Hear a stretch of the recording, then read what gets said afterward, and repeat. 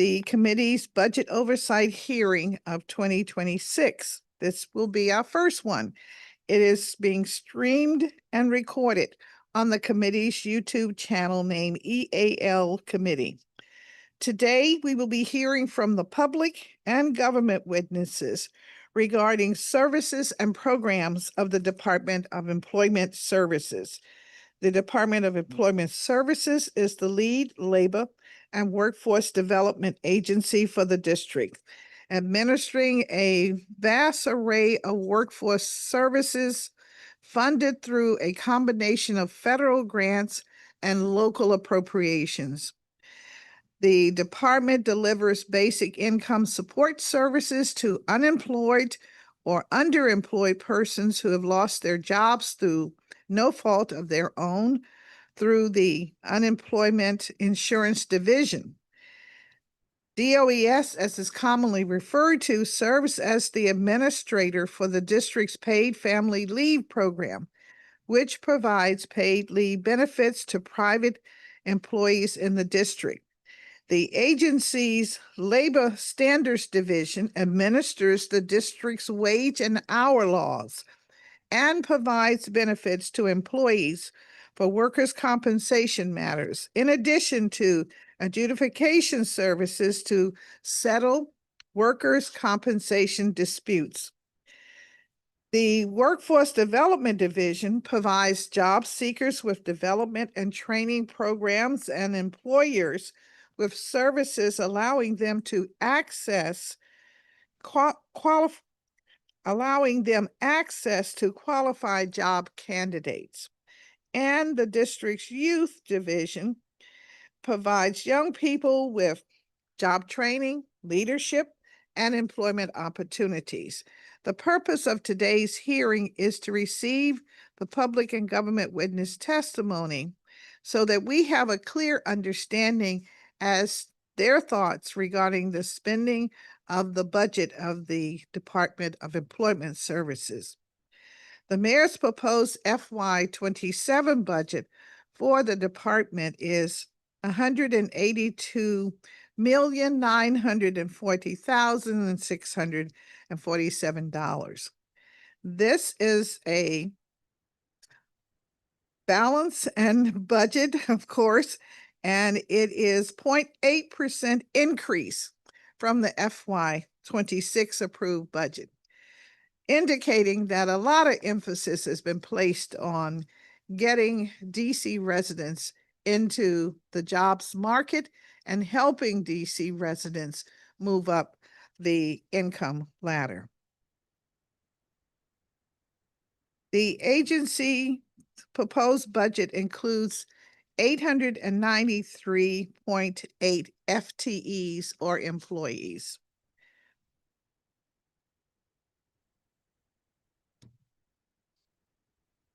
All right.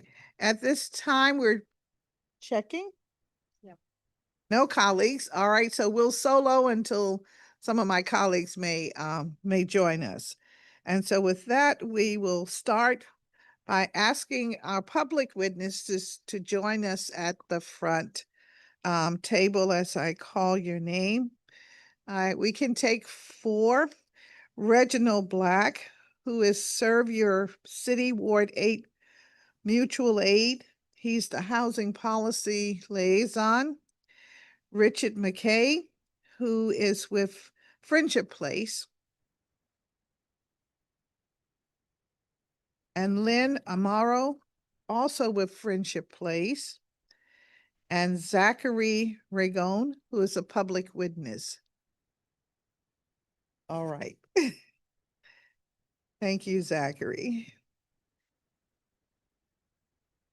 We'll check and see if they are online. No one?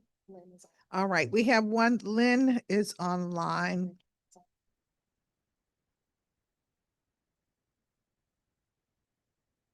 Okay, and Richard, okay. The representatives from the Friendship Place are online. And we can also take a few more at the table. Amy Dumas with Career Readiness.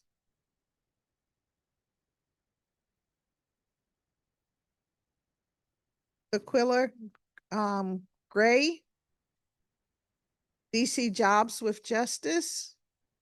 We'll take you at the table.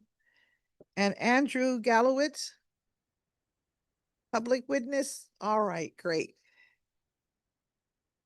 We will start with you, Mr. Rigone. When you're ready. Okay. Thank you, ma'am. Chairperson Bonds and members of the committee. My name is Zach Rigoni, and I'm a policy professional focused on reentry, workforce development, and public safety systems here in the district. The district does not have a pure jobs problem or a workforce problem. It has a matching problem. Roughly 1 in 7 district residents has a criminal record. At the same time, overall unemployment is around 6.7%, while unemployment among justice-impacted individuals is closer to 50%. That gap represents a significant portion of the district's workforce that remains disconnected from the labor market. At the same time, employees in sectors like construction, hospitality, retail, and the trades continue to report difficulty filling roles. These two realities are directly connected. Justice-impacted individuals are most likely to find work in those same sectors when they're able to secure employment, but the numbers of people actually entering the workforce remains far below the need. When persistent vacancies and high employment exist side by side, it points to a breakdown in how the system is connecting workers to jobs. From a budget perspective, that breakdown matters. The workforce system is being funded to facilitate that connection. If it is not happening at scale, the question is not simply how much is being spent, but whether resources are aligned to perform the system's core function. The FY27 budget reflects shifts in how resources are being allocated, including reductions to programs like the TANF Employment Program and constraints on transitional employment pathways. The question is not whether any one program should be preserved. It is whether the system is clearly prioritizing connecting people to work in a tangible, scalable way. If funding changes do not improve that connection, the system becomes more constrained without being more effective. That misalignment has real economic consequences. Nationally, tens of billions of dollars in economic output are lost each year from individuals with records. Even scaled to the district, that represents hundreds of millions of dollars in lost economic activity annually. When people are not working, the district loses income tax revenue, loses consumer spending, and faces increased demand on the public systems. This is not just a workforce issue, it's a revenue issue. Justice-impacted individuals represent a significant share of the available workforce and a clear opportunity to strengthen the district's economic performance. The question for this budget is whether resources are aligned within that reality. Right now, there are indications they're not. I would offer 3 brief considerations. First, prioritize access to entry point opportunities, particularly transitional employment. Second, align resources towards outcomes with a focus on sustained employment rather than just participation. And third, use the district's leverage to expand employer participation and reduce the mismatch between available workers and available jobs. The stigma is the largest barrier, and the government has the ability to fight against that using its relationships. The district has both the workforce and the jobs. The challenge is connecting them at scale. And right now, that connection is not happening well enough. Improving it will strengthen the district's economy, increase revenue, and reduce long-term fiscal pressure. Thank you. Thank you very much for your testimony. And we'll continue at the table and then we'll move back to the online presenters. Good morning, Chairperson Bonds and committee staff. My name is Amy Dudas, and I serve as the Senior Advisor for Career Readiness at DC Action. In this role, I support the Youth Economic Justice Coalition, which is working to develop career readiness policy priorities to improve economic mobility outcomes for Black and Brown youth in the district. Looking across program clusters, the mayor's proposed FY27 budget further shifts the district's deepest career readiness investments to the K-12 education system. Specifically, the district is adding nearly $12 million to its career and technical education and advanced technical center investments to prepare more students for high-wage, high-skill careers. Yet within the budget we're discussing today for the Department of Employment Services, there are roughly $1.6 million in cuts to the locally and federally funded youth programs. While CTE programs offered in high schools or through ATCs are accessible to students who are at or above grade level with ample flexibility in their schedules to participate in them, students who may be struggling academically and youth who are disengaged from education are seeing funding reductions in key DOES program models. And those integrate more individualized support services, basic skill education, GED preparation, and essential workplace skills that meet their specific needs. Across youth-serving DOES programs, we urge the agency to ensure the retention of slots at FY26 levels and growth wherever possible to expand access to career development opportunities for youth seeking training and employment outside of the district's education system. The budget holds funding for participant wages steady for the high school internship program at $324,000 in FY27, continuing FY25 and 26 funding levels. Yet, despite FY25 appropriations from this committee, Youth Economic Justice Coalition members have raised the alarm that the agency limited some spring semester placements in the current school year, citing insufficient funding. We see this reflected in the budget with an FY25 mid-year reduction of 50% in participant wages. The FY27 budget must ensure full funding for both semesters of the high school internship program.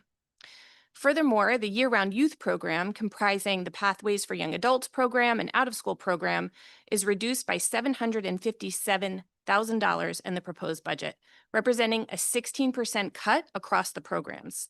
It appears the majority of this cut derives from the reduction of 5 FTEs, with participant wages held steady at $2.18 million. The retention of slots and pay for youth within these specialized programs is paramount. We urge the agency to ensure significant staff reductions will not lessen the support youth participants receive in terms of navigating barrier remediation services, career coaching, or mentorship. Furthermore, we're relieved to see that federal grant levels for year-round WIOA youth programs and their associate participant wages are stably funded. However, fluctuations in the district's actual and revised spending in these categories, with actual spending for subsidies reduced down to $725,000 in FY25 and $1.67 million revived for FY26, raises concerns that the district may not be maximizing federal dollars to provide uniquely supportive services for youth who face barriers to education, training, and employment. We acknowledge that federal grant disbursement may play a role in these fluctuations and look to this committee and the agency to provide clarity on any impact to the real or anticipated number of youth served in this program or the outcomes it provides, given this uneven allocation. For the SYEP program, despite a slight overall budget increase, MBSYEP's budget actually includes a cut of approximately $800,000 for participant wages. We know both the high school internship program and CRESP program are funded within this budget, but the significant reduction in participant wages counters the director's testimony that the agency plans to serve more youth through SYEP in FY27. Cuts to participant wages are particularly disappointing as young people have been advocating to council to pass and fund the Pay Our Youth a Fair Summer Wage Amendment Act for years. Higher wages, when financially feasible for the district, will positively impact program retention and completion, helping more youth earn wages to sustain their participation in an important program. Finally, in FY22, DOES was funded with $2.3 million for the SYEP capital project to replace outdated network infrastructure. FY26 performance oversight materials indicate the agency still has $1.3 million of funds left to spend, though last year's responses suggested the project was expected to be completed in FY25. We hope Dr. Morris-Hughes will provide greater insight into the specific updates planned under this project, share any youth and provider priorities that were solicited before beginning the project, and provide updates on remaining work and the completion timeline for the project. And finally, I just want to say, with looming shifts in federal career readiness priorities, painful cuts across this budget, including $2.8 million in cuts to services for youth experiencing homelessness, we know that economic stability for DC's youth and families will be affected in this budget. We urge this committee and DOES to restore and maximize every dollar of the district's career readiness investments. Thank you so much. Thank you very much. And may I remind the witnesses, we need a copy of your written testimony. All right. I tried to make notes, Ms. Dumas, but a lot of data there that I need to follow up on. So I'm looking forward to getting yours. Thank you. Next, we'll go to, I think this must be Lynn. No. Quinley Gray. Okay, Miss Gray. All right. Okay. Good morning, Chairperson and members of the committee. My name is Sequinley Gray. I'm a native Washingtonian who resides in Ward 1, a proud mother of 4 young men, and a community organizer at DC Jobs for Justice. And the reason for my testimony today is to urge the council to restore the paid family leave program to fully accessible and funded for current and future recipients.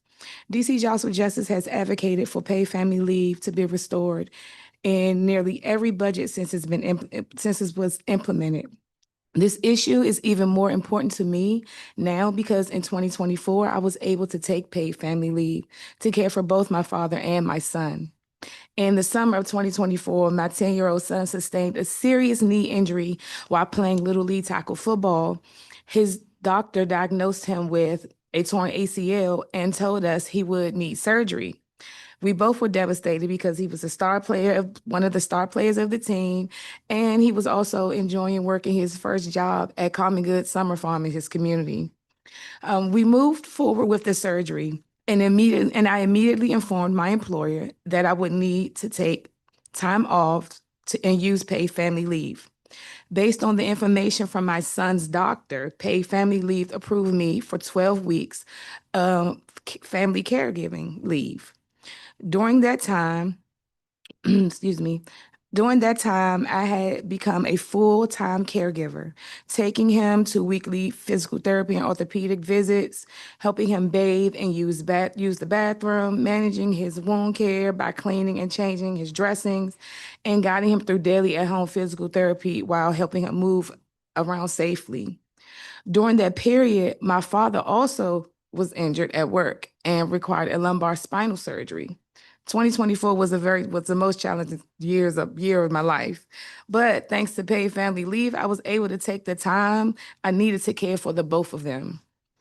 In the mayor's recent released budget, there are proposals that will make major cuts to this program, including eliminating medical and family leave benefits for fiscal year 2027, permanently capping the weekly benefit at $1,000 and reducing the benefit length to 8 weeks for medical leave and 6 weeks for family leave. The paid family leave program already has dedicated revenue via the payroll tax and is fully solvent.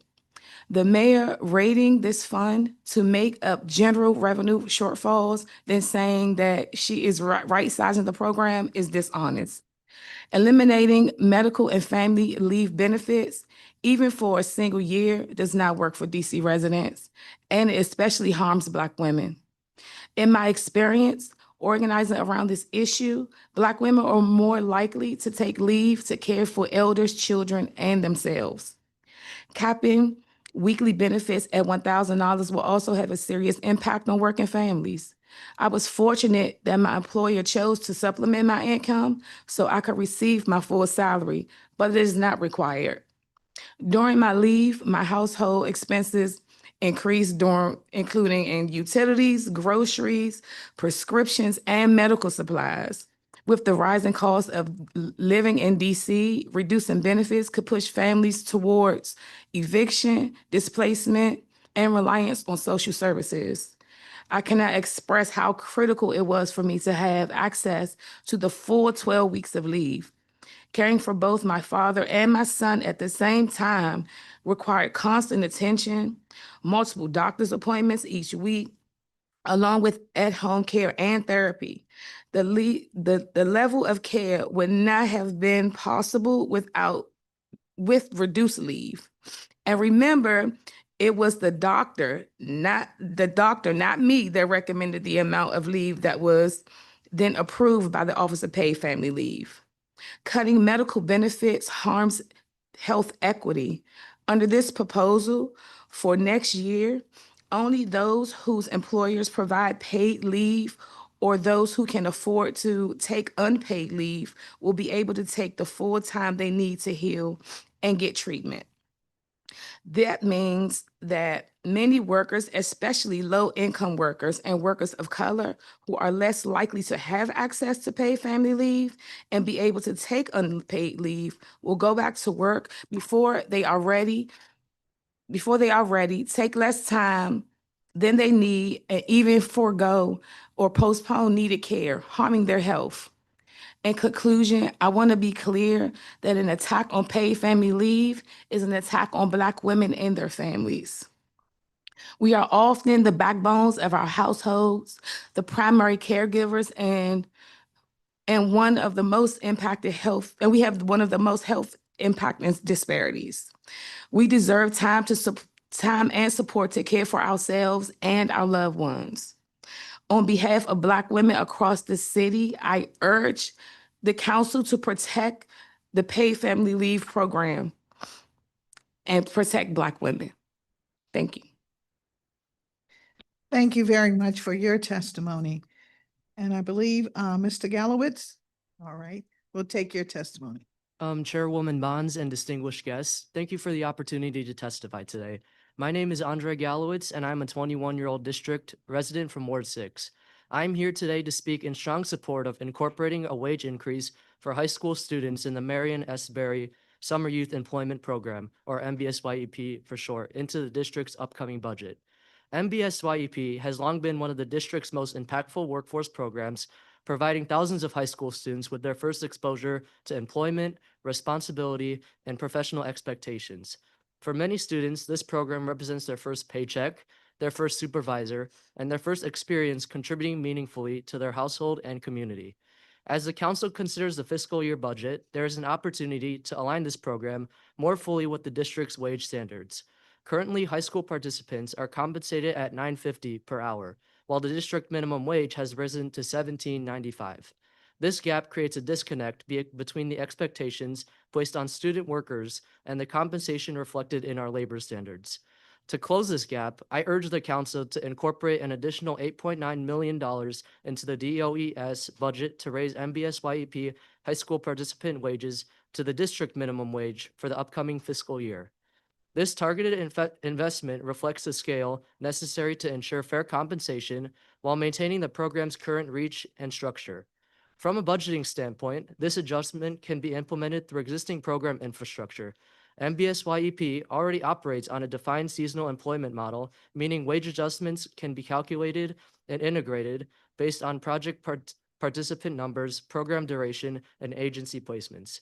This is not a structural overhaul of the program. It is a straightforward update to its compensation scale to reflect current district wage standards.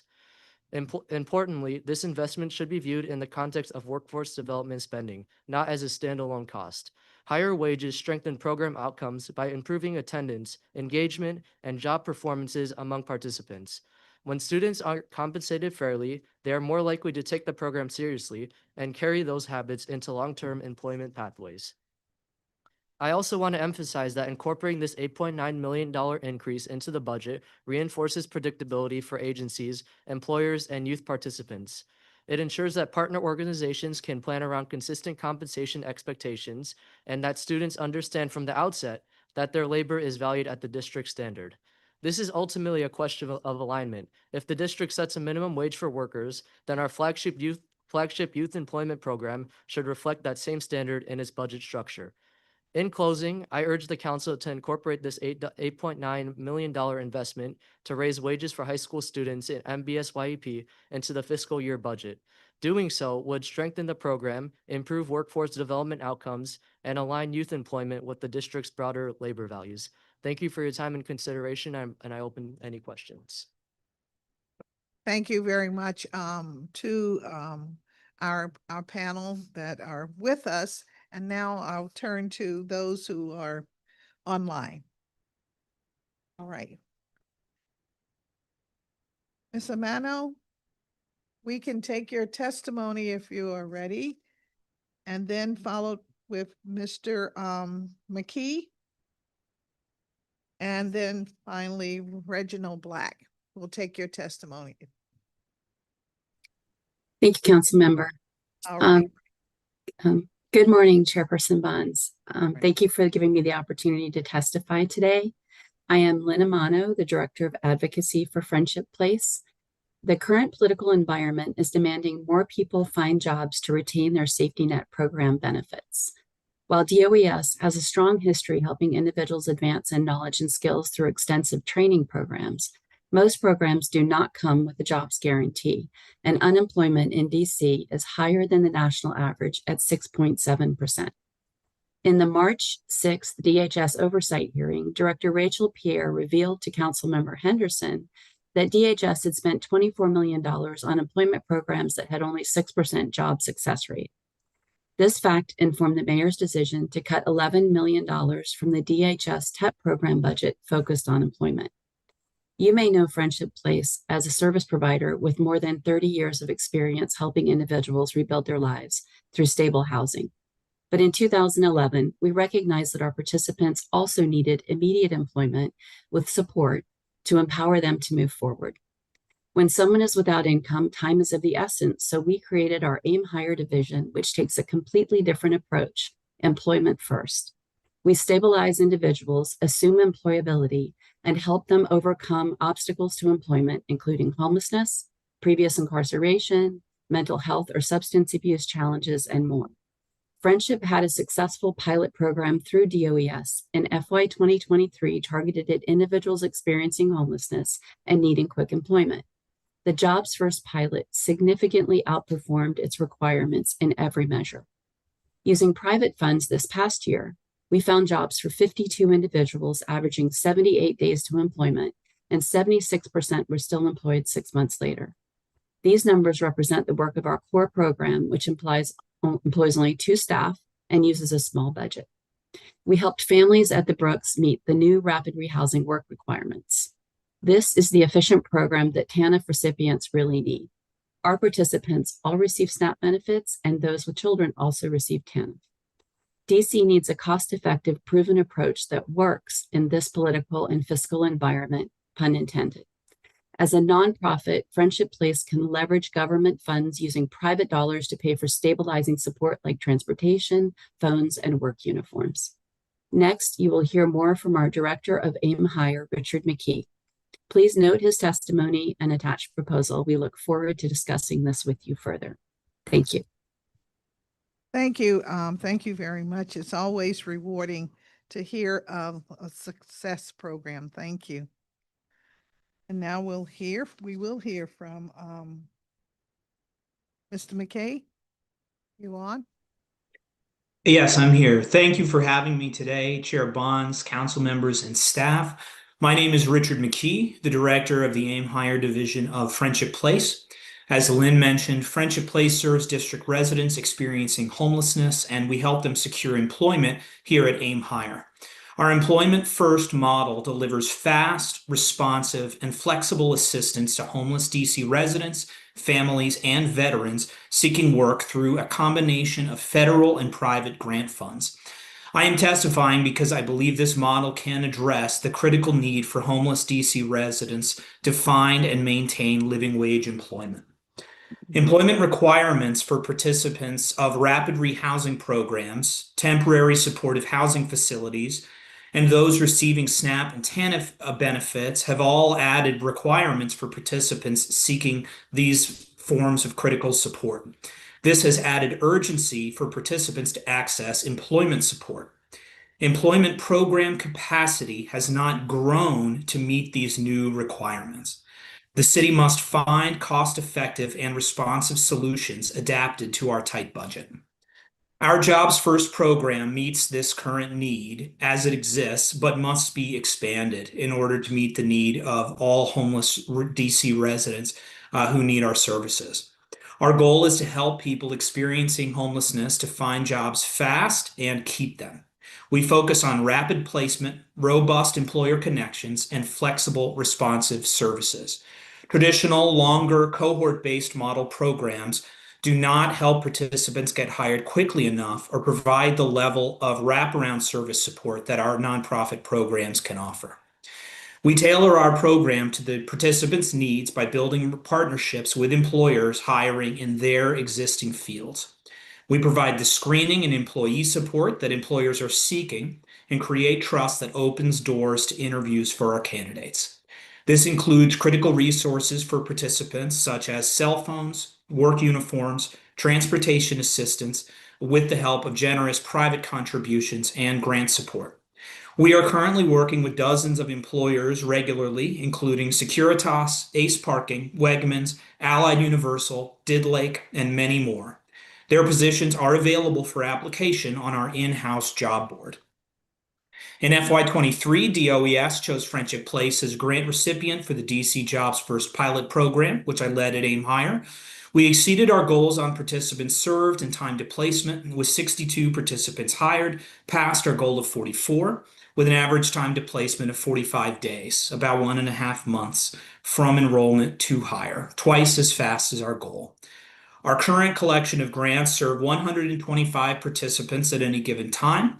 So far this grant year, we have 71 placements with an average participant income of $21 per hour. As the council reviews the DOES budget, we ask that you consider our attached grant proposal of $500,000 with a goal to serve 150 participants completing the program, 100 at minimum placed in jobs within 90 days, about 3 months from enrollment, and a retention rate of 75% after 6 months. The grant would serve SNAP and TAMP recipients, as well as participants enrolled in homelessness relief programs with employment requirements. With your support, the Friendship Place Aim Higher team can expand to meet the demands of these employment requirements and stabilize and empower homeless DC residents. Thank you. Thank you very much for your testimony. It's Mr. Black, you're on next. Can you hear me? Yes, we can. Good. Good morning, Councilmember Bonds, members of the Executive Administration Labor Committee, and District of Columbia residents. My name is Reginald Black, and I am a Ward 4 resident and the Housing Policy Liaison for Serve Your City Ward 6 Mutual Aid. I'm also a lived experience representative on the Interagency Council on Homelessness. We at Serve Your City Ward 6 Mutual Aid support the policy recommendations of the People for Fairness Coalition, of which I'm also a co-director. Serve Your City Ward 6 Mutual Aid supports having dedicated funds to make sure that those who have gig-based jobs and entrepreneurship raise their income. The District of Columbia has many projects coming up. We are pleased to see that the Department of Employment Services are engaging in the ICH, Interagency Council on Homelessness. But with very limited funds from the federal government, the Department of Employment Services has to innovate how it will spend our local funds. Some of the ways that DOES can augment this is proactively enforce the First Source Employment Amendment Agreement Act, and levy more fines against projects violating the apprentice and resident level reporting. Stop work orders, etc., should be used to make sure that projects do have the appropriate levels of residents on sites. In addition, the Department of Employment Services can use its contractual funds to emphasize placement and retention.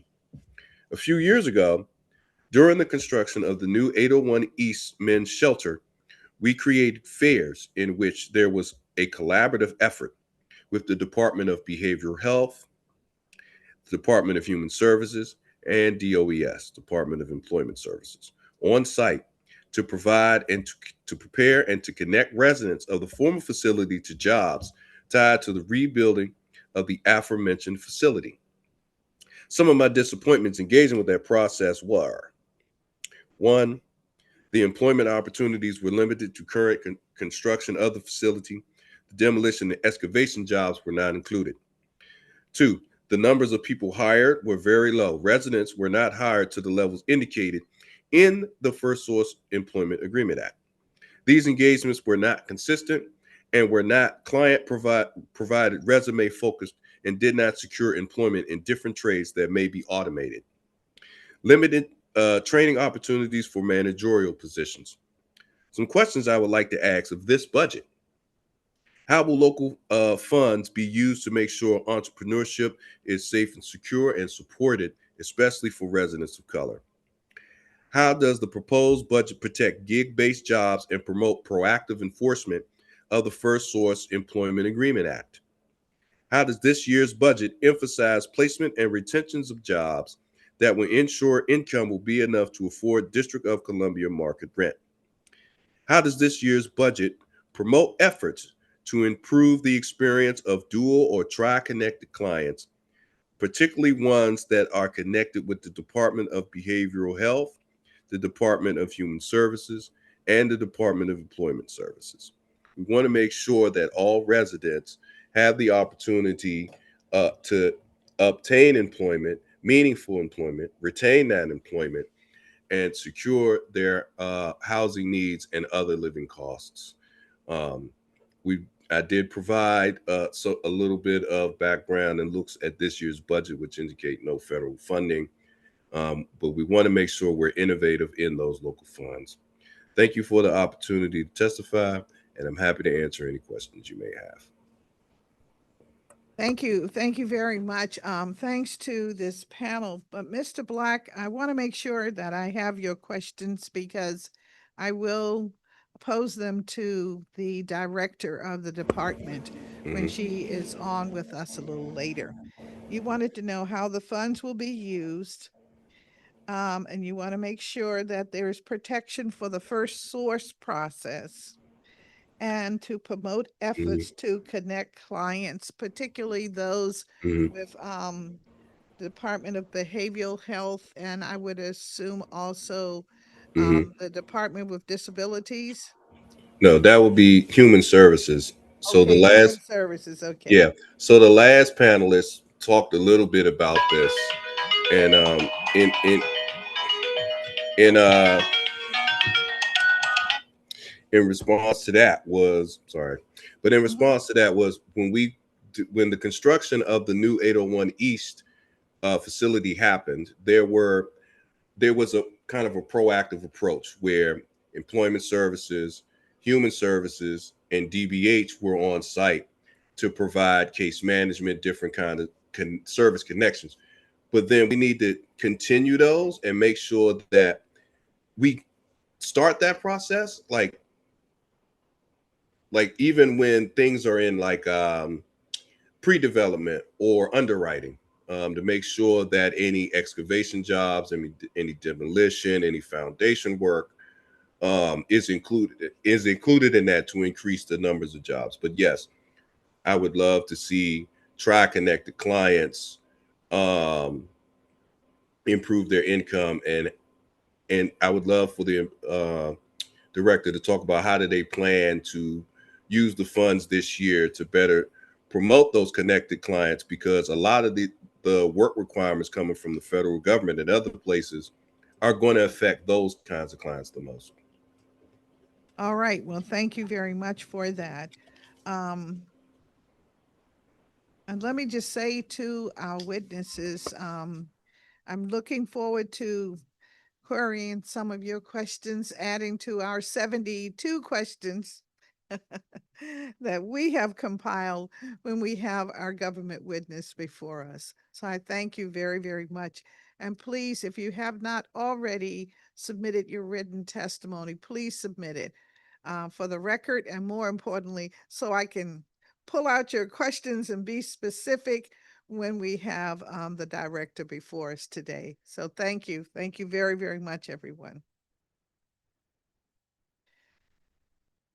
We're going to move along to our next panel, and I see that John Capozzi is here with us, so we're going to call you up, ask you if you would join us at the witness table, and we will move right along to Laura Brown. I don't see, oh, Laura is here, Executive Director of the First Shift Justice Project.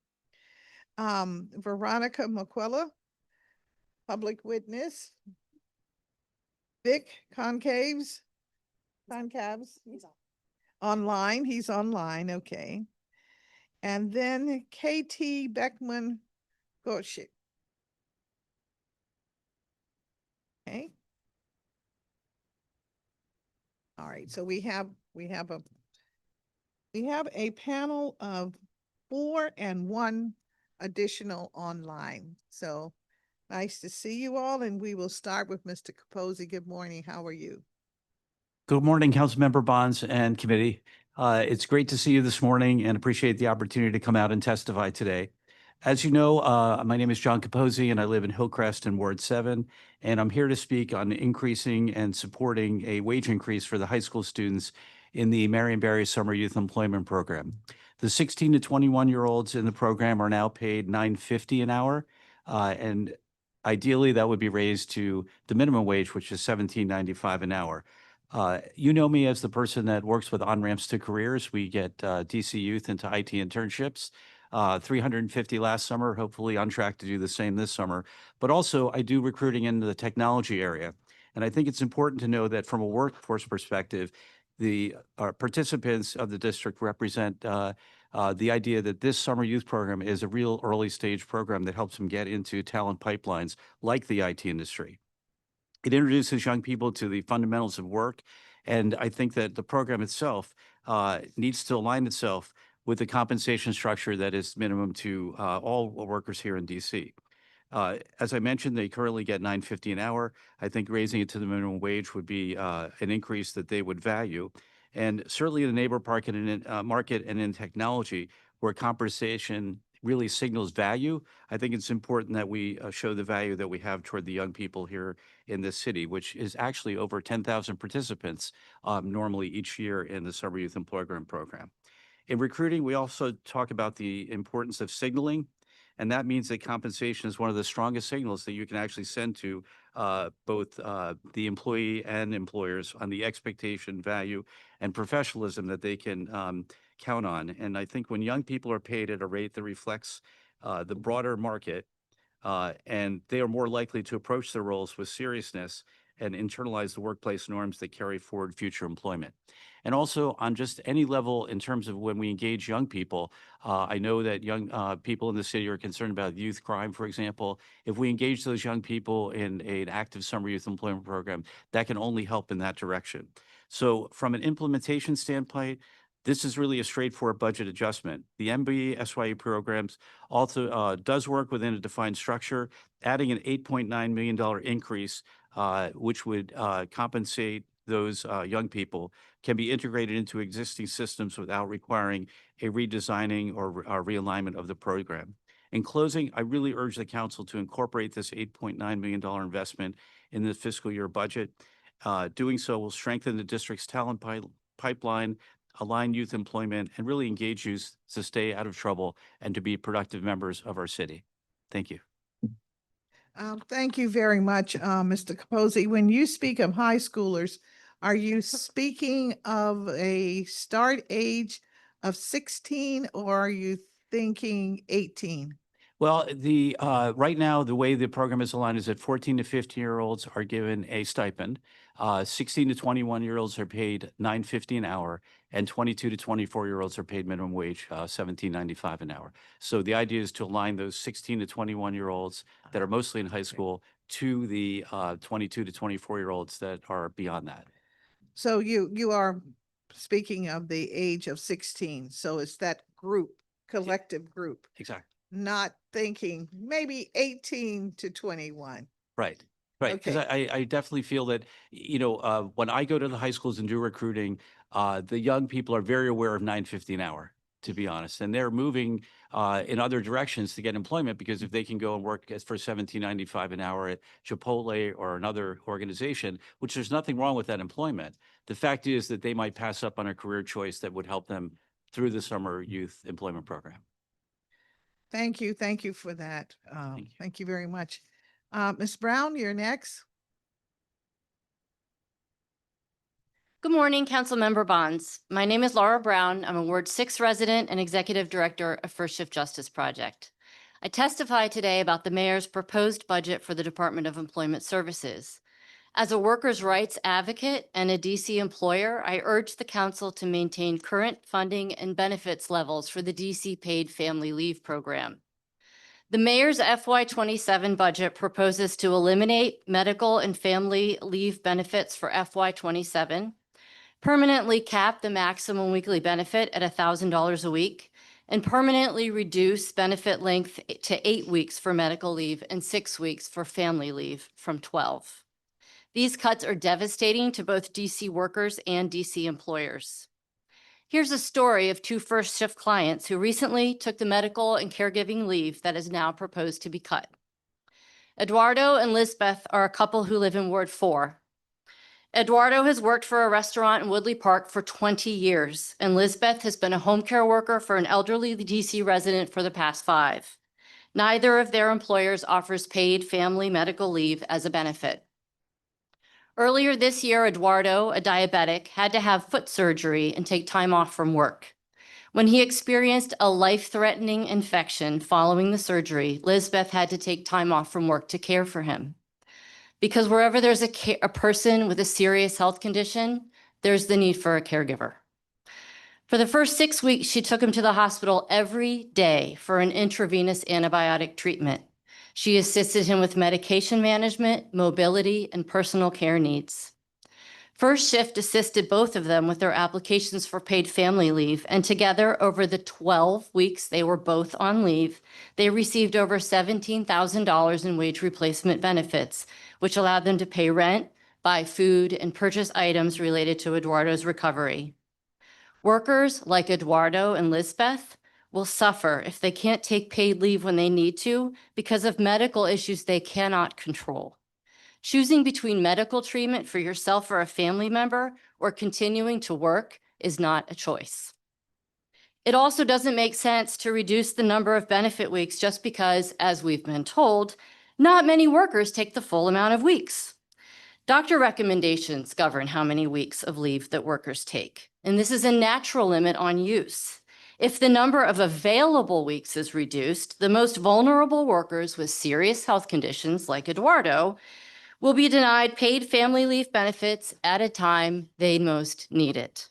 Workers can't just decide to scale back their leave. Instead, they will go without income.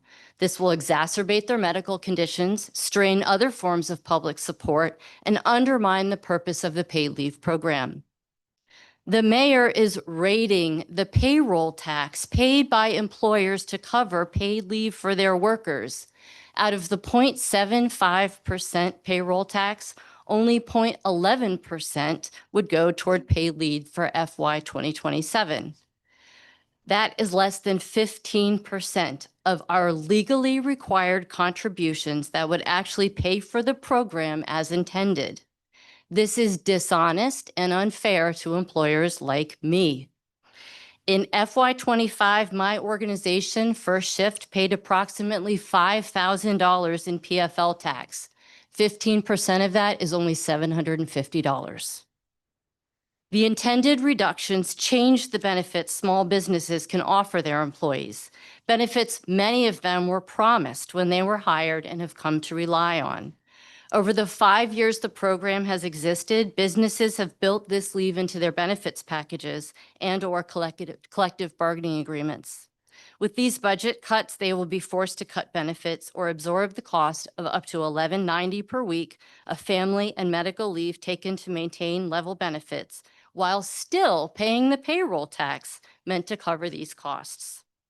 In these difficult times, we need support, not cuts to the programs we count on to help our businesses and organizations thrive and compete. Reductions harm our employees and they harm DC businesses. They are short-sighted and also out of alignment with neighboring jurisdictions of Maryland and Virginia, who are in the process of ramping up their paid leave programs. DC has the money to maintain the paid leave program because DC businesses paid for it. Reject the mayor's proposal and help us restore these benefits. Thank you for the opportunity to testify. Thank you very much for your testimony. Now we will hear from Ms. Mosquella. Hi, good morning. All right. Hi, good morning. My name is Veronica Mosqueda. I am a Ward 6 resident, active community member, and a small business owner as of March of 2025. Previously, I was a W-2 employee all of my working life. I'm here to tell you why the DC Paid Family Leave Program as it stands works and should only be strengthened, not shipped away, let alone put on pause for a year, which we know is just the beginning of eradicating it completely. So 2 years ago, I almost died. And with the support and guidance of my healthcare provider and of my community, I received the life-saving support I needed during my 12 weeks of leave.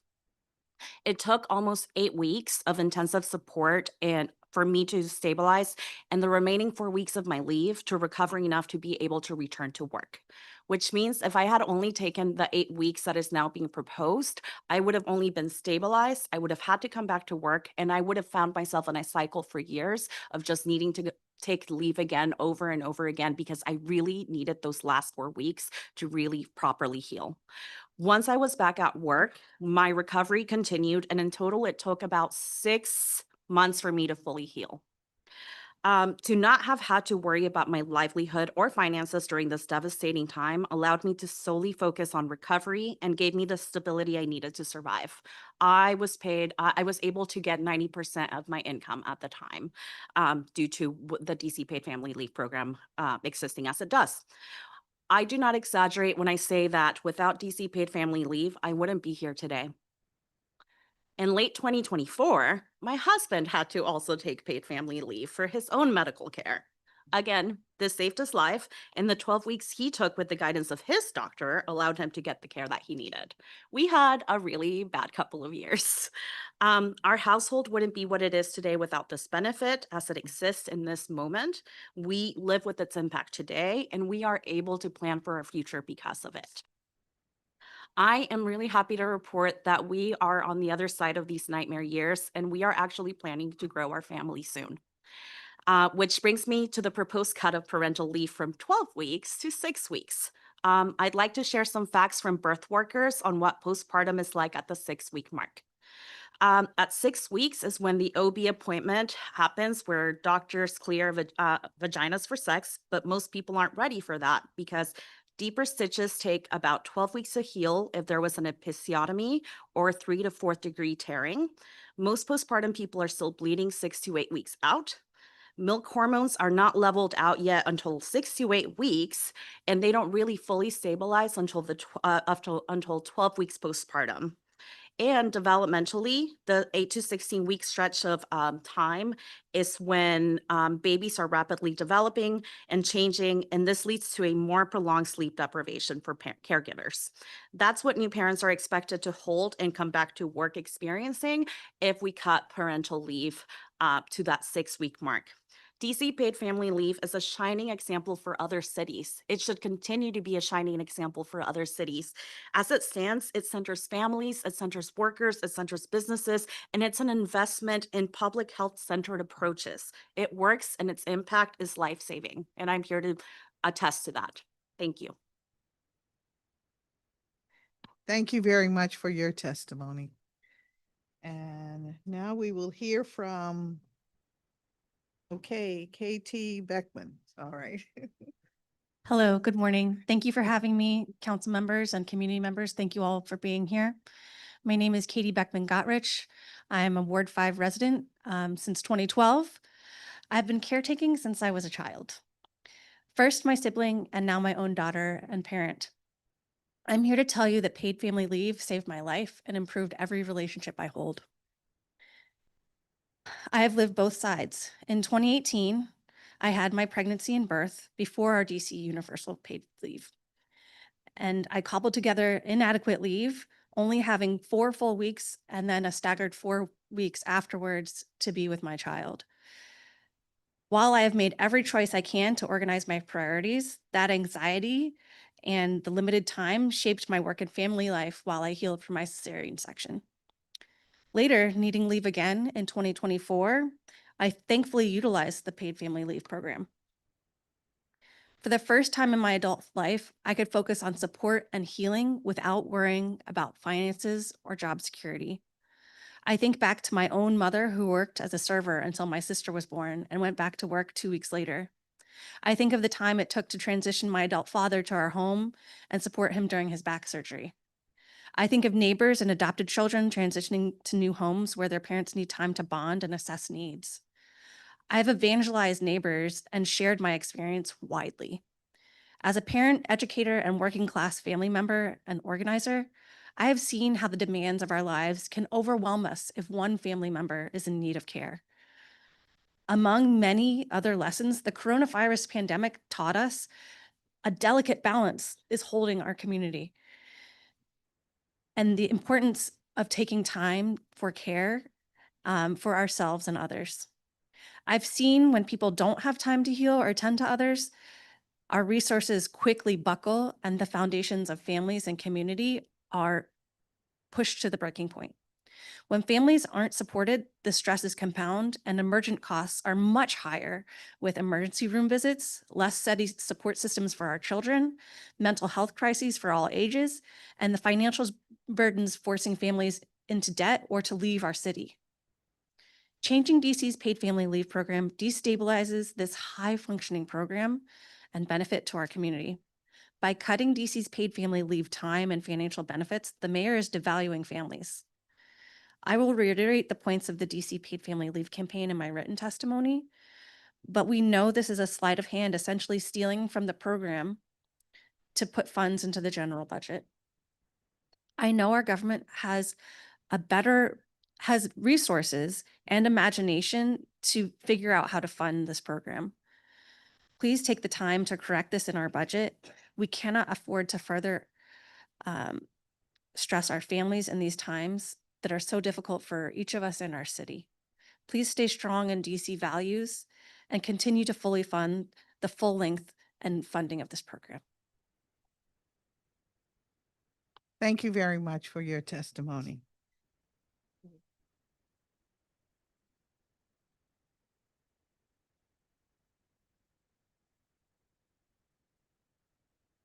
All right, we do have one witness online.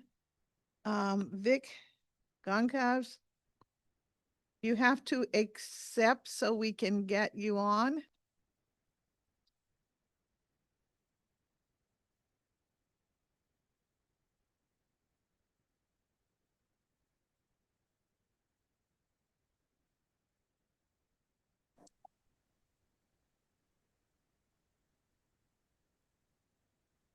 Good morning, Councilmember Bonds and members of the committee. My name is Vic Goncalves. I'm testifying today as a disabled person, someone trying to have a kid, and someone who's taken paid medical leave for serious medical conditions. I'm usually here to testify about housing, but paid family medical leave is a housing issue. When I got very sick, I would not have been able to pay my rent if I did not have adequate paid leave. I urge the council to fully restore medical and parental leave to the full 12 weeks and restore the maximum allowed funding allowed per week. In early 2021, like many people, the mental health impacts of the pandemic were catching up to me. I was not doing well and I was in a very dark place. At the same time, I was dealing with debilitating endometriosis pain. I wasn't able to do my job or take care of myself. I was scared that I was going to lose my job and my health insurance. My friend and coworker suggested that I take medical leave, which I had no idea was something that I could do or afford. Through DC's paid family medical leave program, I was able to take the full 12 weeks that my doctors recommended. During that time, I was seeing doctors and therapists 3 times a week, adjusting to new medications, and truly experiencing restorative rest for the first time in my life. Without paid medical leave, I would not have been able to pay my rent, afford groceries, or pet food while taking care of myself. I'm extremely grateful that paid medical leave was an option for me, and it truly saved my life. As someone who has been diagnosed with 3 chronic medical conditions since then that have disabled me, including long COVID, I know there's a possibility that I will need medical leave for myself in the future. And I pray that if and when I need it, it's available to me. I hope that I'm able to take the time that my doctors prescribe for me, not a time that politicians have decided is sufficient. Paid family medical leave is a disability rights issue and a racial justice issue. Black and brown people are more likely to have chronic conditions and more likely to develop long COVID due to systemic barriers to healthcare and medical racism. At the same time, these communities are less likely to be able to take unpaid time off than white people. Cutting the max amount of benefit received and cutting the number of weeks available will hurt Black and brown women the most, not only because of their health needs, but also because of the increased likelihood that they are caretakers for others in their family. Paid leave is also a key issue for families and making sure that young families can stay in DC. I'm trying to have a child soon, and while my wife and I would pay much less in rent if we moved outside of the city, we choose to stay here because we love DC. This is our community, and because of tangible benefits like paid family leave, which our employers have been paying into for years. The council must maintain the full 12 weeks for paid family leave to ensure the maximum benefit is not cut and that it is tied to inflation. This is also a racial justice issue because Black women and birthing people are at much higher risk for birth complications, and they should have the time to fully recover and take care of their baby before being forced back to work to pay the bills. These programs already have dedicated funding streams, which should not be rated for the general fund. It is absolutely shameful to see the mayor balance the budget on the back of the working class, and the council has a responsibility to reverse these cuts. Thank you for the opportunity to testify today. Thank you very much for your testimony, and I hope you're doing well. Thank you. Definitely. I must ask of this panel, as I'm hearing these comments, all good stuff, but when we think about the current budget cycle and we think about where we are as a community, how would you rate housing, public safety, education, healthcare as it relates to where our government needs to put most of its resources? And I ask that question because as taxpayers, we're the ones, it's our dollars and cents that go into our budget. And since we cannot start each budget with zero and then build up based on the needs that our community identifies, we always start with what we have and chip away and move things around. And so I thought today would be worthwhile to just ask, what do you feel is most pressing in community? Where should we really put our resources? If I may, council member, Yes. I think in general that rating is not going to be a fair way for me to answer, so I'll do my Okay. best to answer your question. When we remove supports for our community members, and we're putting financial burdens on them, we're putting stress on them, so it will lead to other repercussions. Everything goes somewhere. So, you know, say for instance, the one thing I would take money away from is the police budget. But we can't put a Band-Aid on a leak.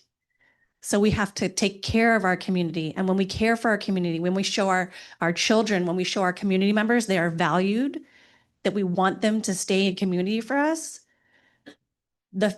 it'll be stone soup. We'll suddenly realize we have more than we think we have. I appreciate that.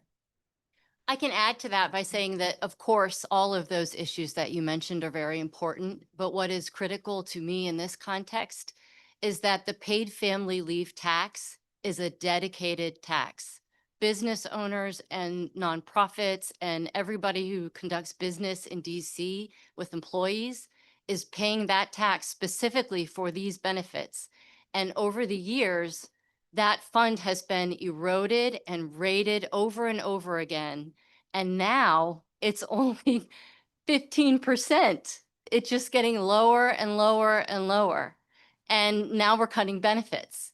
And that's not fair to business owners or employees because that is a dedicated tax. That's not general fund money that's up for allocating to wherever it's, the council or the mayor decides is fit. That is a dedicated tax and it should go to pay for what it is intended for and what people think they're paying it for.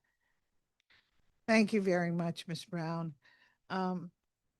Vicky, you want to say something, I think? Yeah, I want to echo what the other two panelists said. This is a dedicated tax. Our employers are already paying for this. So we don't have to take money from somewhere else to put into paid family leave. I will also echo what Katie said about the police budget. It increases every single year while there are cuts elsewhere. And we know that community safety comes from families being able to take care of each other. Paid family medical leave is also a housing issue. Like I said, if we take away a family's paid leave, the likelihood that they will need a program like ERAP, for example, would increase. And we know that that program also has faced severe and deep cuts in the past couple of years. So it is all interconnected. And if we have to take money from somewhere, I would say take it from the police. I appreciate you all's comments. And what I'm really trying to do, the point I'm trying to make is that some of the small programs that we have in our government are not always viewed as being overwhelming. And when we think about, as Vicky was mentioning, paid family leave helps with the whole housing ecosystem. And we're all very connected. And so when we start talking about how the government should spend taxpayers' dollars, I get very concerned. And I do believe it is a process where we really have to dig into what's going on in community so that we keep community, balanced moving forward if possible. But the goal is to satisfy the needs of the community. So that's why I'm asking these questions. Is more esoterical perhaps, but nevertheless, it's designed to help me and others focus on what the real deal is. Yes, please. Yeah, if I may add, I wouldn't even say that's an esoterical question. It has real tangible impact, right? And we know that when we are actually investing in the programs that already have dedicated taxes that have been underinvested in, like housing, like public health centered approaches, right? We are also ensuring that people are able to live sustainable, thriving lives, right? And that we are not paying the cost for what it means to not actually address needs and address things at the root down the line, right? If we are cutting DC paid family leave as an example, the cost is too high, right? Like human lives should not ever be on the table. But even if people were able to cobble together the type of care that they can get if this benefit is cut, there is going to be a cost to that, be it 2 years from now, 3 years, 5 years, because that will continue to show up. So I know that everyone here is deeply invested in addressing issues at the root. Thank you. If I can add just one more thing, First Shift's whole premise in our work is to keep people employed. Because what I think is that people should be able to work and be able to pay their rent and to buy their food and to take care of themselves and not be dependent on the government. And our system is so messed up that that's not possible. So if I have to make a choice between ERAP or have somebody have paid leave so they can pay their own rent, I'm going to choose them working and paying their own rent every time. I really appreciate that. Thank you very much. John, you want to? I'll just give one example, which is in the budget, the mayor's proposed $121 million for an archives building here in the city. And as much as I care about the history of the city, even a 8% cut in that amount would be enough to pay for the summer youth increase that I've mentioned. And I do think that's important. And also, having been an employer, I can tell you that, if I'm paying a dedicated tax, even if it's as small as 0.75%, I guess I expect that money to go to where it's intended to. Thank you. Thank you very much. Thank you all. Thank you very much to the entire panel and to the previous panel, of course. Thank you.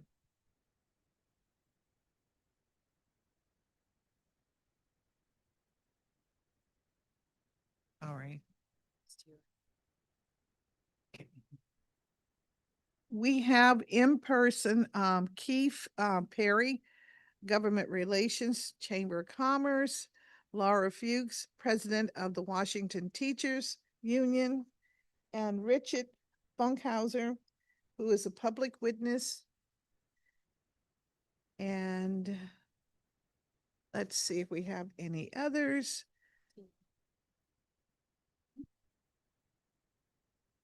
Okay. Tan Lewis, if you are here, join us. All right. Commissioner Kelly Williams, if you are here. I see Kimberly Perry. You can join us at the table if you would like.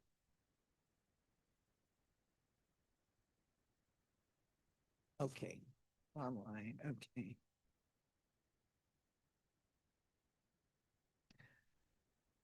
All right.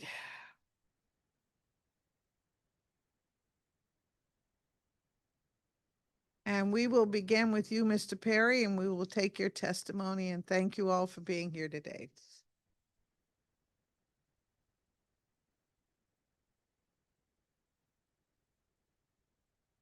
All right, let's try that again. Good morning, Chairperson Bonds, committee staff. My name is Keith Andrew Perry. I'm a native Washingtonian, Ward 6 resident, and I have the privilege of serving as Vice President of Government Relations and Public Policy at the DC Chamber of Commerce.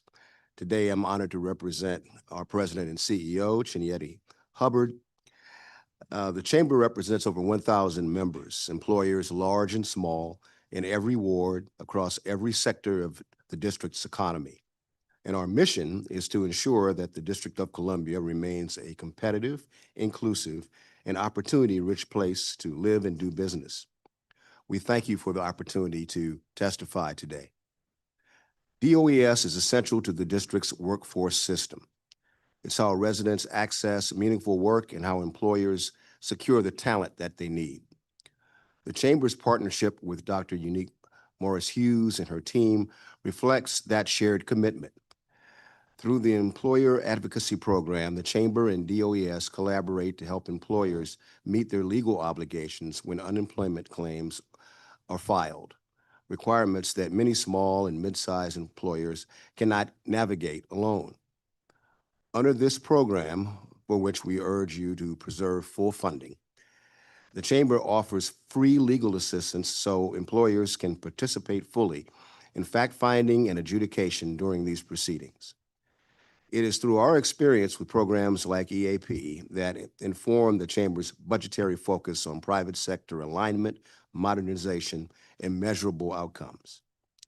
First, employers continue to emphasize the needs for workforce readiness and skills-based training that reflect real hiring needs.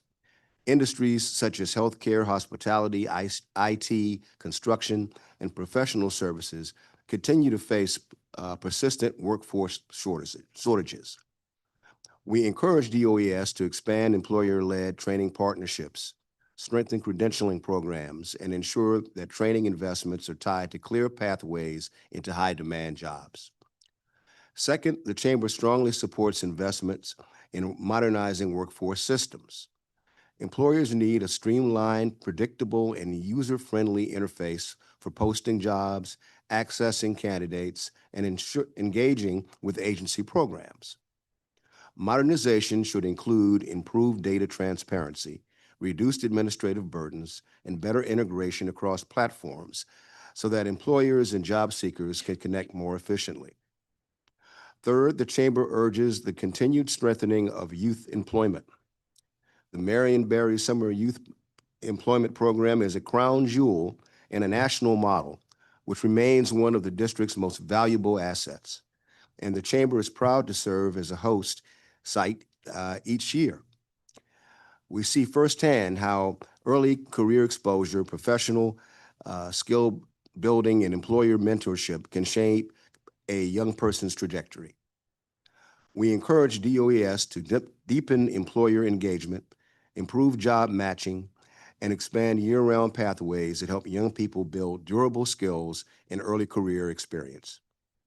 Fourth, the Chamber emphasizes the importance of building a workforce pipeline that prepares district residents for careers in the sectors driving DC's economic growth. Employers are eager to partner with DOES to design work-based learning, apprenticeships, and internships and industry-aligned training experiences that reflect real-world expectations. When employers help shape these experiences, residents gain technical skills, professional competencies, and industry exposure needed to succeed in fields such as healthcare, IT, clean energy, hospitality, and business services. A coordinated pipeline strategy built with employers at the table creates curated experiences ensuring that DC residents are not just trained, but well qualified and truly prepared for long-term careers. Finally, we urge the district to expand public-private partnerships. Employers are ready to collaborate on apprenticeships, sector partnerships, and targeted pipelines into high-growth industries. These partnerships work best when they are structured, data-driven, and supported by sustained investment. As always, Chairperson Bonds and the Chamber appreciates your leadership and the committee's commitment to strengthening and expanding the district's workforce infrastructure. We look forward to continued partnerships with DOES to ensure that every dollar in this budget delivers measurable outcomes for residents, employers, and the long-term economic health of the District of Columbia. Thank you for this opportunity to testify, and I'm happy to answer any questions you may have. Thank you very much for your testimony. Thank you. Ms. Fuchs, good morning. Good morning. How are our teachers doing? You know, we're trying to get through it. DCPS budget hearings going on right now, so kind of in two places. So the mayor's proposed budget is set to do a lot of harm to both the private and public sector's workers, and we cannot allow these changes to happen. First, as you've heard from others, the gutting of paid family leave is unacceptable. This harms our students, their families, and the staff of the Washington Teachers Union. As a union that relies on our members, the educators of the District of Columbia, to pay dues to our organization in order to support our staff, we are excited to participate in the paid family leave program to support those who support our educators. These cuts will harm our staff without saving the union members any money. If we want to be a district that cares about those who work in it, we must fully maintain the paid leave program. I'm going to kind of divert from DOES a little bit to the public sector's paid leave program, which also needs to not be gutted. The Washington Teachers Union strongly opposes any weakening of benefits for district employees access to paid parental, family, and medical leave. Our educators and other district employees work tirelessly to serve the people of DC, and they deserve to be able to take care of their families. While the W2 works hard to negotiate strong contracts for our members, we currently do not get much leave in our contract, only 12 sick leave days per year. For families, this really covers what is needed when there are emergencies, doctor's appointments, weather-related school closures, and more, forcing some to go on leave without pay and having to face even greater hardships in their time of need. The W2 has negotiated a sick leave bank that can provide 240 hours or 30 additional days for those who have their own medical needs and have run out of personal leave and qualify for ADA or FMLA. But this is members donating their 12 days to their fellow members. None of that is coming out of DCPS, nor imposing an additional burden paid by taxpayers. We agreed not to fight for more because we were counting on the existing leave made available to our members through the paid leave program for the public sector. DCPS is also known for being understanding when it comes to approving leave, and some of the proposed changes by the mayor would require approval to go out on paid family leave. We cannot control what time our family members might get ill or require our care. If the agency is able to block members from using FMLA to care for family members because of the quote-unquote agency's demands, then educators will likely have to make the tough decision to quit rather than go on protected leave. This is not good for our school communities and will cause far more harm than good. We also, on behalf of our fellow public sector unions, urge you to restore the $127 million in funding for worker compensation that was removed from the mayor's fiscal year 2027 proposed budget. Doing this because I can't come back to the next one. The proposed budget explicitly eliminates funding for future pay increases, including collective bargaining agreements and other compensation adjustments affecting employees in compensation units 1 and 2, representing over 15,000 district government workers. These are not abstract figures. These are the frontline public servants who keep the district running every day, ensuring public health, safety, housing, stability, and essential government services. Eliminating funding for future pay increases sends the wrong message to the workforce that serves the city. What is especially concerning is that this funding was removed while the district is actively engaged in collective bargaining negotiations with our fellow unions.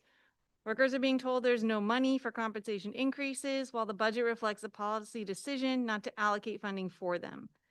This is not a matter of fiscal impossibility, it's a matter of priorities. The mayor has publicly stated the district is not broke and that the city maintains approximately $2 billion in reserves. Against that backdrop, choosing to eliminate funding for the very employees who make this city operate efficiently and safely is a contradiction that cannot be ignored. Each budget cycle, this district has experienced surpluses, yet this time, instead of investing in its workforce, the proposal shifts the burden onto working employees. When agencies are instructed to reduce spending, it directly impacts our working conditions. Staffing levels decline, resources become strained, and employees are forced to take the increased workloads just to maintain the same level of service for district residents. This is not sustainable and ultimately affects the quality and safety of services provided to the public. Thank you. Thank you very much for your testimony.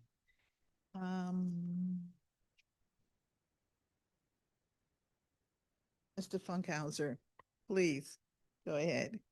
Thank you, Chairperson Bonds. Thank you, everybody. I really appreciate hearing everybody's testimony, very well prepared testimony, I'm sure in contrast to mine. But I'm a resident of Ward 5, and I'm here to speak about my personal experience using the DC paid family leave benefits. I have two distinct experiences that relate to the policy. In 2019, before the policy was enacted, I'd say just before, my employer removed a benefit of mine, a family leave benefit of 4 weeks a month before my child was born. And I feel like in the absence of a policy like DC paid family leave, that was a very anxiety inducing and sort of a shattering moment for me. I think ultimately they restored the leave, and I think because the DC city policy was on the horizon, they knew that if the city was putting forth that effort, it behooved them to match that level of care. Fast forward to just a few years ago at another employer, I had a need for my own personal care, and I was able to take 2 months of leave from using the DC paid family leave policy. The city covered 2/3 of my pay, and my employer covered the remaining third for the 2 months that I took. I think for me, what my observation through this is both experiences is that the fact that the city provides this care incentivizes employers to provide care themselves and to do better. Whether that's sort of starting at zero and reinstituting leave that they've taken away, or adding on to the benefit that I'm receiving from the city.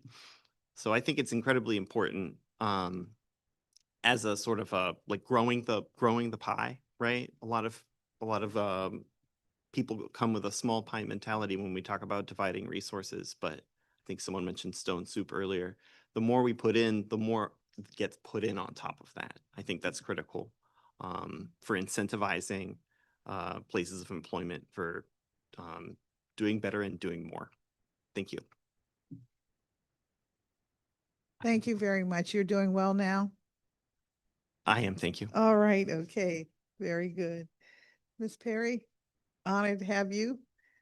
Good morning. Good Good morning. It's morning. good to see you.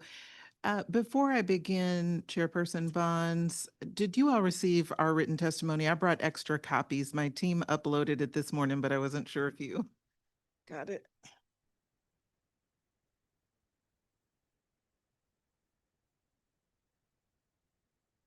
All right, thank you. So good morning, good morning. I'm Kim Perry, Executive Director of DC Action, where we, with more than 200 of our coalition partners, are making the District of Columbia a place where all of our children get to grow up safe, resilient, powerful, and heard. In 2015, DC Action for Children was proud to be one of the hundreds of businesses, nonprofits that were supporting the Paid Family Leave Coalition, because we knew at the time that the data was clear that when parents have access to paid family leave and paid time to care for themselves and or their family members in medical emergencies, that their families have much better health outcomes and they face fewer financial hardships during what are often already stressful and expensive life transition moments. By eliminating paid medical and family caregiving leave, the mayor's proposed fiscal year 27 budget delivers such a callous blow to the district's working families when they already are at their lowest. Even in the joyous moments of welcoming a new baby, this budget, proposal diminishes that joy and places an outdated financial cap on a parent's benefits, the $1,000 a week instead of the current $1,190 a week. And for employers like DC Action who help top off salaries, that cut creates additional cost burdens on us while still charging us for two benefits our employees won't even be able to use next year. Every part of this proposed paid leave plan is just wrong. It's wrong for families, it's wrong for kids, workers, and of course for businesses. Since 2023, 4 of my employees at DC Action have benefited from the district's paid family leave program. In both the difficult moments and the joyous ones, all of them required the full 12 weeks of paid leave benefits that were allowed. We had 1 for paternity leave, 2 for maternity leave, and 1 for personal medical leave. I too considered taking paid family caregiving leave as my mom's journey with Lewy body dementia became more complex and her health began to decline. Forgive me, I'm getting a little bit emotional here, but I want this point to come through. My family was really fortunate to have been given the ability to afford full-time caregivers for my mother, but there were times when that just wasn't enough. And I grieve for so many other families who are going through similar situations with their own aging parents and who know that a moment is going to eventually come when leave might be necessary to help them face a terminal illness and transition with dignity and grace, as my mother did. I'm sad, but I'm also angry about this. This is not a choice that any family should ever have to make. And the district already has the self-funded, self-sustaining, and affordable solution to alleviate this hardship for families. We encourage the committee, the DC Council, to keep the universal paid family leave policy as it currently is. Families deserve reliable access to all 12 weeks of paid leave for qualifying medical and family caregiving and parental situations. And they deserve those benefits to be paid at the full inflation-adjusted amount currently guaranteed by law. We have to stop balancing our budgets on the backs of working families, particularly women and women of color, who are still disproportionately shouldering the responsibility of caretaking. Chair Bonds, I also want to talk to you as an employer and note how amazing of a deal the district's paid family leave program is, especially for our business, for our nonprofit. Since the start of calendar year 2023, DC Action has paid $14,000 in taxes to the paid family leave program. In that same time frame, as I said earlier, we've had 4 employees require the full 12 weeks of paid leave. In total, the approximate paid leave benefits my employees received from the district's program totaled $55,000, and that means that DC Action saved more than $41,000 by our staff having access to paid family leave. If we would have had to pay these employees full salaries during their leaves, it would have cost over $106,000 in the foregone wages. I have included a very detailed table in my testimony so that you all can see how much our organization has paid into the program and how much our employees have benefited from the program.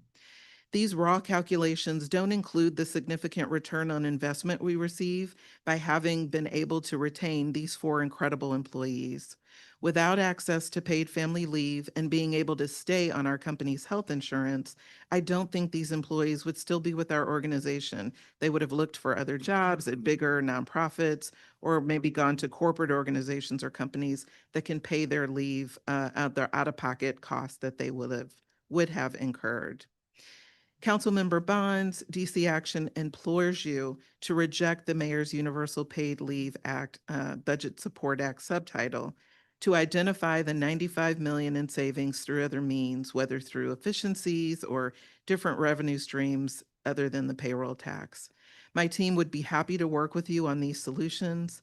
We believe the district just can't be in a place where families put down roots, continue to thrive if we don't protect the very heart of what draws our families and workers to the district in the first place. We have innovative and high return on investment programs like paid leave, like childcare, like the Pay Equity Fund, Universal Pre-K, out-of-school time programs, and so many more. Thank you for allowing my testimony today, and happy to answer any questions. Thank you. Thanks to the entire panel. I guess I'll start with you, Ms. Perry. As the testimony I received on paid family leave, it's very compelling. I guess I'm a little concerned because we're talking about a program that instituted, as it is instituted here in DC, it is supported exclusively from the employer's tax. In other parts of the country, the employee pays something into the program as well as the employer. And so it has not been as robust as our plan has been. And our plan is designed to make sure that we keep people employed and that we keep businesses afloat. I don't have the statistics before me right now, but there have been some concerns of a very fragrant use of the program, and there have been situations that employees have really been away from their so-called station or 6 months or more, but the employer must keep the job for the employer that's on leave. Meanwhile, productivity and at the job site goes down. So I just wondered if you have some thoughts as to how we can make adjustments so that we keep the business or the nonprofit moving forward when an employee may be out for half a year, or maybe even, I think technically you could be out for as many as 8 months if you do a combination of things. So I just wonder if you have some thoughts on that. I have lots of thoughts on this, and we would love to do a follow-up meeting with you and talk about these details. the situations you name are the extreme and Of are course. few and far between. As you know, the program was working just fine with the current amount of payroll tax that was funding the current amount of benefits, the 12 weeks. Families depend on that amount of time to be able to take care of their families. And so why tinker with the program when it was already self-sustaining and paying for itself? And then try to work with coalitions like the Paid Family Leave Coalition and so many others that care deeply about these issues to work through parts of the policy that aren't working or are outdated. I think we can fix programs without eliminating benefits for the hard workers and employers that are already paying into it. I hope that makes sense. Yes, Did that- thank you was very that much. clear? Just Yeah, chime in Ms. really Fuchs, you quick, want to like, add? So obviously W2, we only have a very small staff, but I also oversee our program on the public sector side. And obviously we have 6,000 educators. And so there's usually hundreds of people who are accessing FMLA and 88 any given time. And I think, we want to just be careful, right? To like avoid the kind of taking extreme examples, but also kind of taking a critical eye and thinking, oh, they might be faking it, or it might be, an abuse of the system. When so often it's people in like the worst moment of their lives, right? They have to go through surgeries. Their family members who, are ill, and that's very upsetting on top of just trying to make sure that, they're taken care of with dignity. And then there's also, of course, people trying to go through one of the happier moments of their lives and having children and kind of, getting kind of that time to spend with their newborn child or their adopted child. But I think it can be kind of easy on the employer side to send it like, oh my gosh, there's so many, it's so long, what are we going to do? And instead kind of just think about it more like we have to protect the people that we have going through very tough times in their lives. And we do have to then come up with systems to make sure we can still move forward while they are taking care of themselves. But that, it is so hard when I have to tell a member they're going to be on leave without pay for weeks because it's something they couldn't control. And there's like literally nothing I can do. They've already exhausted FMLA, they've exhausted AD, like they've exhausted all these options. And suddenly it's like, they're writing me like, I'm about to lose my house. I'm like, this country does not take care of, our people, right? Like, and that's not DC's fault, right? It's a much bigger problem than just what the district is facing with the healthcare system we have. But I think it's just, we don't want to exacerbate it when it's already so tough. And this particular program helps people often kind of going through some of the worst times of their lives.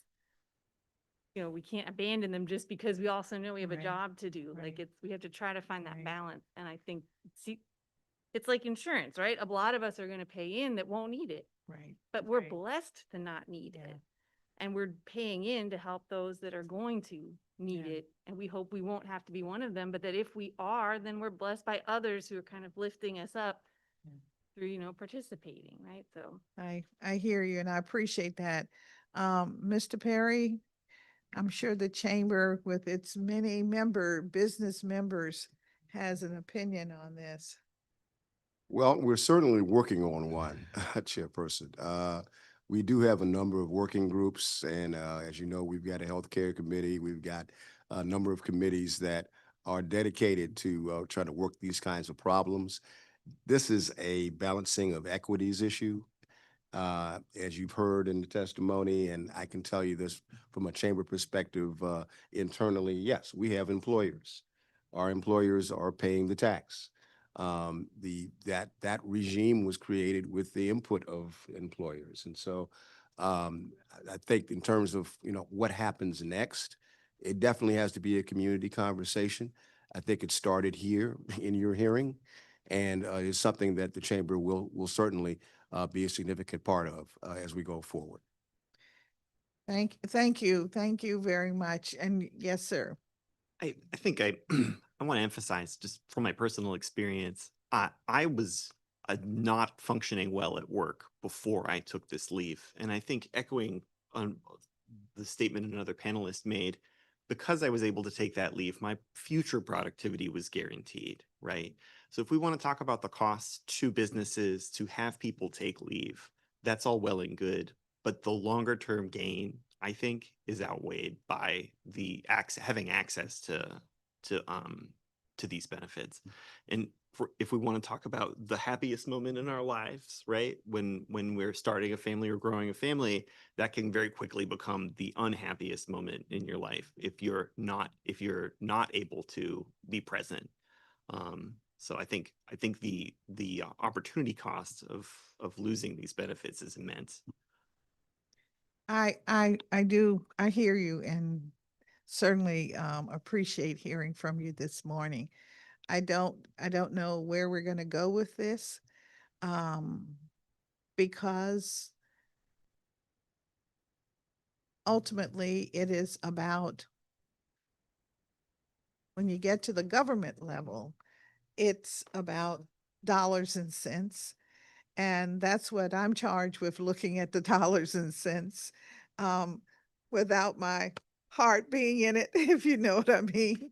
But we encourage you to keep your heart in it because it's not just dollars and cents. There are human lives behind each and every one of those numbers. And Beverly, Use your I heart. know We that. encourage you to use your heart. And we Listen, I hear you 100%, and I truly, truly, truly appreciate that. But hypothetically, looking at the future of this program, what do you think would be the outcome if the employee also put a penny into this process? I mean, so like WT, we are an employer as well, right? So I mean, we're also paying the tax. I view it as that's part of like kind of the overall benefit package that like we offer our employees, right? And so to me, it is part of their wages, right? It's kind of the tax we pay on it. So like we might, we are a small nonprofit, like we run 100% on, other teachers giving us money. So we don't have, as much as other larger nonprofits might. And so we can't always offer as competitive a wage, right? But this allows us to offer a more competitive benefits package. Like we advertise, right, that we're part of this program, that it will be available to them. And think like, as Perry also testified, like it does save us money too, because we're now part of a bigger pool and something that I couldn't necessarily afford by ourselves, just operating off the money that we have as the union. So I do think it is like a selling point, and I would kind of view that as then that's part of their benefits package. So they are paying it because like I'm not offering them as high a wage because like we can, do this program. agreed. And that's why I included the table of our calculation of what we pay in versus what we get out, because the bottom line is beneficial to us as a business in addition to what the employee is getting out of it. So Okay. in addition to how you feel about the program, the numbers prove it out. The Thank numbers you. don't lie. Thank you for that. And I'm sure Mr. Keith Perry will be talking to the membership to see what they have to say about this. If I remember correctly, when we pulled this program together years ago, there was some consideration given to, can we make DC's program similar to that across the country, where the employer puts in, pretty much the lion's share, but the employee also puts something in. And so we opt to just look at the employer as opposed to including the employees as well. So just curious. I had to ask the question, and so I want us to be thoughtful about where we are with our economy today, because as I always say and feel very strongly, the resources that we spend in our $22 billion budget extract what we get from the feds, but not really because we pay federal taxes too, but it's our tax dollars. We don't Council- we don't grow corn. We can't really tax all of the, I'll say, weed use in the community, or things like that. So we are it. Our dollars and cents are it, and that's what fuels our economy.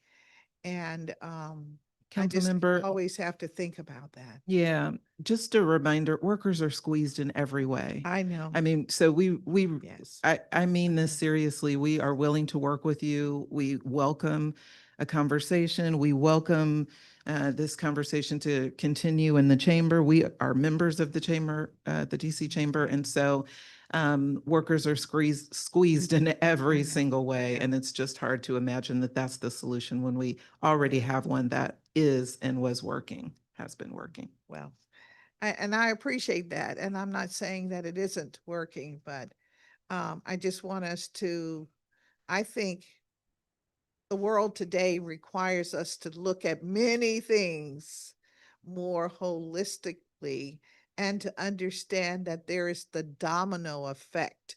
That's why I asked the other panel about this whole idea. How do you rate or rank these services that there is an expectation that government helps, to provide public safety, housing, healthcare, education, and of course, we don't talk about it, but it fuels everything, and that's economic development and growth. I mean, that's But how we it's like make it. part of my confusion about this particular proposal from the mayor is that it's not going to cut my taxes as the employer, right? I'm still going to pay the exact same tax and Correct. now get a lesser benefit to my employee, Yes. right? So like, if anything, to me, this one hurts businesses, especially small ones, would be my guess, the ones that don't have as much flexibility.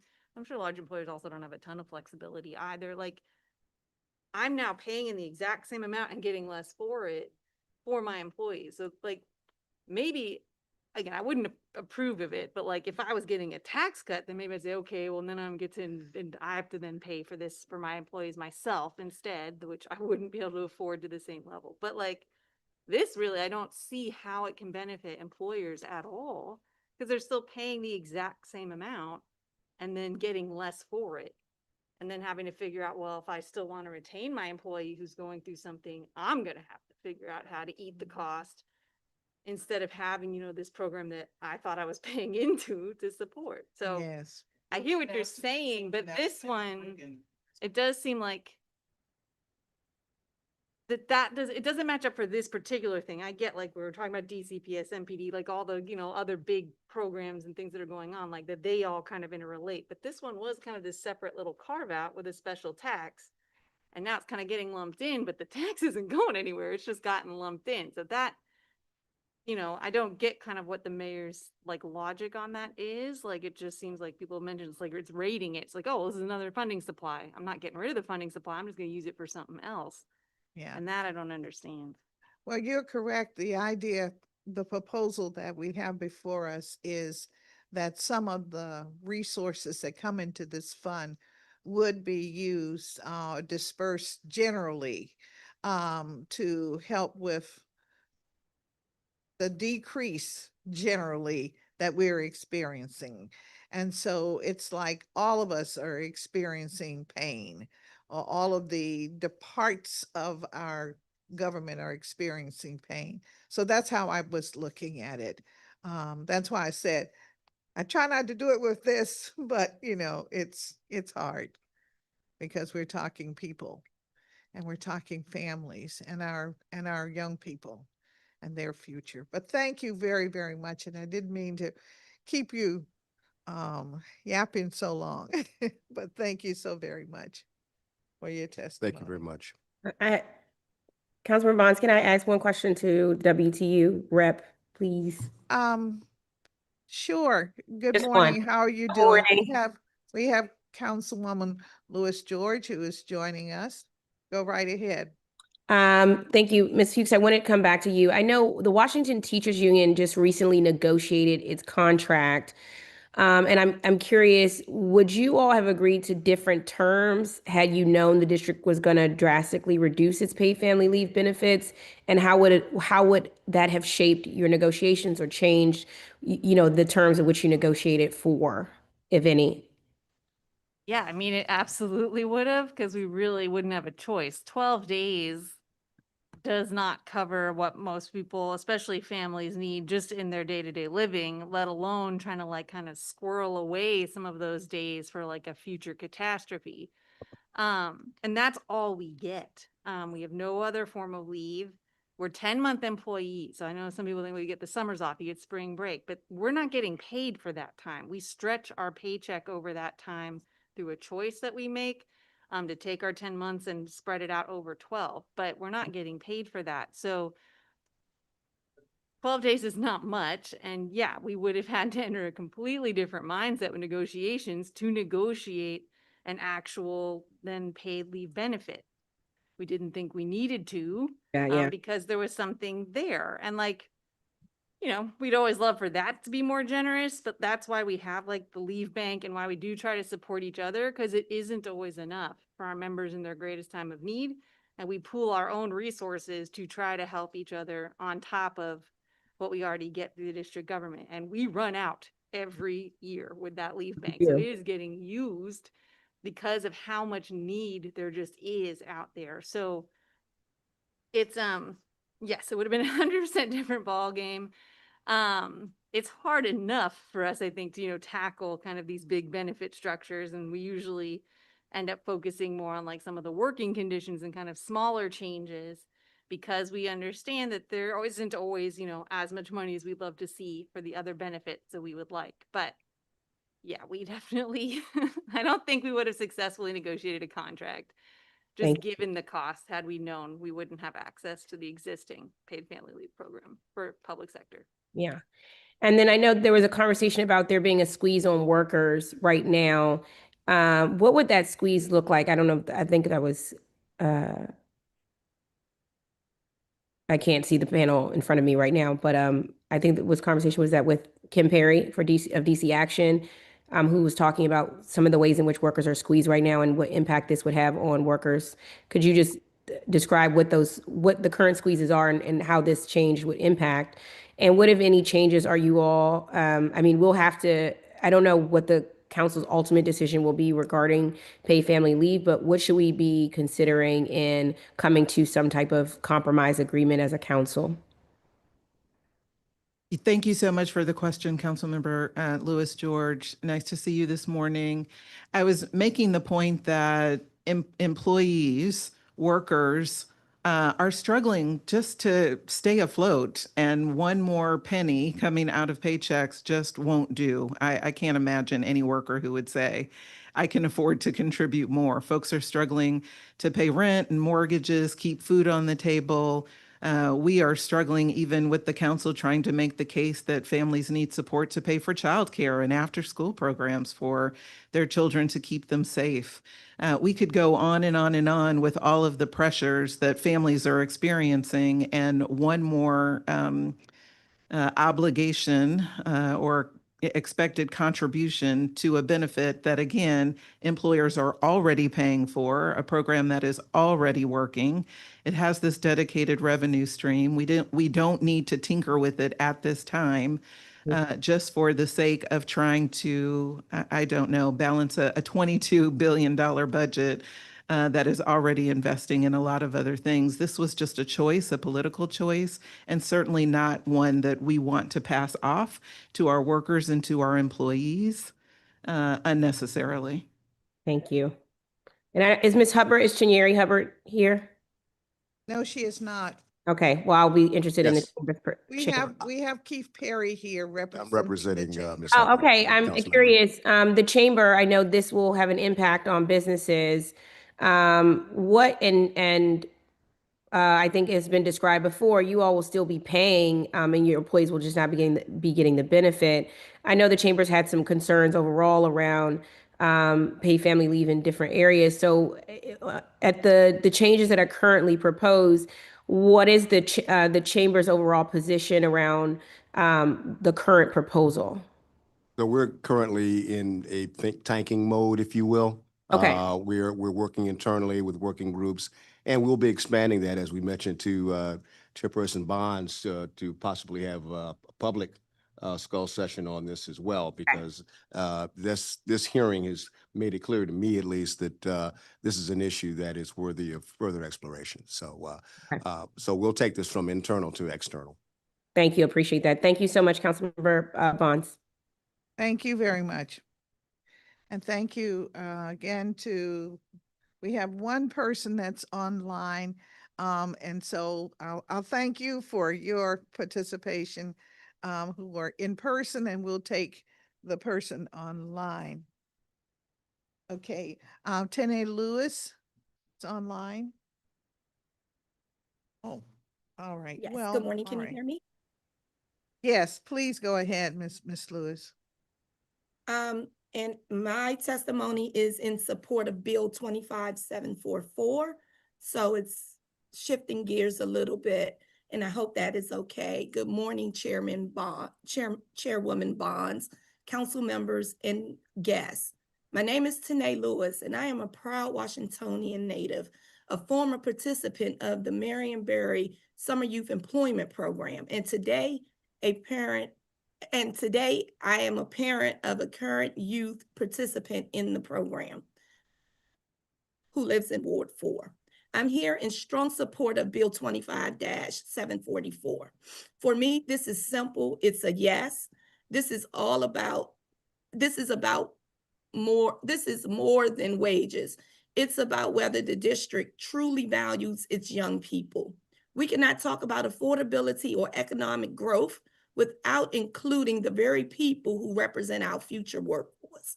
My daughter wants independence. She wants to earn her own money, to take care of her basic needs, her own basic needs, things like purchasing hygiene products, personal items, and even food that she likes. And while I don't depend on her income, a fair wage would make a real difference for our household. Like many families, I'm already navigating rising costs, and I no longer receive child tax credits that once helped. So I know firsthand this matters. And my story is not unique. Young people across the city are looking forward to showing up to work every day in the summer on time, meeting expectations, and doing meaningful jobs. For many, this is their first paycheck, their first supervisor, their first step into the workforce. But they are paid as little as $9.50 an hour. That does not reflect the value, and it does not reflect the cost of living in the District of Columbia. So let me be very clear. They are not volunteers. They are workers. Raising their wages to match the district's minimum wage of $17.95 is about fairness. It's about dignity and respect. When we pay young people fair wages, we are investing in their confidence, their stability, and our future workforce. We are showing them through action that their efforts to show up and work really matters. So I urge the council to pass Bill 25-744 and raise wages for youth participants, because our young people are already doing their part. So it's time for the city to do theirs. Thank you for your time and consideration. And again, my name is Tene Lewis.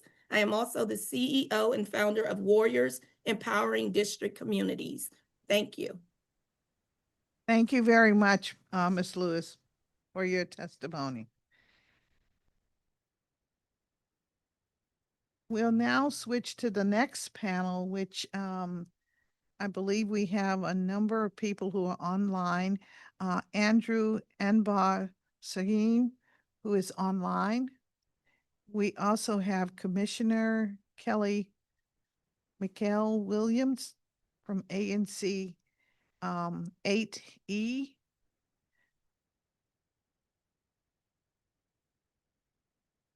Let's see here. Okay. Juliana Ramirez I don't know if she's here. Is here. All right. If you can join us at the witness table, Sharia Markov online, Chairman Moses in person. All right. Sophie McCoskey.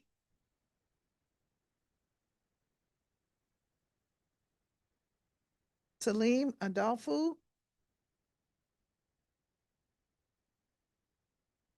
Gillian Sanford. Robert Gross. Okay. We're getting filled up. All right. Tracy Johnson.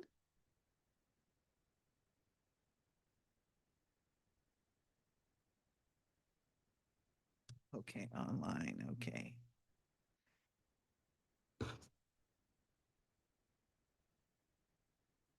Sobadan Milik.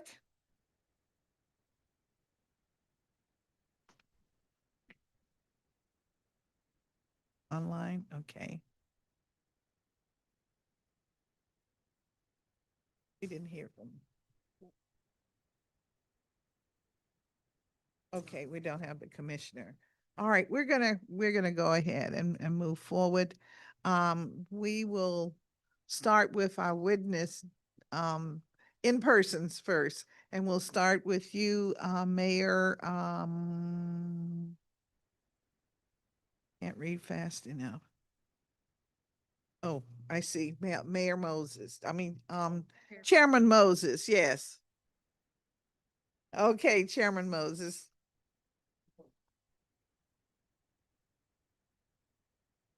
Yes, press the red. Now you're on. Just want to All make sure right. my mic is on. But yeah, I'll take that prophetic term. I don't Right. aspire to be mayor, but Right. who knows? Maybe a small town. It's chairman. Oh, Elijah is my first name, but I everyone calls me Chairman Moses, and it wasn't because I chair the DC Commission on Poverty. I see. All right, go right ahead. Yes, ma'am. But thank you. Good morning, or still morning, Chairwoman Bonds and members of the council. My name is Chairman Moses, a Ward 7 resident, former government employee, active community advocate, and servant of the true and living God of all creation. I serve as the chairman of the DC Commission on Poverty. I am here today to respectfully urge the council to restore funding for the DC Commission on Poverty in the FY27 budget. The Commission on Poverty is a relatively new commission, which is administratively housed inside of the Department of Employment Services. Let me begin by acknowledging that we all understand the district is facing a real and serious budget shortfall. Difficult decisions must be made, and no agency or initiative is untouched by these constraints. The commission is not blind to this reality. However, even in times of fiscal challenge, the district has both a moral obligation and a legal responsibility to continue addressing the needs of the most vulnerable residents. The budget for the Commission on Poverty has been reduced to zero in FY26. This follows prior allocations of approximately $463,000 in FY23, $539,000 in FY24, and $178,000 in FY25. The complete elimination of funding represents not just a reduction, but a halt to the work of the commission, which we were legally established to carry out. Under district law, DC Law 23-184, the government has a clear mandate to support the operations of the commissions, including staffing. The law calls for dedicated personnel, including a minimum of 3 staff persons, to ensure the commission can fulfill its duties. This is not discretionary language. It reflects the district's legal fidelity to addressing poverty in a structured, accountable way and in tandem with those with lived experiences. Over the past year, the commission has made meaningful progress despite limited resources. This includes publishing a poverty reduction report, organizing mandated listening sessions, its internal infrastructure, and beginning to establish a framework for sustained engagement across district agencies and communities. These are not small accomplishments. They are foundational steps toward a coordinated data-informed approach to poverty reduction. However, without funding, this progress becomes stifled. There are approximately 116,544 residents in the district living in poverty, based on recent census data. Poverty is not evenly distributed. It is deeply concentrated. In Wards 7 and 8, more than 1 in 4 residents live below the poverty line, as reported by Health Resources and Services Administration, or the Health and Services Administration. These are not abstract figures. They represent families, children, returning citizens, and seniors navigating daily barriers to stability and opportunity. The commission is uniquely structured to address individuals, to include individuals living with lived experiences in poverty, individuals who are tasked with communicating directly with the government and advocating on behalf of the city's most vulnerable populations. Yet without funding, these same individuals are expected to carry out this responsibility without support, without staff, and without infrastructure necessary to be effective. This places an unreasonable burden on those who are already closest to the challenges we are seeking to address. In contrast, other district commissions receive funding and operational support. Bodies such as the Advisory Neighborhood Commissions, the Commission on Latino Affairs, Higher Education Licensing Commission, the Commission on Arts and Humanities, the Commission on Human Rights, the Criminal Code Reform Commission, DC Sentencing Commission, and the list goes on. Most advisory commissions are resourced to carry out their mandates with staff and administrative capacity. The work of the DC Commission on Poverty is no less critical. In fact, it is central to the health, stability, and long-term economic viability of the district. We are not simply asking for restoration. We are presenting a path forward. Our plan is to build an effective, fully functioning commission with active members from each ward. This includes establishing consistent engagement with residents across the wards, ensuring individuals with lived experiences are supported, not burdened, learning from and partnering with residents, government agencies, and NGOs, producing actionable data-driven policy recommendations, strengthening coordination between agencies to reduce duplication and increase impact, creating accountability measures to track progress on poverty reduction. With restored funding and the required 3 staff positions, the commission can serve as a critical bridge between community voice and government action. At its core, this is about alignment, offering the district's legal obligation, its moral commitments, and its policy goals. The decision to zero out the commission's budget risks silencing one of the few bodies specifically designed to elevate the voices of the most vulnerable affected residents in poverty. We urge the council to restore funding to the Commission on Poverty and to ensure it is resourced in accordance with the law for FY27 specifically. I know it says FY26 also. Even in times of constraints, the city should be measured how it cares for the most vulnerable residents. The district also has long demonstrated leadership in this area. We ask to continue this legacy. I'll leave you with the great prophet Isaiah 1:17. Learn to do well, seek justice, relieve the oppressed, judge the fatherless, plead, which means to fight for the widow. My personal charge and my charge to us all, thank you for your time and consideration. I am open to questions and comments. Thank you very much for your testimony. And we'll move down, and would you state your name? I don't remember which one you might be. We saw so many. So, good afternoon. My name is Juliana Blanco. The name of my testimony is The Bill with Intercontinental Impact. I'm a community organizer, sustainable development goals advocate, and a political psychologist from Colombia, the only country in South America who had a conflict arm for nearly 50 years. As a political psychologist, I've seen the use of the youth to create social software. And as a political psychologist, I've seen how the social structure that we have been creating throughout history, in a lot of cases, develop the perfect scenario for our youth to not succeed. The ethical leaders of tomorrow depends on all of us as a society. To target narcissistic leadership is a must for all of us. To preserve a progressive society where everybody feels represented demands allocating resources to prevent problems instead of repair them. Humanize our laws in today's reality is a moral endeavor, because the spiritual crises that our youth are living implies social cooperativism.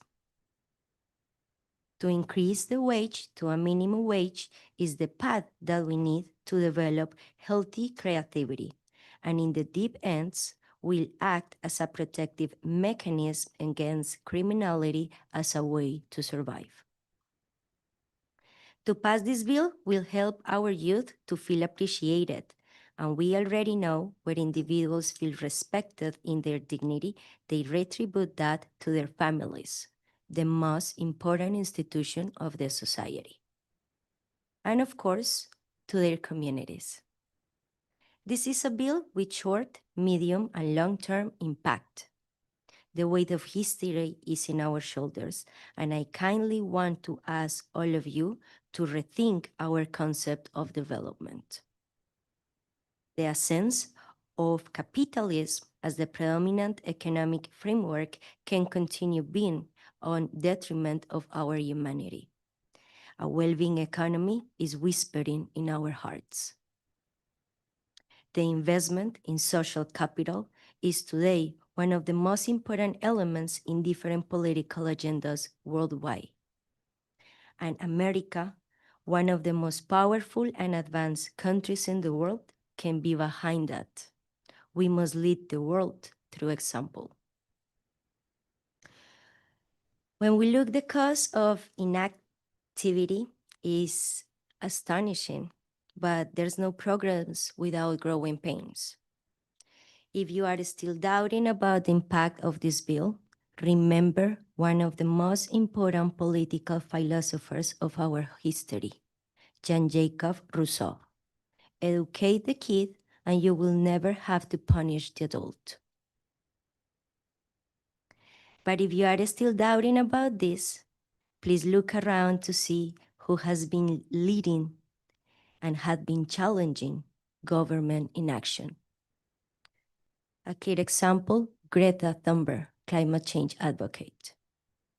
Malala, who was a victim of, we already know, Nobel Peace Prize.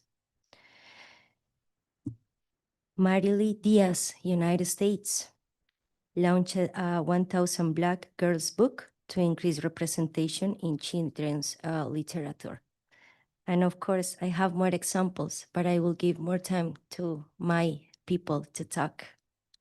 Thank you so much for your time, your dedication to a better future for everybody, and of course, to our first steps as to mental health as a human right. Thank you. Thank you very much for your testimony. And you'll introduce yourself. You're next. Thank you. My name is Robert L. Gross, current candidate for mayor of Washington, D.C. I was asked here today to speak in support of participants within the mayor's summer youth employment program to raise the district's minimum wage to $17.95 per hour. When I was a youth, my first job was with the mayor's summer youth employment program. I have 2 nieces and 1 nephew, and hopefully they will also be participating. Right now, we are asking young people to enter the workforce through a government-supported program and then paying them less than the legal minimum wage, treating youth labor as less valuable, and even when expectations and responsibilities are just as real. In reality, young people in this city are not insulated from the cost of living.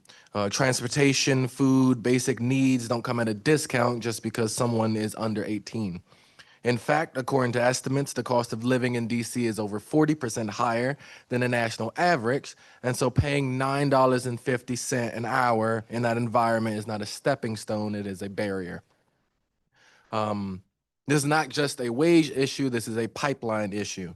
The mayor's summer youth employment program is supposed to be an entry point into the workforce. It should be building habits, skills, and expectations that carry into adulthood. And when we normalize underpayment at the very beginning, we distort that pipeline. We teach young workers that our labor is negotiable and that our time is undervalued and that the system they are entering does not operate fairly. If we want a stronger workforce in DC, we have to start by setting the right standard at the point of entry. Raising the wages to $17.95 is not just about fairness, it's about alignment. It brings the program into compliance with the values we claim to hold, and it signals to our young people that their contribution matters from day one. So I urge the council that if we truly wish to invest in our youth workforce early, that will intend to reduce long-term dependency, increase economic mobility, and build a more stable labor market, that we want to encourage the growth and stability of our youth, that we do not increase a system that reinforces inequality from the start. So I encourage us to increase the wage to $17.95, and I thank you for consideration because I believe truly that together we can flourish as one united city. Thank you. Thank you. Thank you very much to our panel. We also have a few that are online, so allow me to bring them into our conversation. We have Andrew Anbar Sahim, who's online, and he will be followed by Sophie Maaski. He will be followed by Sarira Markov, and so we'll take those and see if we. Thank you, Councilmember Bonds. All right. And good morning, Councilmember Bonds and committee. I'm Andrew Anbar Shaheen, and I'm a resident of Ward 5. I'm here because I want to encourage the district not to cut or suspend in any way the paid family leave for medical care or for those who are caring for a family member. In 2019, my family made a decision to move my mother, fighting cancer at the time, from her California home to live with us in the district. Shortly after her move in 2020, we quickly realized her health was much worse than any of her siblings or my wife and I had realized. In July 2020, my mom was hospitalized repeatedly in DC while living with us, and I quickly realized she would need much more attention and care than taking some time off here and there for a few doctor's appointments. I had no idea how I would navigate this, but I figured I would use all my vacation and sick leave and hope that that was enough. The truth is, it would not have been enough, and I was grateful that the district government had just recently put paid family leave in place. Anyone who has cared for a dying family members know that it's a 24/7 job, and it takes a much greater toll on you than anything most of us have ever experienced at work. We could not afford regular caregivers, and approval for a caregiver from the district took several weeks to be processed. I cannot imagine what I would have done without paid family leave, allowing me time to be present with my mom in her last weeks, and also being able to give her the dignity she deserved of being attended to and cared for by her own son, rather than someone she wasn't familiar with as she navigated her own mortality. She actually expressed as much. Between paperwork, giving her medications, and time to talk with her, as well as dealing with my own emotional state, without paid family leave, I would have collapsed under the weight of the circumstance. My mother passed in August of 2020, and I had been with her for 5.5 straight weeks thanks to the district and to my employer. Without the paid leave to care for a family member, residents living in multi-generational family homes like mine would be put in a position to face a potentially dying family member in their home every single day after they finish work, and they would undoubtedly not be mentally or emotionally present for that work, nor would they be able to help their family member much. Suspension of this funding would do nothing more than punish those of us who live in the district, not to mention the family we would care for, in our most difficult moments. The district would be abandoning us in our most vulnerable time. I would be remiss if I didn't say that I am grateful that the council has ensured parental leave remain in place and ask that that be continued. Parental leave has allowed my wife and I to bond with our 2 wonderful children, one of them now just 2 months old, and to get them both off to a strong start. I try to give the district my best self, and I expect the district to give me its best. That's why I live here. That's why my wife and I have stayed here.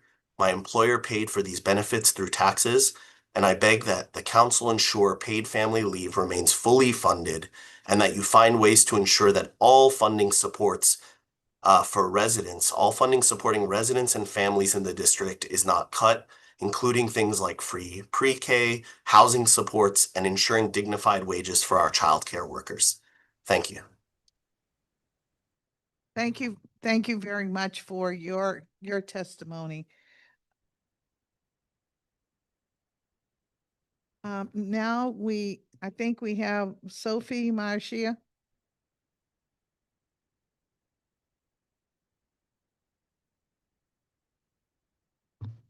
Hello, yes, I'm here. All right, please go ahead. Thank you, Councilmember Bonds. Good morning. My name is Sophie Miyoshi, and I am a resident of Ward 5. I am also the executive director of Rock DC, which is a local worker center that's been organizing and building power with restaurant workers since 2009. Right now, we are an independent nonprofit that is extremely grateful to the paid family leave program that we are happily paying into. As a small nonprofit, it provides me a lot of relief to know that we are able to have the safety net for our employees. We even had one staff member use the paid family leave program for a very important surgery a few years ago. Having the ability to rely on this benefit allowed our employee to take the time they needed to have proper rest after the surgery instead of feeling like they were forced back to work right away or need to use their own vacation hours for this recovery. At Rock DC, we also work with restaurant workers across the district who are some of the hardest working people who are keeping our economy afloat, and yet they're still some of the lowest paid workers in our community. For anyone who's ever worked in a restaurant, you know that most employers do not offer benefits to workers. Most benefits that restaurant workers receive are from policies that we have been able to pass and that are enforced by the DC government. So for example, we do a lot of trainings on paid sick leave as well as paid family leave. And what we see is that a lot of workers don't even know that they have the rights to these benefits that have been around for years and years and that are so essential to being used. We have supported a number of our members and restaurant workers in DC to access paid family leave, particularly for important medical needs and for parental leave. Without access to these benefits, workers would have to take weeks and months of unpaid leave, which is very detrimental to their own financial situations. What the mayor is proposing for cuts to paid family leave would have an immense impact on working people and working families in our district. Right now, folks are struggling more than they have in a very long time. Everything is extremely expensive, gas is rising, food costs are rising, rent is always rising, as well as this constant culture of fear that has come from the federal enforcement in DC. And in addition to that, some people have even lost their work, which has been extremely stressful for many families that puts additional pressure on whoever the breadwinner is in the family to work multiple jobs to sustain their families and support their families. So this is not a time when we should be adding extra layer of stress and economic hardship for workers. We should be instead supporting people who keep our economy afloat. I heard that you asked earlier the opinion of asking to pay or having workers pay for paid family leave. And I want you to remember that many workers in our district are low-wage workers who have to work multiple jobs to stay afloat, and any additional cuts to their pay is extremely felt. Many people are living paycheck to paycheck, and even if it's a minor amount, that is definitely going to be felt by workers and should not be their responsibility. I have been here so many times with the DC Council fighting to increase the wages for tipped workers over the past 10 years. And I have seen how the mayor and the DC Council and the business lobbying groups have constantly gone after the benefits, rights, and wages of workers to supposedly benefit businesses and the economy. What I do not understand is why it has to consistently be on the backs of workers to keep our district afloat when there are other options. Like you said earlier, Councilmember Bonds, we need to think bigger and look at the bigger picture, which means that, there are other places where we are probably overspending. think of how much money we are spending for police in our communities that are not keeping our communities safe. We can think of other policies like commercial rent freeze, which we talked about a lot last year in regards to Initiative 82. We can find other ways to tax, the wealthiest folks in our district. There are other options, and this is not it. So I hope that you can take a stand to stop attacking the poorest and hardest working people in our communities and protect paid family leave, among other things. So thank you very much. Thank you very much for your testimony. And I believe we also have Ms. Markov on. Yes. Yes, thank you. Chairperson Bonds and members of the committee and committee staff, thank you for the opportunity to testify. My name is Shira Markov, and I'm the Director of Economic Policy at the DC Fiscal Policy Institute. DC's economy is strongest when the workers who power the economy have well-paid, high-quality jobs that enable them to fully support themselves and their families. A critical element of a high-quality job is the ability to take the time needed to recover from a serious medical issue, to care for an ailing family member, or to bond with a new child. DC's Universal Paid Leave program enables non-government workers to take the time they need to care for themselves or a loved one without depending on whether their employer offers paid leave or if they have their own sufficient resources to take unpaid time off. This helps to level out the playing field for DC's lowest wage workers who, because of systemic racism, are more likely to be Black or Latino. In our fiscal year 2027 budget proposal, the mayor is proposing drastic cuts to this program and is justifying them by saying that the program needs to be right-sized. However, this claim is wholly inaccurate. The paid leave program, as we've heard from a couple people, has a dedicated funding source, the paid leave tax, which is a 0.75% payroll tax on all district employers. In March, the chief financial officer certified that the current level of paid leave benefits would be maintained for fiscal year 2027 at a tax rate of 0.25%, with the remaining 0.5% going into the general fund. So not only is this program solvent and will be solvent in fiscal year 2027 at the current tax rate, it's also projected to generate a significant surplus that goes towards the local fund. So what the mayor is actually doing is cutting benefits unnecessarily, raiding a larger amount of the paid leave tax to close other budget gaps, and calling this approach right-sizing. So Mayor Bowser also often talks about the need to ensure that DC is business-friendly, but her proposed cuts to paid leave are anything but. The mayor is asking employers to continue paying the same amount of paid leave tax while the district provides their employees with less benefits. Since this program's been in effect for several years, many businesses and organizations, including my own, DC Fiscal Policy Institute, and others that have spoken today, have built the district's paid leave benefits into their employee benefit packages. These benefit cuts would put these DC employers in a bind. So it's also worth noting that cutting paid leave is particularly challenging for small businesses. They may be left at a disadvantage when recruiting potential employees if they can't offer as generous leave benefits as larger businesses. And paid leave has other economic benefits according to research. It boosts employee morale and lowers turnover, which is expensive for businesses. Also, not only do paid leave benefits help individuals' households maintain their financial security, those recipients then have more money to spend in the local economy, which fosters increased employment and economic growth, which we're looking for in DC. So the mayor wants to pause all new medical and family leave claims for next year, but we know that people's medical needs aren't going to stop during that year. That means that thousands of DC workers who become seriously ill or injured next year or who need to care for a loved one with a serious issue will not be able to access these critical benefits. And some of these workers are going to be okay. Their employees might provide paid medical leave, or they might be able to afford to take unpaid leave. However, that's not the case for many of the district workers.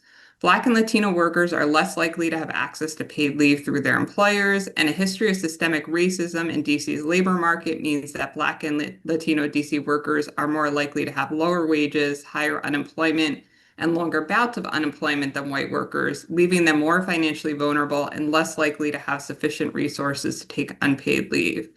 Pausing family medical leave is going to leave many workers with an impossible choice between taking the time off they need to care for themselves or a loved one's medical needs and being able to keep a roof over their head and food on the table. Lastly, I want to touch on the mayor's proposal to cap the maximum weekly benefit at $1,000 from currently at $1,190 and eliminating inflation adjustments.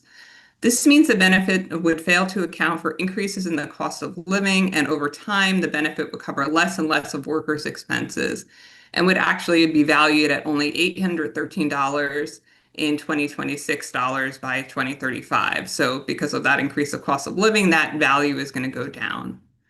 So in conclusion, the mayor's strategy of raiding a solvent program to pay for gaps in DC's budget is an unsound budgeting practice with harmful repercussions for the district's businesses, workers, and overall economy. Instead of gutting paid leave benefits to balance the budget, I urge the council to keep this program and its critical benefits whole and enact other revenue-raising strategies that ask the wealthiest residents and businesses to pay their fair share, such as the wealth proceeds tax and a business activity tax. Thank you for the opportunity to testify today, and I'm happy to take questions. Thank you. Thank you very much. We have one more remote witness. I think the last name is Milic, M-I-L-I-C.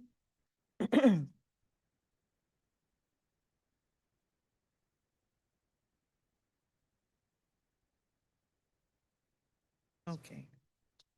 All right. Hi, good afternoon. Okay, good afternoon. Thank you for this opportunity. And I will read a statement from my daughter. She's 16 and she couldn't be here because she's at school. I appreciate the chance to address you all. My name is Una Milik. I am a 16-year-old student living in Ward 4, and I've spent my summer working through the Mayor Marion Barry Summer Youth Employment Program. I'm here to advocate for a pay increase that matches the city's standard $17.95 minimum wage for participants like me. Last year, my phone broke in the rain. In today's world, a phone isn't a luxury. It's how I access my school assignments, coordinate transportation, and stay safe. However, both of my parents were out of work at the time. We were struggling just to cover the essentials, and there was simply no money left over to replace my phone.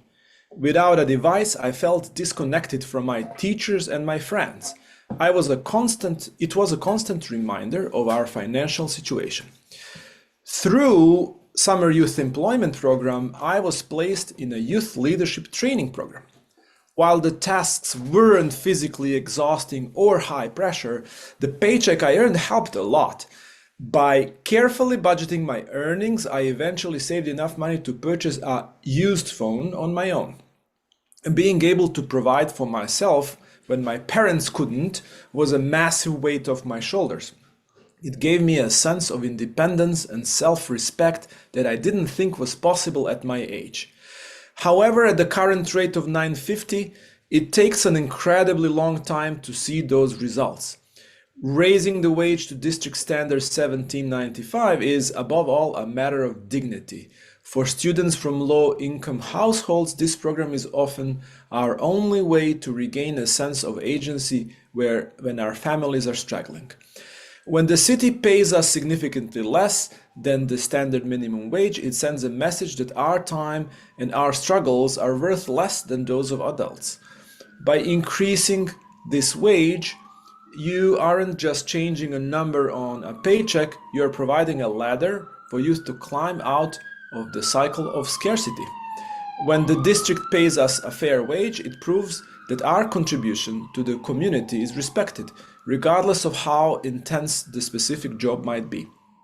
It allows kids from poorer backgrounds to feel like equals in this city rather than just cheap labor. I ask the council to bridge the pay gap for high schoolers in this program. Please help us feel that our growth and financial stability are true priorities for Washington, D.C. And I'm a proud dad. Rightfully so. Thank you very much, Mr. Malik. Thank you. Thank you for the testimony. And thank you for everyone's testimony. today.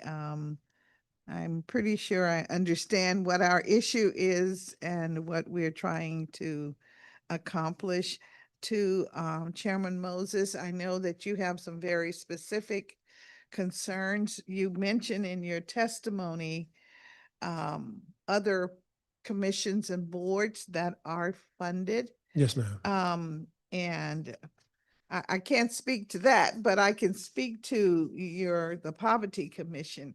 If I'm not mistaken, you articulate planning as opposed to actual ongoing activities. So I guess that's because your commission is really just getting off the ground. It's been around for just a very few years. So I would say it's both and it's both planning and activity. So we just literally about 2 weeks ago held a listening session, and that was held in conjunction with the Mayor's Office of Returning Citizen Affairs and at the Kenilworth Rec Center. And that listening session brought returning citizens to the table, and they were able to express their needs, which we are ultimately kind of consolidating into our communication with other agencies that are part of the ex officio members of the Planning Commission or the Poverty Commission. We also are, I think last time we talked at an oversight hearing, I shared the budget request with you as well as the positions. We've just onboarded 3 new commissioners. We lost 3 commissioners.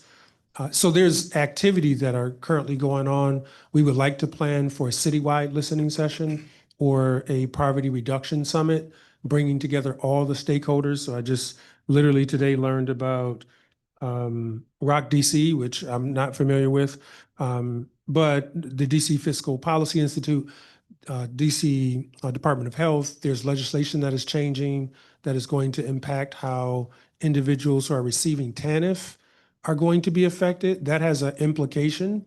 So if you have to now, let's say, work 20 hours a week, what if your grade level and your education level doesn't allow you to read a job application or doesn't allow you to function at work? Doesn't mean you should not be occupied, but that is going to cause a huge shift, right? The individuals I think it's about 30,000 people in the district who read below grade level. And one policy affects another policy, which affects another policy. So the commission is interested in being the legally mandated voice as charged by DC law to organize the government, like agencies. The directors of agencies are required to report to us, who show up to every meeting, and the citizens to have a collective voice to advocate for policy and recommend policy. And I'll say this last piece before I digress. Even with the recent poverty reduction report that was put out, it was pretty much done and completed during COVID. And then a new federal administration came in, which in some capacity makes some of the report now antiquated. New policies has shifted the paradigm for working poor and people who live in poverty. Mr. Moses, can you articulate for me this morning where you see the Poverty Commission today as it relates to its activities? What activities are you currently engaged in? Other than this one, dialogue that you had with returning citizens? So our mandate legally is that we hold 4 listening sessions per year, right? So 1 is our listening sessions. 2 is our legal mandate requires us to have 1 commissioner from each ward with lived experiences in poverty. Those are our 2 legal mandates, right? So when we're asked, what are we doing? Our work plan outlines all of that, and we went line by line through the legislation to say, hey, these are the things we're doing. And I'll take, for example, something simple. just to organize our files, we need email addresses just to develop like a shared drive, right? Right now, currently, I'm paying for that, right? We have an email address that I'm currently paying for to allow us to communicate with stakeholders and engage with members of community. So we're organizing citizens, and in order to do that, we need to be able to communicate with them. So our two major legal mandates is our listening sessions, which are 4 per year. The second are one commissioner with lived experiences from each ward. That's our primary function to do that. The next major thing that we have to do is, as we are organizing the agencies who are required to report to us. So for example, I have an upcoming meeting, God willing, with Director Pierre of Department of Behavioral Health. There is literally getting ready to be a change in legislation, which is not currently interpreted how it'll affect people with lived experiences, but how do we organize those people to be aware of what is this going to impact your daily life? And how can the commission that is legally mandated to do that work play an active role? So those are the two major things that we're doing. There's a bunch of other things that are slated to be done, but it's almost like, and excuse the analogy, but it's telling us to, it's dinner time, but cutting off all of our lights, then we have to find the food. So we have residents with who are volunteers who don't have a budget, and in some cases like email addresses, et cetera, just basic organizing tools I'm paying for, which there's a budget that is supposed to pay for those things. Well, thank you for that. You're informing of a lot, to be very honest. You know, the commission as it is designed sounds like more of the work is listening to the situations that the public may be encountering that causes them to be declared in poverty. Am I correct? In part, but it's also recommending policies, What right? kind of policies do you recommend when most people who are in poverty are already relating to one or more of the agencies that are working to lift people out of poverty? So that's my confusion, trying to understand how the Poverty Commission really is focused on doing work that benefits those that are stuck in poverty. Well, I mean, I think the best way to answer that is to turn to the legislation itself, because with all due respect, Councilwoman Baums, I didn't design the legislation. I'm charged with carrying it out. I got it. Right. So the legislation says these are the things you're supposed to do. Then through the Mayor's Office of Talent and Appointments, I was asked to be sworn in. I was voted in as the chairperson or the chairman. And can you carry out these duties? So if I pull up the legislation, which I have in front of me, it shares what I'm legally charged with doing, right? One is the commission is to, sorry, let me pull this up.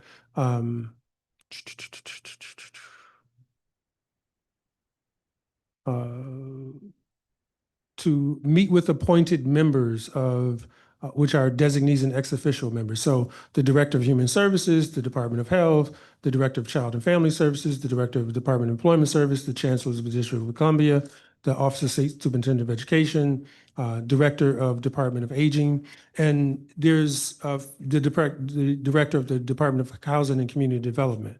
And then when we talk about our function, the legislation talks about directly what we are charged with doing. A poverty reduction plan, the commission annual reports, notice of commission hearings and listening sessions. Like these are the legal charges that we are charged to do. So meeting with policy advocates, direct service providers, community leaders, and faith and religious leaders. So while there are agencies that are charged with resolving poverty. So I'll give an example. While there are agencies that are charged with like aiding individuals in poverty, sometimes, because I've worked for the government before, I've worked for 3 government agencies. I can tell you sometimes what it's like to work in the government as an employee.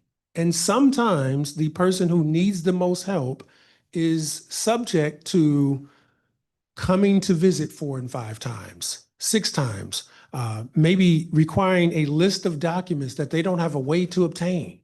And the Mayor's Office of Returning Citizen Affairs just, for example, hosted a simulation activity. If you're coming out of incarceration, I'm just using this as an example, what identification do you have?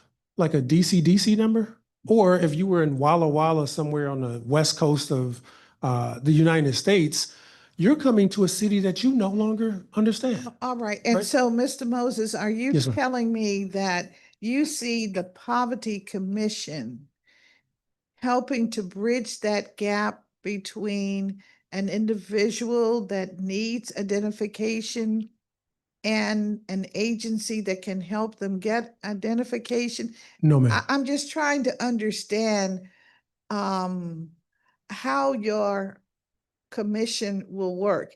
You mentioned some of the other commissions. Okay, you mentioned the Advisory Neighborhood Commission. Advisory Neighborhood Commission is mandated as a part of our charter. So that's a different kind of process. These are elected individuals that represent specific areas of in fact, all of the city, the 2,000 residents in a single member district. Yes, ma'am. So I would not consider them on the same level as the Poverty Commission. But as an example, you have the Commission on Arts and Humanities, which is a commission with a huge budget that is mandated to do a number of things to make sure that we have public art program, that we have a humanities program that is open and available to the public. What I'm hearing you say about the Poverty Commission is that it entertains comments from the public through the hearings process, and then you convene the agencies, but the agencies that are already engaged in addressing areas of poverty. And so I'm just trying to understand, what do you do with those agencies that they're not already doing with Good the question. public? So Let me, yes, ma'am. Let me be more clear. And I'll say these 3 things. One is that when I'm drafting a comparison between, let's say, the DC Commission on Arts and Humanity or the Advisory Neighborhood Commissions, these are all DC residents in most cases who are speaking on behalf of their interests for DC residents. Our commission is to serve justice for the poor. Now, the legislation is DC Law 23-184. That establishes the DC Commission on Poverty. That entire charter is saying there is a select body of people who represent the poor. Like every council member represents specifically their district. The DC Commission on Poverty represents specifically the poor. The DC Arts and Humanities Commission represents specifically arts and humanities. Our commission is specifically charged with representing the poor and ensuring the government is held accountable for alleviating and eradicating poverty in the District of Columbia. That is the exact thing that we are supposed to do in the truncated version. I'll say this just again to staple this to my point. And I like quoting biblical references. So the prophet Daniel came to King Nebuchadnezzar and said, "Break off your sins by showing justice to the poor." This is what government is all about: equity, justice, fairness. And if we have someone who is $1 billion in and someone sleeping in a bridge, we are not being equitable. That's the commission's charge. And every commission represents some form. Now, by function, they may be different commissions, like arts and humanities or sentencing. Well, you represent sentencing guidelines for such and such, different commission. Our agency is tasked with justice for the poor, and it's difficult to do that without resources. Now, I don't mind paying for email addresses and bringing together agencies to not only say, hey, maybe there is some duplication of services. Here's a dashboard that we can create, or how do we monitor? Maybe we partner with other agencies. So these are all being outlined, but I would have to say, in all fairness to myself and commissioners who are not all represented here today, is that we inherited where we are today as a commission. And so sometimes it may be looked at, and I think my vice chair or the commission's vice chair will be speaking later today. We inherited where we are today. So if there's some deeper questions about what the commission is charged with doing, I would say, one, we have to turn to the legislation. Two, I would say, whether an agency does the work, I'm interested in taking the agencies to a place like Clay Terrace. If you're the director of housing or you're the director of any government agency, let's go down and visit where people live. Because that is a different testimony. And the last time we met, Councilwoman Bonds, I made a statement that poverty has a smell and it has a taste. Noodles don't taste like steak. And when you go into, let's say, Mayfair mansions, and some of these groups who have been on the news, or there's recently, Empower DC is organizing so that mold reduction. People are living with mold in their home. I'm interested, as the chair, let's take the directors to where these people live. I love seeing politicians and government officials in the streets. Let's go see, when you sit in your office, I've worked for the government. Okay, you can see all government salaries. $179 a year. People on Instagram, and they have the right, because they earn that, to take trips to Belize and Costa Rica. But people living in poverty, it's a different story when you see what they have to wear, when you see they don't have a washing machine. So when you see that they're struggling to put food on their table, that's the commission's charge, to bring the needs of the poor before the city. That's what I swore oath to do. That's what I'm going to do. And as long as I'm chair, that's why I'm here. Thank you very much, Mr. Moses. I think we've finally reached the crescendo of understanding Thank you. the value of Yes, ma'am. the Poverty Commission. I needed to have something on the record. Thank you. And I'm Okay. glad that I could be more intentional about it. And I know we're forming some things that, again, we're doing, but then I know exactly what your question is. The actual function, represent the poor before the nation's capital. And I'll say this last thing, hopefully last, but we have an opportunity to do something that many jurisdictions cannot do. Like if you're in rural Mississippi, poverty is totally different than in the District of Columbia. Poverty is poverty, but this is the wealthiest. So X, Y, and Z. as you are thinking and understanding what your primary function is, I also need you to think about what would be the follow-up. Let's say I'm Department of Energy, okay? Yes, ma'am. And I'm at this location, and you've explained, and the people there have explained what's going on. What's the next thing? What do you require of the agency to do? That's Oh, no, where you that's have to be now. Yes, ma'am. Okay? That's a good question. The law requires every agency that is required to report to the DC Commission on Poverty, and I believe that there are 9 agencies currently. They're required to provide information on the things that are brought to the table. So if there are 60 people living with mold in Mayfair Mansion, and there's an agency that oversees buildings, and most of the directors I know by one degree of another, what happened with this as a result? Like, was this eradicated? Was the agency fined? And how can we publish that information before the city to say, hey, these are current activities that are causing more harm. These are the things that were done, and it's resolved. All right, so you're going to create, from that visit, the agency is going to create a checklist of things that must be done, which would assist in eradicating poverty. And you said you're going to track that. That's one of your core items here. And you said you were to establish a framework for sustained engagement. Okay. I'm just looking at your testimony. Yes, ma'am. That's what I'm dealing with. Yes, ma'am. But I mean, I okay. think the testimony should definitely go in Okay. conjunction with the Okay. legislation also, though. All right. Yes, Well, ma'am. I thank you. Thank you very, very much. Thank you.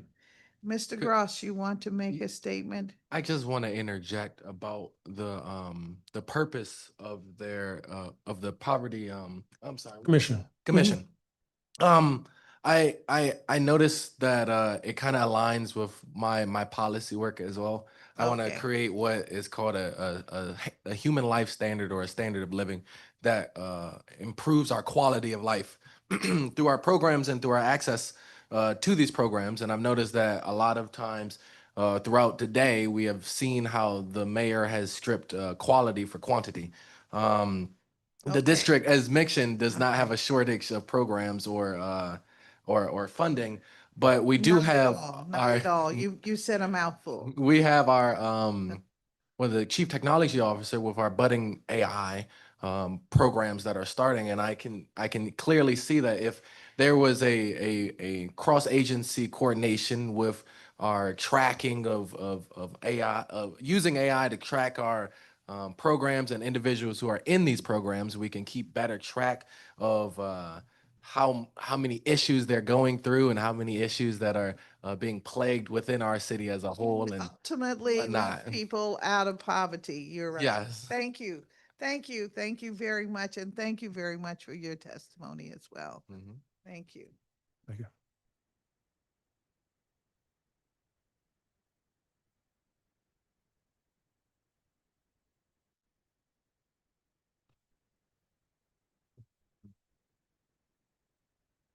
All righty. So we also have online Cordelia Williams, who is the vice chair of the Poverty Commission. Also Jacob Zenchik, who is with State Government Relations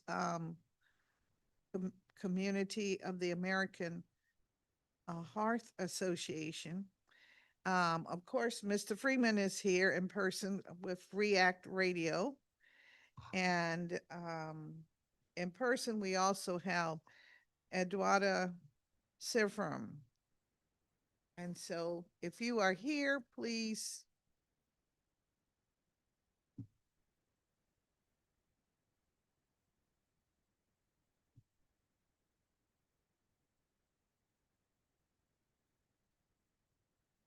And so, Mr. Freeman, we'll start with you. Good afternoon. Sure. Thank you. I'm in full support of protecting the paid family leave. Just want to put it on record, but I'm here to speak on the Manbury Summer Youth Employment Program. Kimon Freeman, artist, activist, author, DC delegate candidate, and co-founder of WEAC Radio, and proud product of the Manbury Summer Youth Employment Program, the largest summer youth employment program per capita in America. I'm proud that for 8 years, WEAC Radio trained over 100 kids in our media arts training program, where one of our young people that completed our program was actually hired by the mayor's office. When I was hired by Ross, Dixon, and Masback, a mid-sized law firm that paid extra to have a Pennsylvania Avenue address despite being physically located on Indiana Avenue, I learned a lot of important lessons. Law firms would pay for Pennsylvania Avenue addresses. Lobbyists would pay for K Street addresses, and a millionaire partner of a law firm that dined with presidents told me that I was just as good as him. Stuart Philip Ross made sure that everyone in that law firm made the partners, from the partners in the corner offices to the mailroom where I worked, that we were all on equal footing. Every last Friday of the month, there were parties for all the birthdays in that month. We all got off early and was paid for a full day.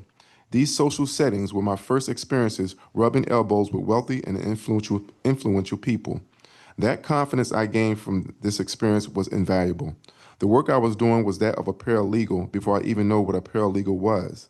I did well enough that after the summer program concluded, I was hired full-time.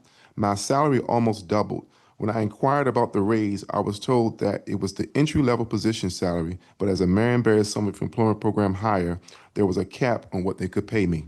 Not all participants in the Marion-Barry Summer of Employment Program will have the opportunity to be hired by their work site after the program ends. So I'm thrilled this wage disparity has finally been addressed. At the same time, the DC Council is planning to vote on whether to extend black codes for black children with punitive curfews all summer long. They will also vote on raising the Summer Youth Employment Program salary that is below the minimum wage. Their votes on these issues in a city where the average white family has 81 times the wealth of the average black family, and 30% of all black children live in poverty, which is 2 times the national average, will speak volumes to their agenda of priorities, which often ignores addressing the root causes of crime and violence. Not only am I in full support of raising these salaries to the current minimum wage level, I would like to advocate that rather than imposing racist curfews on black children, that the summer program be extended by 2 weeks and the maximum hours per week be increased to the legal limit. To further more efforts of creating anti-poverty aspects to the program and occupy our young people's time that hopefully will benefit them as much as it did for me from the transformational experience of my time spent in the Marion-Barry's Summer Youth Employment Program. And there's a wonderful documentary that has been produced by a local filmmaker, and it can be seen on our PBS station, WHUTV. And the director, Mustafa Tariq, of Barry's Blueprint, The Origins of DC's Youth Employment Movement documentary, had this to say: the Marion-Barry Summer Youth Employment Program is not only an employment resource for our youth, it is the foundation that changes the trajectory of our youth's lives. Although we have youth who are engaged and participate in this program, increasing the minimum pay will attract even more youth to take the path that our forever mayor, Marion-Barry, envisioned for us. This program is not your typical start to employment as a teenager. It provides the tools that would benefit our workforce decades from now. This is why increasing the wages for our youth will be essential to the District of Columbia and having even more youth to benefit and prosper. Again, I'm a proud product of this program, and I encourage you to consider increasing those wages to have as many young people participate as possible. Thank you. Thank you very much for your testimony. And I think, was that the film that Peterbug Matthews recently did?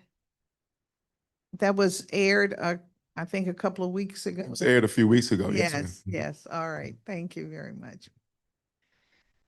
Yes. Good morning, Chairperson Bonds. My name is Eduarda Seraphim, and I'm a resident of Ward 1. For nearly a decade, I have built my life in this city, investing in my community, my career, and my neighbors, but last summer, that life nearly collapsed. I live with a chronic illness that for a long time I was able to manage, but last August I hit a wall and I had a debilitating flare-up that made the simplest task feel like climbing a mountain. I found myself sitting at my desk, unable to focus, my body failing me, and the exhaustion so deep that I couldn't imagine how I would make it to the next pay period. I was terrified. I was looking at my bank account and my rent bill, realizing that if I couldn't perform at work, I would lose the roof over my head and be forced to leave the city that I love. The turning point came when my employer, seeing my struggle, pointed me toward the district's paid family leave program. My doctors were clear that I didn't need a few days off, I needed a serious structured intervention, and they designed a 12-week intensive treatment plan that required daily therapy and medical oversight. When my PFL application was approved, the relief was physical. It was the first time in months that I could breathe without the crushing weight of financial ruin pressing on my chest. That 12-week period was a rigorous daily commitment to my health that allowed me to stabilize, stay in my home, and come back to work stronger once it ended.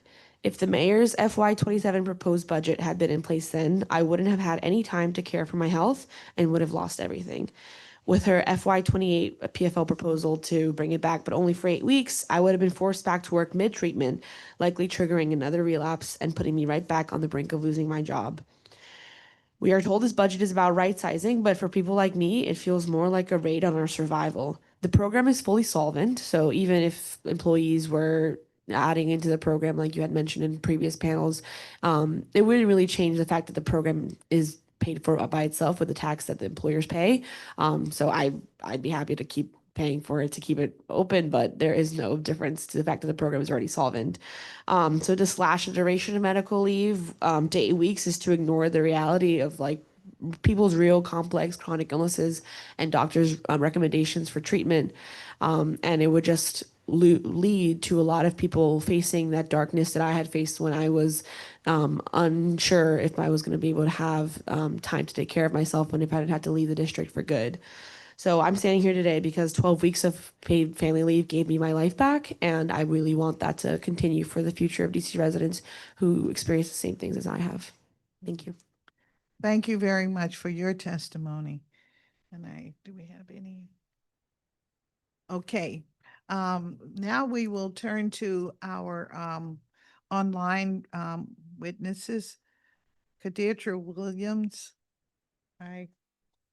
She's on, all right. Hello, Chairperson Bonds. Before I go into my testimony, I'd like to directly address your questions about the Poverty Commission. So the role of the Poverty Commission is to ensure the district can see across agencies what is working to reduce poverty and what is not, and use that information to make better decisions. What we do that agencies do not do is evaluate those efforts together and track whether they are actually reducing poverty over time and across the entire system, not just in an individual agency.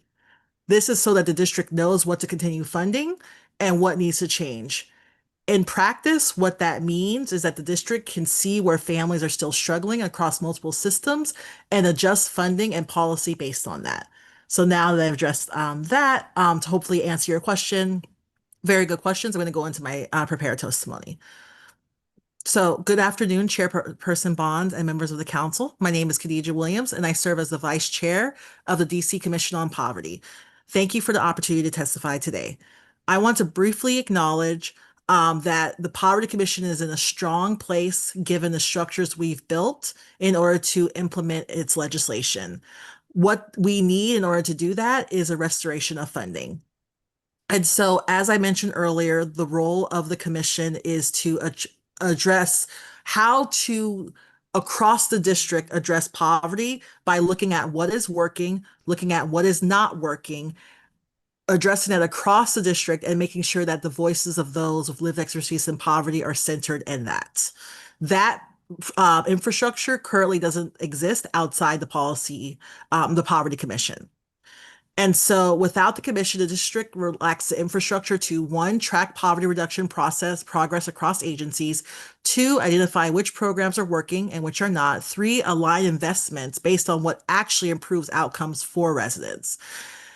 And without funding, that function does not exist. It just simply doesn't, because each agency is mandated to address its specific purview. If you are the Department of Employment Services, you focus on employment. If you're Department of Health and Human Services, you focus on health and human services. There is nothing that addresses poverty that aligns all those things. And so that is what you miss when the commission is not funded. And this is urgent because we currently have more than 116,000 residents that live below the federal poverty line, including more than 1 in 4 children. That's entirely too much. And so we need that coordinated approach to actually address poverty and really help agencies be able to know what are they doing that's working and what's not. And so what we've requested, and we've submitted a request on April 13th at your request, so thank you for requesting that, is one GS-14 lead that will fund an executive director, 2 GS-12 analysts, and we also asked for funding so that we can pay our commissioners that have lived experience in poverty, because this is a volunteer position. And if we're going to ask our communities who live in poverty to do this, we need to some way make it so that they are being compensated, because they're not compensated in the way that us professionals are. And if we want to be equitable and moral, we should do that. And this is a modest investment. It's less than $500,000 to really address a core gap in the district in order to address poverty.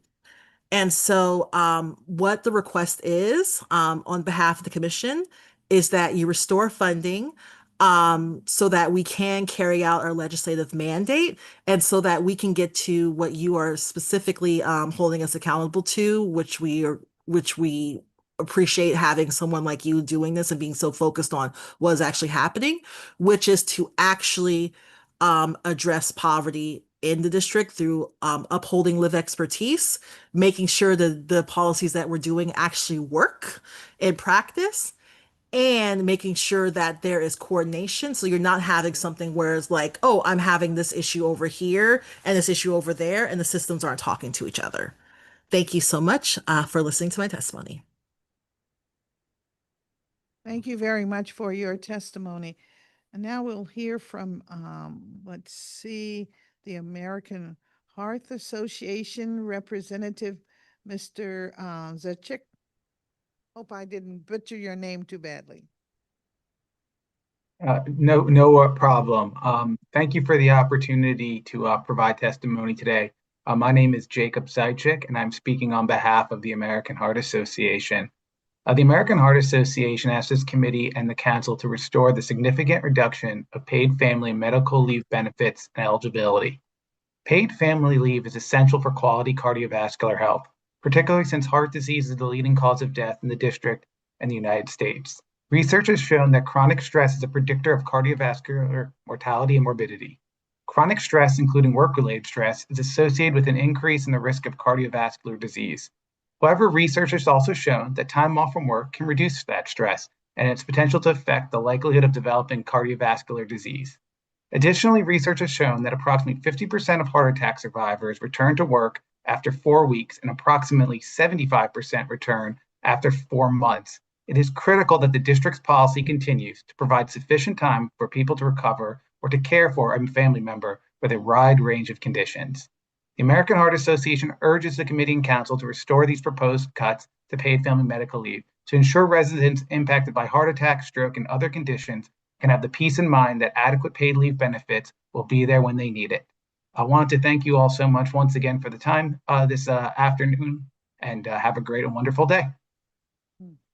Thank you very much for your testimony. All right, is that everyone?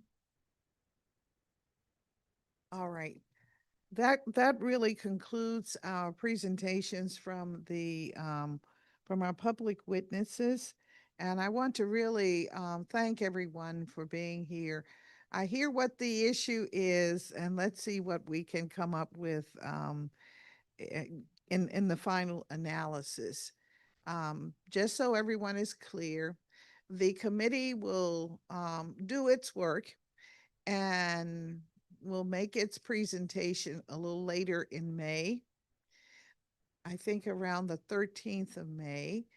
And then from that point, our budget gets turned, our budget suggestions, recommendations will go to the chairman of the council. And then the chairman of the council will perhaps put his ink on what we do. And from that, we will then, as a council and total committee of the whole, we'll have the opportunity to vote on the final draft. But between that time and today, I want to make sure that I get all your testimony in writing. And if you have not added very compelling language, I need you to add compelling language to your testimony so that it carries great weight as we're deliberating. We're in difficult times, as has been suggested in the presentation of what we call the mayor or the executive's budget. And so we at the council are looking to do as much as we can to make our community whole. And so with that, I just wanted to let everyone know where this committee is and what our efforts are moving forward. And thank you again to the public.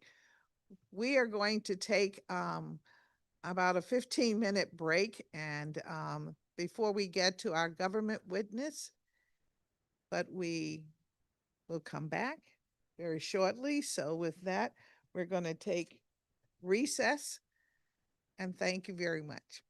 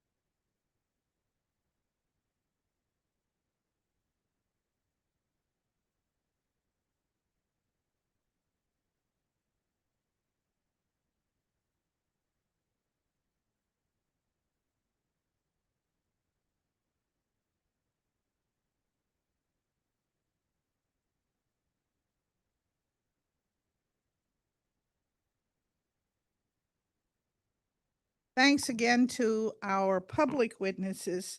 Now we will move to testimony from our government witness, Dr. Morris Hughes, the Director of the Department of Employment Services. I'll ask her to raise her right hand so we can swear her in. Do you swear and affirm that your testimony and any statements made before us today to be truthful and complete? I do. Thank you. And you may begin when you're ready. All right. Well, good afternoon, Councilmember Bonds, and let me wish you a happy birthday on behalf of myself and the staff at the Department of Employment Services. I have submitted my full testimony for the record. I'm going to read an abbreviated version of the testimony because it's quite lengthy, but you do have the full version. So good afternoon, Councilmember or Chairperson Bonds, council members, and staff to the Committee on Executive Administration and Labor. My name is Dr. Unique Morris Hughes, and I am the Director of the DC Department of Employment Services. I'm honored to testify before you today on Mayor Bowser's fiscal year 27 proposed budget and financial plan titled Grow DC. Mayor Bowser's proposed FY27 budget, Grow DC, was formulated with three key considerations in mind: how to drive growth in our economy to fund the services and programs residents count on, how to keep families in DC and attract new residents, and how to create a business environment that draws new investment and creates new jobs. We are navigating a pivotal moment that demands a more deliberate approach to growth. The federal dollars that once expanded programs in unprecedented ways have been exhausted, and federal workforce reductions have introduced new pressures on our economy and commercial corridors. That being said, it's important to be clear. DC is still growing. Revenues have slowed, but the city remains a strong financial foundation on which we can build by making the kinds of strategic and targeted decisions that will allow DC to continue growing while delivering high-quality services our residents depend on. DOES is a key partner in this endeavor. Our mission at DOES is to connect district residents with meaningful employment is more critical than ever as we work to implement a sound budget for a strong future. This budget doubles down on what works, innovates in the face of new challenges, and ensures our efforts are far-reaching. Our approach is twofold: equip our residents with the skills and support they need to succeed, and provide our businesses with talent pipeline that they need to grow and prosper in the district.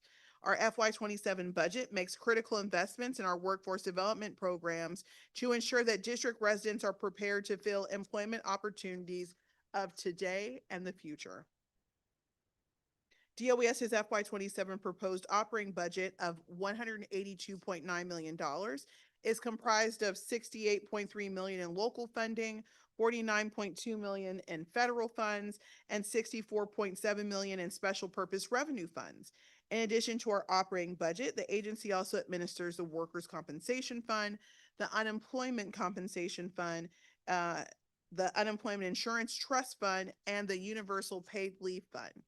It's through those combined resources that DOES will continue to connect district residents and job seekers to family-sustaining careers, support employers with a reliable talent pipeline, and strengthen the pillars of economic security that help our city thrive. Investing in our future workforce. The future of our city's workforce lies in our youth. Mayor Marion S. Berry Summer Youth Employment Program provides our young people their first work experience and a crucial entry point into the labor market. First, this budget reaffirms our commitment to MBSYP and creating safe and constructive spaces for our youth specifically, providing an estimated 12,000 young residents ages 14 to 24 with enriching and constructive summer work experiences over 6 weeks at over 700 host sites. This summer, MBSYP expects to serve even more youth than previous years and anticipates partnering with 750 host sites. Over the past decade, DOES has provided more than 126,000 opportunities for young people who gained firsthand work experiences through MBSYP. Additionally, the Marion Berry Youth Leadership Institute will provide 6 weeks of leadership development and community service projects for 400 youth during the summer. with 90 youth participating during year-round programming.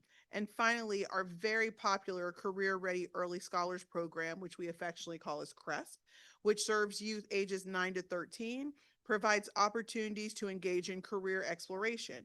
CRESP consists of a week-long spring session that aligns with DC Public Schools, and most DC Public Charter Schools spring break. And for the second time, this program will extend for a full 6 weeks in the summer, ensuring a diverse hands-on experience for all the participants in the areas of healthcare, information technology, STEM, entrepreneurship, cybersecurity, public safety, robotics, utility, and construction.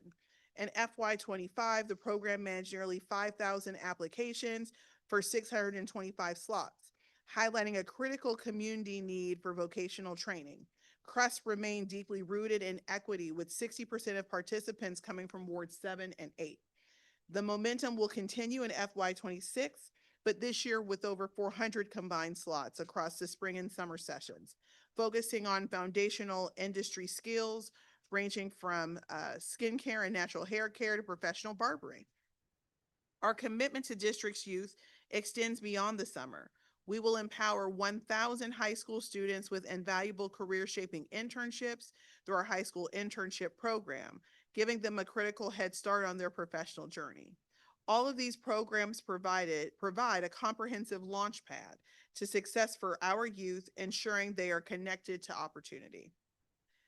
As part of DOES's efforts to continue to build a 21st century pipeline, we'll continue to partner with the Workforce Investment Council to identify the industries with the most significant growth potential, such as technology and healthcare. We are thankful that the strategic investments made prior years placed us in an advantageous position to continue building access to in-demand jobs, furthering impactful connections between employers and job seekers, and creating earn and learn opportunities in FY27.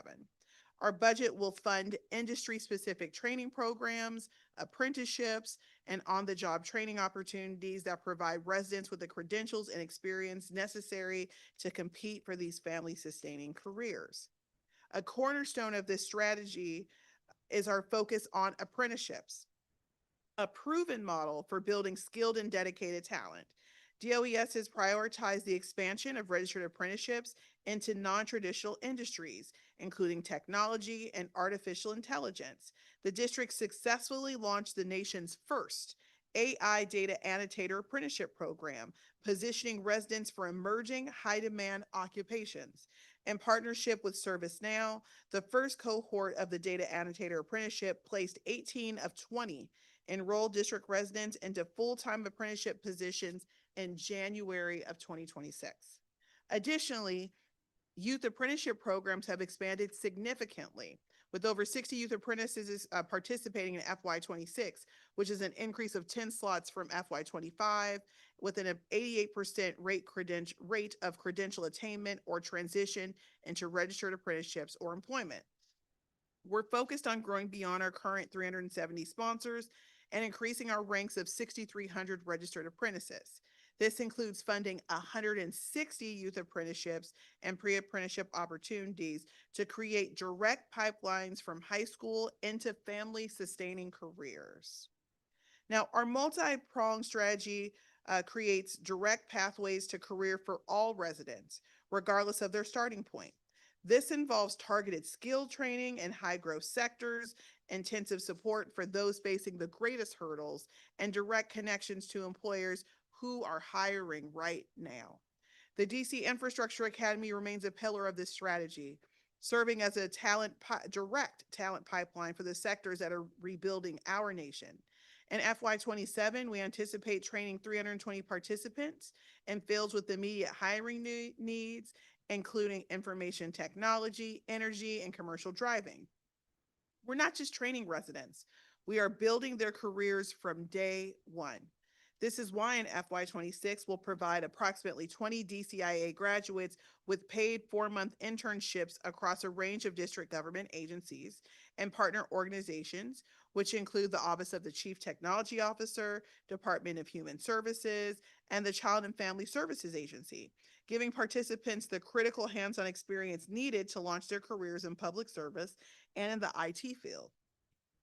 In FY26, I'm proud to say that we're on track to open DCIA at Spingarn. This new facility will not only provide a robust, dedicated space for us to provide future infrastructure training, but it activates a historical building with long ties to our community. At the same time, we remain steadfast in our commitment to the most vulnerable residents. The Division of State Initiatives continues to be a source of strength for individuals who face significant barriers to employment, such as incarceration. We know that a job is more than just a paycheck. It's a foundation for stability and dignity. The Project Empowerment Program reflects this action. Through Project Empowerment, we provide a holistic model of support that empowers individuals to chart a new path forward. Our services, from comprehensive job readiness training and life skills development to case management, job coaching, and subsidized work experiences, are designed to open doors to permanent employment and long-term success. FY25 was an exceptional year for DSI. We served more than 1,200 customers across our programs, reflecting the scale of need of the strength of our response. We also concluded our 4-year federal bonding grant program, issuing 850 fidelity bonds, supporting 722 placements into unsubsidized employment. In FY26 to date, we have already delivered high-quality workforce development services to more than 450 participants. As we look ahead, FY26 is shaping up to be a year defined by momentum, innovation, and renewed possibility. We're building on the success of FY25 with a deeper focus on access, stronger partnership, and the unwavering belief in the potential of every district resident we serve. The Office of First Source Compliance is a key component in ensuring district residents are prioritized for hire in both construction and non-construction jobs funded with district dollars or resources. This program has been integral to the district strategy to reduce unemployment and keep more district resources in DC. In FY25 and the first quarter of FY26, OWH's Office of First Source Compliance delivered measurable results by executing 1,295 agreements, including 625 in construction and 670 non-construction agreements. The First Source program also created 1,049 jobs, with 165 in construction and 884 in non-construction. First Source compliance efforts resulted in 552 of those jobs being filled by DC residents, or 52.6% of new hires. The First Source requirements are important, robust levers to economic development in the district, and we will continue to partner with employers to ensure we build a district workforce ready to fill the jobs created by First Source projects. Beyond creating new opportunities, a core function of DOES is to provide essential pillars of economic security that allow our workforce and our economy to thrive, even during times of uncertainty. The Grow DC budget ensures we can continue to expertly administer the district's unemployment insurance, paid family leave, workers' compensation, and wage hour programs. These are not just safety nets, they are vital components of modern and resilient economy. Since FY25, we've seen an increase in unemployment insurance claims from both former federal government employees and the private sector. In FY26 quarter 1, DOES's Office of Unemployment Insurance withstood the effects of the first federal shutdown since 2019, taking in 4,978 federal unemployment claims over 43-day period. And Chairperson Bonds, people forget it was just weeks ago we were in a government shutdown. Our team is meeting these demands with efficiency and purpose, pursuing timely adjudication for all claimants. But we're not stopping there. We see this not as a challenge, but as an opportunity to connect talent with new careers. We have been proactively engaging these job seekers to ensure their period of unemployment is as short as possible by connecting them to the resources and services offered through our American Job Center. Now, since the office began administering benefits in 2020, the Office of Paid Family Leave has adjudicated over 100,000 claims, paying out over $577 million in benefits. The mayor's budget would maintain parental and prenatal claims, but pause medical and family claims in FY27. We will continue to administer the program efficiently and implement any changes effectively. In closing, this Grow DC budget empowers our agency to build a more prosperous and growing district. We are keenly aware of the headwinds facing the district, including significant changes proposed at the federal level. Our team is prepared to navigate these transitions effectively, and we're committed to ensuring that district residents continue to receive uninterrupted, high-quality services. Chairperson Bonds and member of the committee, it continues to be my great pleasure and privilege to serve as the director of what I think is the best agency in the District of Columbia. Over the past decade, and to lead a team of dedicated public servants. I'd like to acknowledge and thank the dedicated staff at DOES who work tirelessly 7 days a week and enthusiastically to serve DC residents and businesses on a daily basis. DOES remains steadfast in its mission to connect residents to opportunity, strengthen economic security, and build a workforce that reflects the talent and diversity of the District of Columbia. Chairperson Bonds, this concludes my testimony, and I'm happy and eager to address any and all questions that you have at this time. Thank you. Thank you very much for your testimony today and for your team, some of your team members to have accompanied you.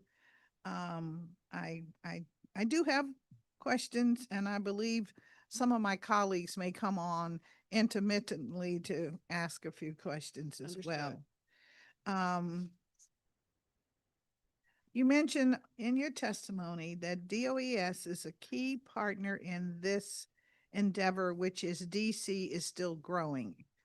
And I wanted to, if we can, try and examine what you see the business growth that is needed in the district today as it relates to careers, occupations that DC residents can fit in. And I ask that question because characteristically, it seems that when I talk with individuals, if they have not been in a government position and maybe lost their job through no fault of their own, then the response I get from the public is that the jobs that are found for us or help us to get into are entry-level jobs. And so I'm trying to understand just how deep DOES can go in helping DC residents get jobs.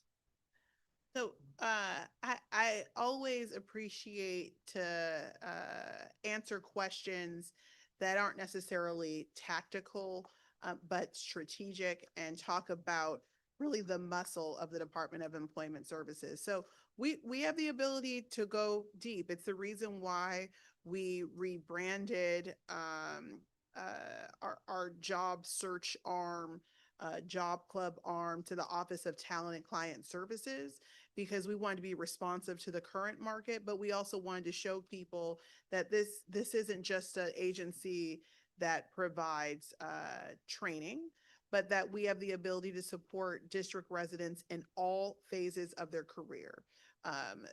Those even seeking higher level positions beyond entry level, where I think that there is an opportunity in the District of Columbia that we're going to continue to keep, and the mayor says run through the tape.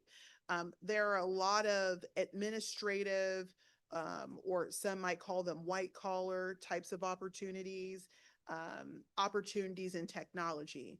If you look at my testimony and the data that we have provided, you will see the first source jobs alone, there were more non-construction jobs created than there were construction jobs. So that tells you right there that there is an opportunity to do more than just entry-level positions. And those aren't necessarily entry-level positions. So there is a substantial opportunity to grow more. Our growing and emerging sectors, technology, finance, healthcare, skills trade. There will always be opportunity in skill trade because the city is continuing to build and grow. But we have the muscle, but most importantly, the talent in-house to help DC residents, not just entry level, but higher level, compete and attain jobs. All right. And so in defining, in making that statement and defining some of the key categories that people look at when we talk about occupations, I'm just wondering, does the agency identify vendors that provide this training? And if so, what level is the training? Is it just job readiness? Mhm. Is it skills training? And is it also placement and then follow up for retention in a placement? So it's all of the above. So let me talk a little bit about how we attain vendors and organizations to do this work. So we have a variety of means to do that. We have the eligible training provider list, but then also through contract and grant levers that we pull, we have the ability to seek high quality training providers that offer trainings that lead to a credential. Now, the credential is really important because it's part of creating a competitive composite of a profile of a candidate. So work readiness is important. We want all people who are receiving services from us to be prepared for work. But some of our programs don't have a work readiness component.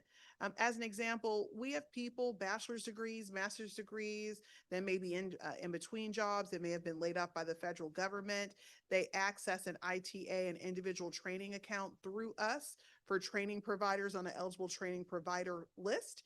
And they're not going through work readiness, but they're going through high quality, credentialed, more than entry level opportunity trainings that connects them to a job that's closely aligned to what they had been doing or in their interest of their field of interest. All right. And can you walk us through what happens for someone who comes to the American Job Center and they finally decided they want to work, and so they're looking for a job, and what is the treatment that they receive that helps them to believe that the government can assist them in finding and getting a job and retaining it? So the American Job Center is the heartbeat of the Department of Employment Services, and our flagship office is Minnesota Avenue. But we also have locations now at 899 North Capitol, which has been quite busy, and Shannon Place is as well. But what the service that they will receive will be, and I know this to be the case because I frequently walk down in the American Job Center, or my chief of staff is walking down on a daily basis, the American Job Center. We expect nothing less but of high quality interactions, positive customer experiences. We actually have a customer survey that we've implemented because we want people to tell us, and we want to know in real time if they've experienced an issue or a problem. But they'll be greeted. They'll be asked about the type of services that they're seeking, and then they'll have an opportunity to come in contact with one of our great workforce development specialists, which will have a guided conversation with them. We have some people who don't want to do training. They want to get to work. I respect that. I think there's something noble in saying, I'm ready to work. And we help them get to work. We have people who are looking for training opportunities and then work. We help them with that. We have people who need assistance with maybe filling out applications for other benefits. We have DDS, Disability Services. We have DHS, come into the American Job Center weekly and provide services to the customers there. So the experience we aim to have is positive. And I make sure of this, and as does Jason, who has showed up here, by visiting daily the American Job Centers. I have not visited a job center in a few years now. So I'm just wondering if I were to show up looking for a job and I'm looking for, like you said, someone who just wants to work, is there signage that would instruct me to the left of the door or to the right of the door or to the rear of the door so that I would know? Or am I greeted by almost like the concierge who Yes. is going to then take me by my hand and direct me through? I'm trying to help people understand the value of what we have. We have so many programs, We have a lot of and a lot of folk feel confused. Okay, I'm going to look for a job. We send you to the job center. So what do I do there and what should I anticipate? So when you enter the job center, you'll go through security screening first, which is standard for government buildings. And then as soon as you enter the threshold, you will see somebody at like kind of a receptionist type of desk to greet you. They'll ask you what your business is that day. Now, the American Job Center is also shared with the Unemployment Insurance Office. So we have some people who are there to file for unemployment insurance claims and look for a job. So depending on what the nature of your services and the flow of the American Job Center, the person greeting you will ask you. Our job seeker or district resident coming in will tell them, and then they'll likely give them a ticket. Once their name is called or number is called, they're then directed to an individual to support them. Could be a claims examiner, could be a workforce development specialist. It could be someone escorting you to the computer lab if you just want help writing a resume or searching for a job, but you will be greeted. Now, it's important for people at home to note programs like Project Empowerment, youth apprenticeship, not youth apprenticeship, out of school youth programs, all the training programs that we have in the agency. You can go to the American Job Center and request to sign up for those programs. That way you're not on a wild goose chase around the agency trying to sign up for programs in 30 different places. So we've streamlined that process so that there's a single point of entry that can help guide you to whatever service you intend on seeking. Okay, and so what kind of numbers do we have as far as clients that come to the American Job Centers? You mentioned that I think North Capitol was very busy. Shannon Place, I've been there, and of course Minnesota Avenue. So what kind of numbers are we producing? So, thank you. I gotta tell you, I'm blessed to have such an amazing, I see. amazing staff. Tremendous. So in FY25, we had a total of 34,967 people served. Now, we count service by also interactions in our virtual one-stop or job center. But I can tell you, we had over 6,500 people at headquarters. We've had 1,700 people in our Northwest location that was at the Reeves Center, but we've since closed that and we've moved to North Capitol. We had over 6,000 people at the Southeast location visit and obtain services. And so we've also had a whole host of people visit us through our virtual one-stop. So that gives you a sense of our customer flow. Yes, it does. Thank you for that.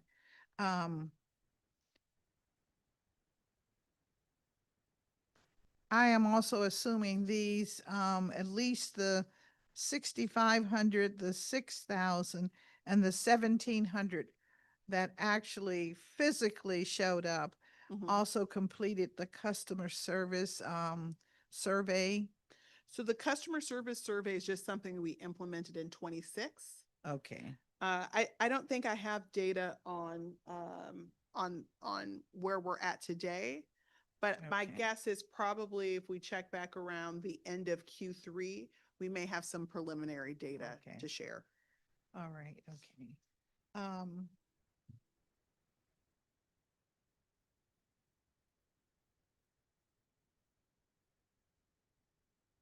You mentioned the four funds that the agency is responsible for administering: the workers' comp fund, the unemployment comp fund, and the unemployment insurance trust fund, and then, of course, universal paid leave.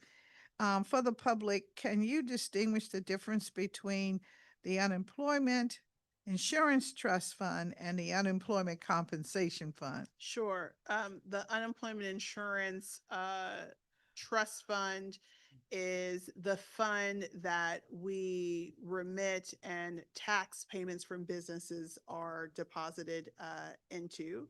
The unemployment insurance compensation fund, I believe, is BH0, and that's the fund that the district prepays their tax liability to. So the district government is responsible for paying its share of taxes as well. Okay. I Yes. want the public to hear that, okay, because they get very Yes. confused with that. And then, of course, universal paid leave, Yes, which was universal the paid leave. subject today. Mm-hmm. As it relates to the paid leave fund, I know you may have accumulated a lot of data on what's going on there, and I'm therefore assuming that the decisions that are included in the mayor's budget submission for 27 relate to the data that you have collected. Walk me through what's going on with this fund. Yes, and I appreciate the opportunity to respond and hopefully dispel some myths Thank you. here. Let me be the first to say that this administration has been supportive of paid family leave. We were the first in the country as a direct response to the maternal infant health crisis that was higher amongst women of color. And the District of Columbia create the prenatal benefit as part of the paid family leave program without hesitation. When presented, my boss said, absolutely, let's do it. We knew that prenatal care was equally as important to expecting mothers and gestational carriers as was time off for bonding. And so there is and has been a deep commitment to benefits, just like there's always been a deep commitment of being transparent and working with the business community to make sure that this program is something that both the business community and claimants can stand by. This FY27 policy proposal is really grounded in a single technicality, which is that when presented at the 11th hour to make a big cut in the budget, on the side of the executive, several large cuts had to be made. And the paid family leave program was one of them. There was an interest in trying to hold the program harmless, but given what was presented at the last minute by the CFO to certify the budget, the decision was made to cut the budget, and that's the budget that you see for paid family leave. That's the budget that you see in front of you today. What I can say is over the last 5 years, like I've said in my testimony, over $500 million in benefits have been paid. I have probably one of the most talented, and I'm not just talking about paid family leave benefits, but my paid family leave benefit team, I would put them up against any benefit program in this country. The level of expertise and care and concern that they have, not just for claimants, but for the business community as well, is unmatched. So this isn't a matter of, folks at DOES making a policy decision.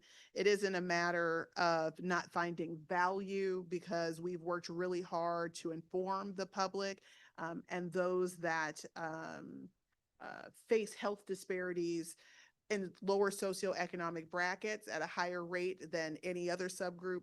We have worked our behinds off to try to get this benefit out to people. This is just a matter of dollars and cents, and that's what you have in front of you.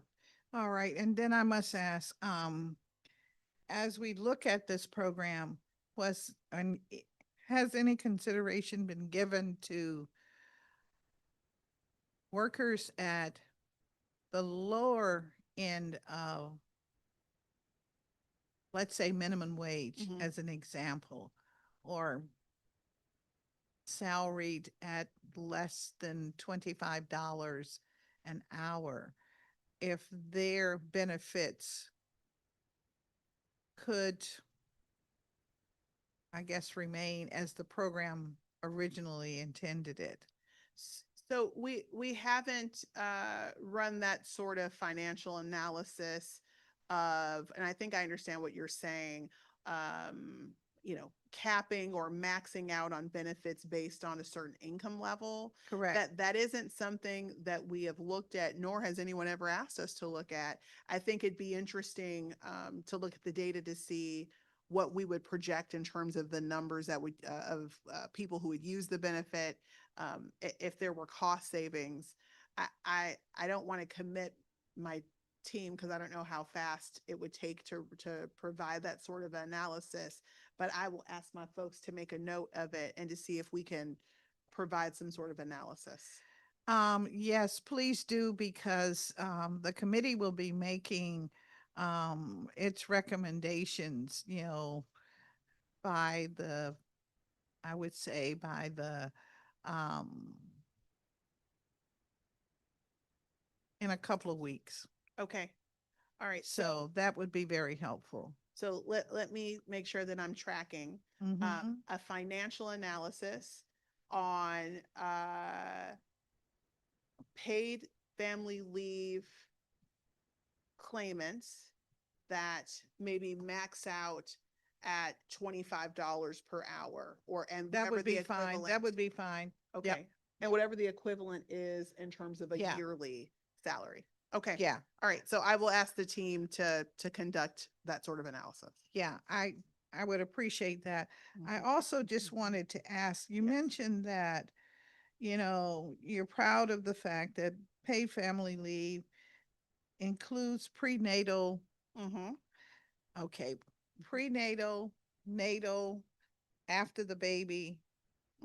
That's, prenatal. That time to me looks like more than 12 weeks. It is. It's 14 weeks. So prenatal leave is 2 weeks. That's prior to the birth of the child. And then 12 weeks for bonding for the expectant mother, or my team reminds me, gestational carrier is what they'd like me to. All right. to Okay. use. All right. I just wanted to get that on the Yeah, record. so it's Thank you. it is a total of 14 weeks. Okay. Thank you. Well, I will pause my chat with you for a minute and give Councilmember Christine Henderson an opportunity to weigh in. Thank you so much, Councilmember Bonds. Good afternoon. Good afternoon. Director. I want to start a conversation about able-bodied adults without disability. So the work requirement is in effect, and Department of Human Services stated during their performance oversight that if it were in effect at that point, which I think might have been February, there would be about 17,000 adults who would not be in compliance and at risk of losing their SNAP benefits. At the same time, in that hearing, we talked about the training and education program that DHS was running, where even with the $24 million we were giving out in grants, only 6% of participants had success in terms of connecting to employment.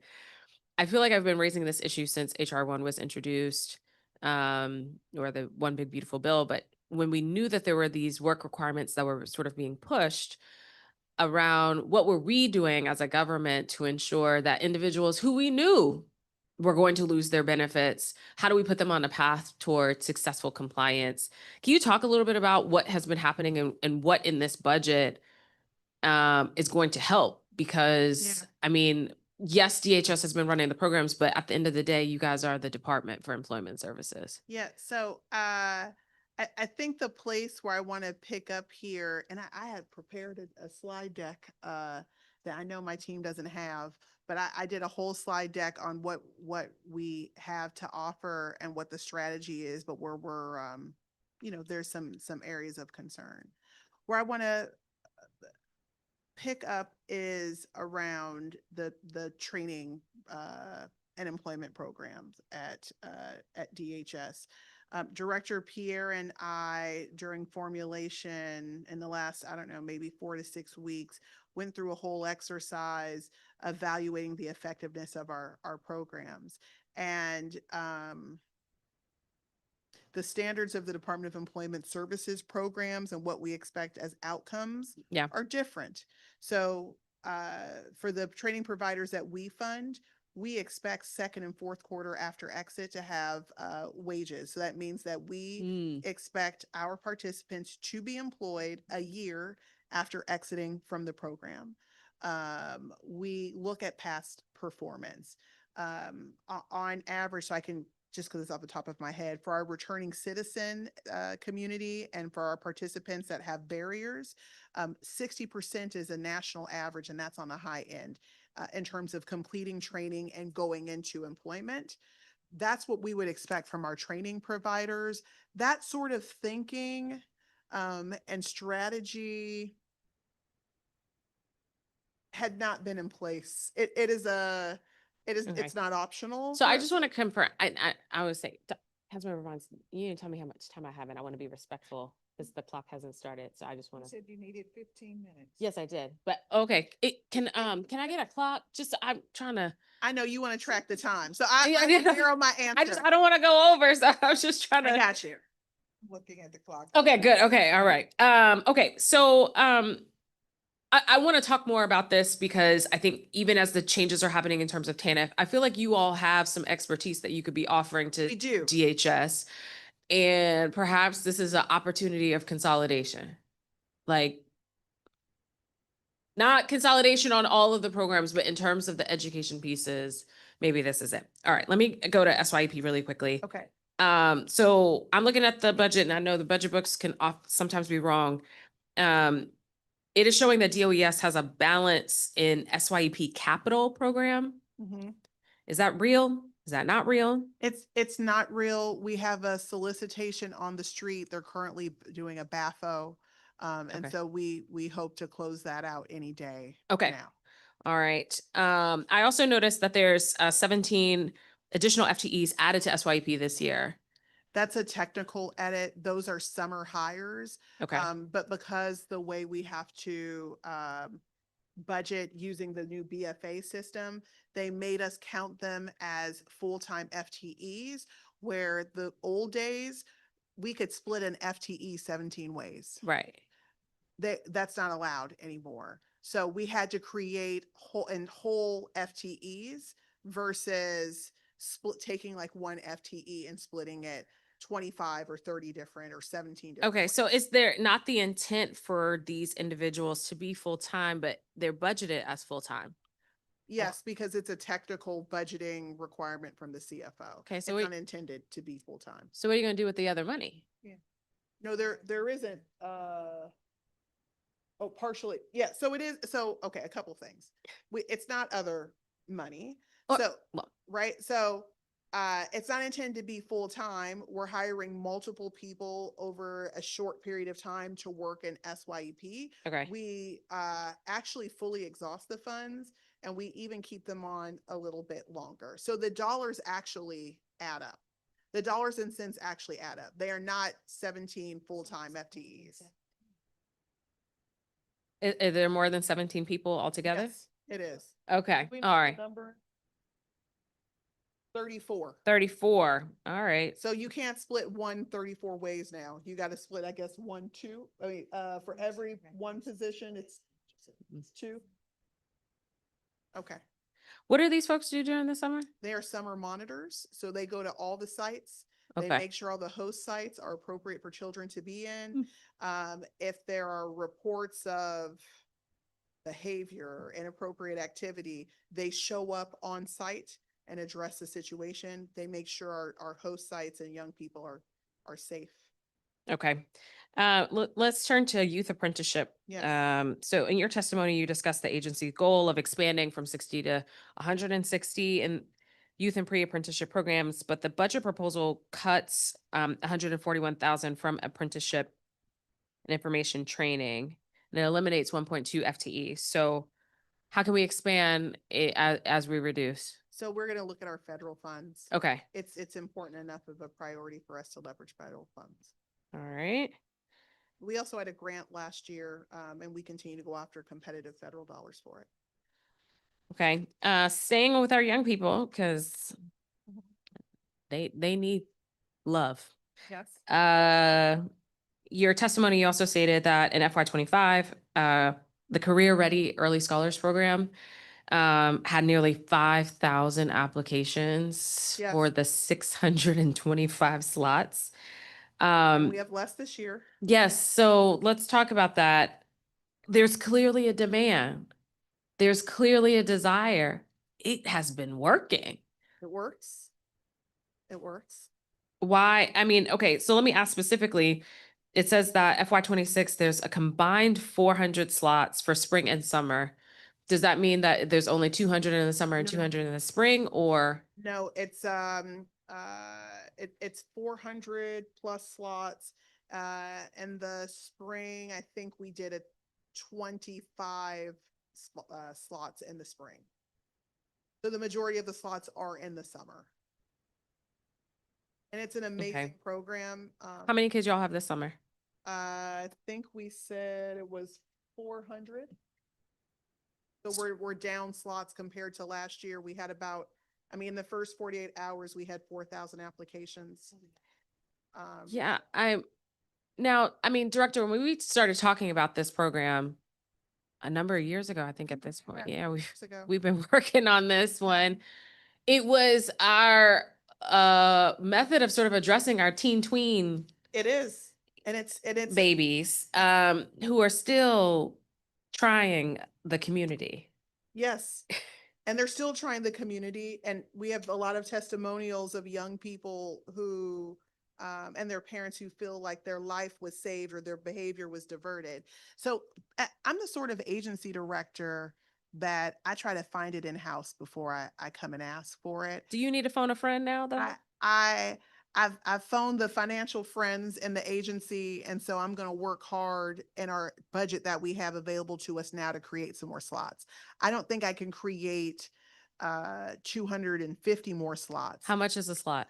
7,000 a slot. We can. 7,000 a slot. It's $7,000 a slot, and that includes their wages. So Okay. the 7,000 includes their wages. They're required to have snacks and food because our babies come to us food insecure. Yeah. And it is there were 2 young people who were shot in Kenilworth over spring break. Yeah. And I thought to myself, if they could have just found their way to Minnesota Avenue, which is right by Kenilworth. Yeah. Without any question, I would have taken them in. Without no question, I would have taken them in. So it's a great program. I'm always seeking grant funds. I'm always finding ways to try to fund it in-house. And it is a way to help this age group. I mean, I think we talk about it from an access standpoint, exposure, right? I guess that's how we sort of initially talked about it, exposing young people, et cetera. But also, like, I don't know, it's kind of a public safety thing too. It is a public safety thing. The majority, I think I've said 60% of our participants are from east of the river. And And I'm open to it. I'm even open to offering the program at non-traditional times. Okay. Right. And so, you know, perhaps we can partner on trying to find a way to expand access. I will continue, as I look at my folks on this side, to try to find the money in-house to offer as many slots to young people. And even given all the discussion with curfew, even to have non-traditional times to engage our young people as well. Okay. Let's talk more on that. I'm gonna switch a little. I want to talk about capital projects. Sorry, gotta search where the money is. All right. But also way back when, I say way back when, but I used to be on your committee. So, and I got questions about these modernization projects that we've been going on for some time, as it pertains to UI. Yeah. There was no additional funding that was proposed in the capital budget for the UI modernization project.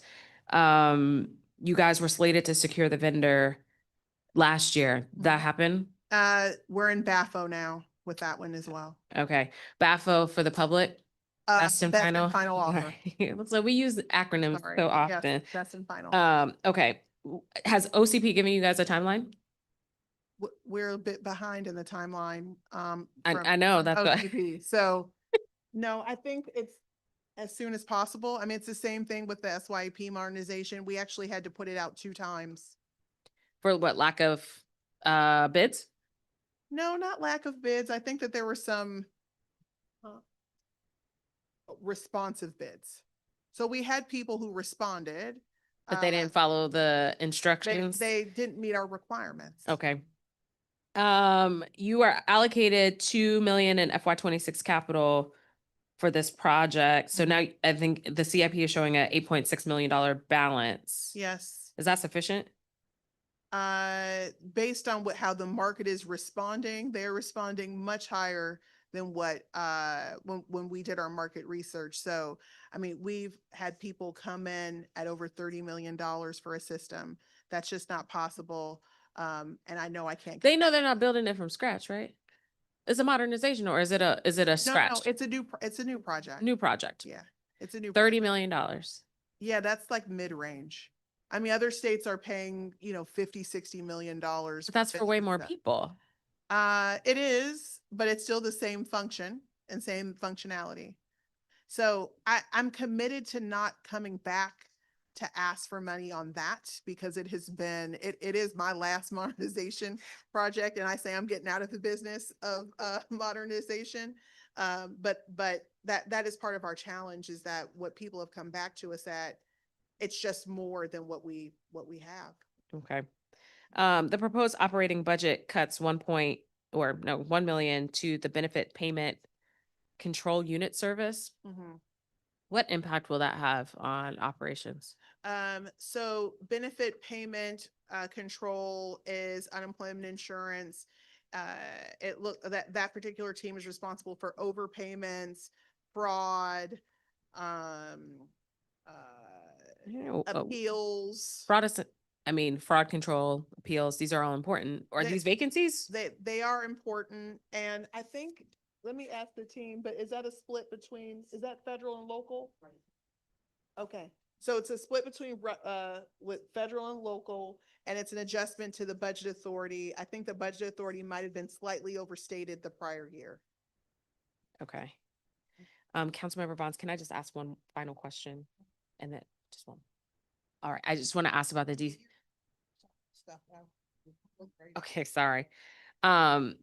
Really quickly, I want to ask about the DC Infrastructure Academy. Okay. Again, one of these projects that we have been talking about, I feel like, for the better part of 5 to 6 years. So you have some money allocated in the budget for capital, but operating, I can't find it. Because we are running a very lean operation, and we have not come forward with additional operating dollars. You know, listen. Well, how many people are we serving? 350 this year, and we'll expand because we have built an auto mechanic bay. So we're going to be offering, maybe you can bring your car once we get up and running, but we're going to be training. I got electric. Not yet. That's in the future. Well, Councilmember Bonds and I will bring our cars once they're up and I'm sorry. Thank you, Councilmember Bonds. Thank you, Director. I've been waiting all day for you to ask me about paid family leave, and you didn't ask me a single paid family leave question. Because I know she's got it. She's got a zillion questions. Okay, That's why okay. I know she got it. Listen, she's And also there's an opportunity for us to follow up on some of these things. Sure. I recognize that you are the director. You are not necessarily the one who's making all of the decisions. That's what you came in on about how we landed at this budget today. There we go. See, we were watching upstairs. That's why I didn't ask any. Okay. Yeah. We watching. Thank you, Director. Thank you. Thank you. All good questions that we need answers to, and really, we have opinions on already. We've just begun getting through this budget. All right. I have a actual table of contents to my questions. Okay. 19 pages. I'm ready. All right. Okay. And they're elementary, of course. But I am very concerned about where we are with the capital budget. Okay. And I'm not sure where you have it hidden, the numbers, but I know they're hidden within this budget somewhere. But capital budget is pretty straightforward, so it should not be hidden. We should be able to find that information relatively. You might not be easy. able to find it because it might not be much there. I don't know if it's hidden or if it's just not there. But Yeah. but give me a project and I can answer. We did not see it as such. Okay, did we provide capital budget information? And one of the responses. Okay. I don't know which one. Will you all tell Well, me? remember, we got your responses yesterday. I know. And you are, it's a custom for your agency, and I want the public to understand this, to send us a binder that is, what is that? Not quite 3 inches thick. Okay. And we just don't have, that capacity. We're just one brain people to digest, suck it all in, but we'll get through it. Yeah. Today, we wanted to at least touch on some of the areas that we hear a lot about from the public, and we know are rather, as far as public facing, are pretty clear that we need to be concerned with. And so, and we have some thoughts about where you might be able to look internally, as you say, Okay. to come up with this 7,000 per student, which we all know can be a tremendous benefit. Yes. So I'm hopeful that we can work together and get that resource taken care of. I will work with you. Okay, excellent, excellent. That's what we needed to know. In your proposed budget, you are asking that you are really receiving 1.9 million for security services. What is that? That's what we pay DGS for on their master contract for security services in the district. So that covers security and all of our physical assets. Now, we have been going back and forth with DGS as we have on fixed cost because it's difficult trying to make sense of usage and like where we're at in the contract, but that's what it's for. All right. But does it give you additional security personnel? No, that's just the cost just to have a basic level. We've actually scaled down. Okay. And I believe my request was fulfilled to add security back to 899, right? So when we moved to 899 North Capitol, there was no security there, but we have to have security there. And so we now have security there, but it's scaled down from what we have previously had, and it's still 1.9 million. Well, Councilmember Bond, everything's so expensive these days.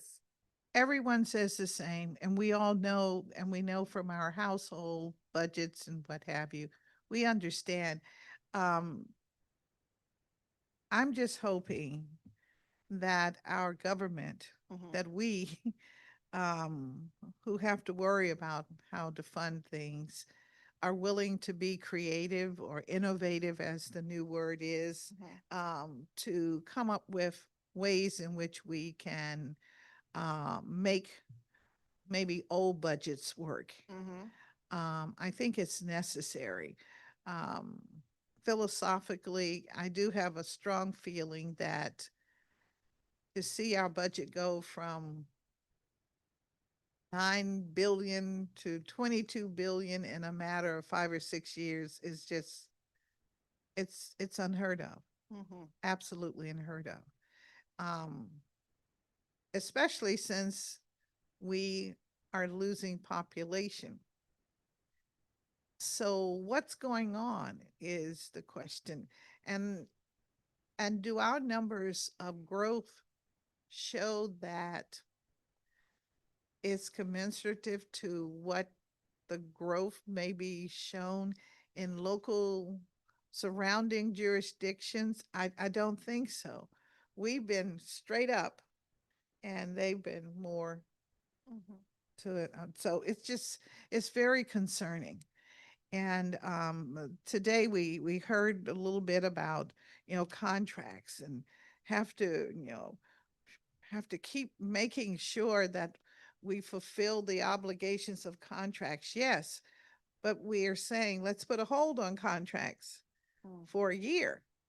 But it falls on sometimes deaf ears. But then I'm concerned with all of the employees in our government, those that are not in contractual arrangement, but nevertheless are just as vital as those that have a contract. And those without a contract haven't had any uplifting in 4 or 5 years. So we are at a crossroads where we either do what we know we have to do, or we suffer. And so that's why today I just thought we would spend a little time on just talking about, some of the elements of the work in your agency. But in honesty, we'll have to come back and talk about what we see based on your testimony, based on the numbers. Because remember, we haven't had the numbers very long either. Yes. For the budget. We wanted to get the information to you as quickly as possible. I think this is the shortest period of time I've ever had to prepare for a hearing. I think I had 5 days. Yes, you did. And we apologize, but we didn't know because none we of had us. you at the other end of the system, and then they said, No, we had to and we know rearrange. the budget circumstances. Yeah. So, so I do apologize. We wanted to get it to you as soon as possible, and I went through all of the 100 people that review it. But I'm happy to come back whenever you'd like me to All talk right. more about it. So you're telling us that you made an effort to not have a budget that included this additional 1.9 million, but it does. And so if there's some way to make an adjustment there, we'll be looking at that. I'll just, be honest and see how that works. Now, your budget also says that you are to receive an additional 581,000 for talent and client services. Can you tell me what that will do? This additional money. Budget authority piece, Shalonda or Nicole. Yeah, I know it's not an enhancement. Okay, yes. So we don't have any enhancements this year. And it's a budget enhancement technical correction. So it's right sizing the budget authority for the grant based on what we used last year. So we use that additional 500,000 instead of coming back later and say, can you give us the authority and the 500,000? We're budgeting for it now, but it is a federal grant and it is budget Okay. authority. All right. And so currently, of the 1.6 million, how much of that have you spent? For 1.6 where? This is again, this is talent and client services, 4703 in division, AMP Mm-hmm. 000. Okay, give me 1 second, because I thought the majority of that funding is federal. You need to go back and check. Okay, all right. Let us get back and check. I mean, I whether it's federal or local, but it looks like to date we may have spent or at least obligated $580,911.65. What I'm not clear about is the federal local split. Okay. All right. That gives us some idea. Okay. All right. And then for, in the category of, I guess I can read this, apprenticeship information and training. Mm-hmm. It looks like this is the apprenticeship program for adults. What I think. I'm not sure. It's in your, it's not clear. I can't barely read it. We try to make it small so it fits on an 8.5 by 11. It's category 5202. And it shows that it's down, and I'm trying to understand, is this apprenticeship information and training? Is this for adults or is it adults and youth? It's adults and youth. So the Office of Apprenticeship Information and Training is both adults and youth. All right. So what percent of it is devoted to youth? Because that would be your federal piece, I assume. So the adult part is also federal. I'm gonna have to have the team follow up and provide the split of what's allocated to youth versus what's allocated to adult. There's also a compliance. Yeah, it's under the workforce development. GO 0052, workforce development. Of the, which one is that? Okay, it doesn't have year to date. No. Okay, great. Okay, let me just make sure I'm looking at the same thing. I think what is allocated there is 1.3 million, 1,326,000. Yes, for 26, yes. For 26. I will confirm what percentage is adult versus youth. Okay, all right. And can you also give me how much has been spent to date? Yes. The first 2 quarters of Yes. 26? Yes.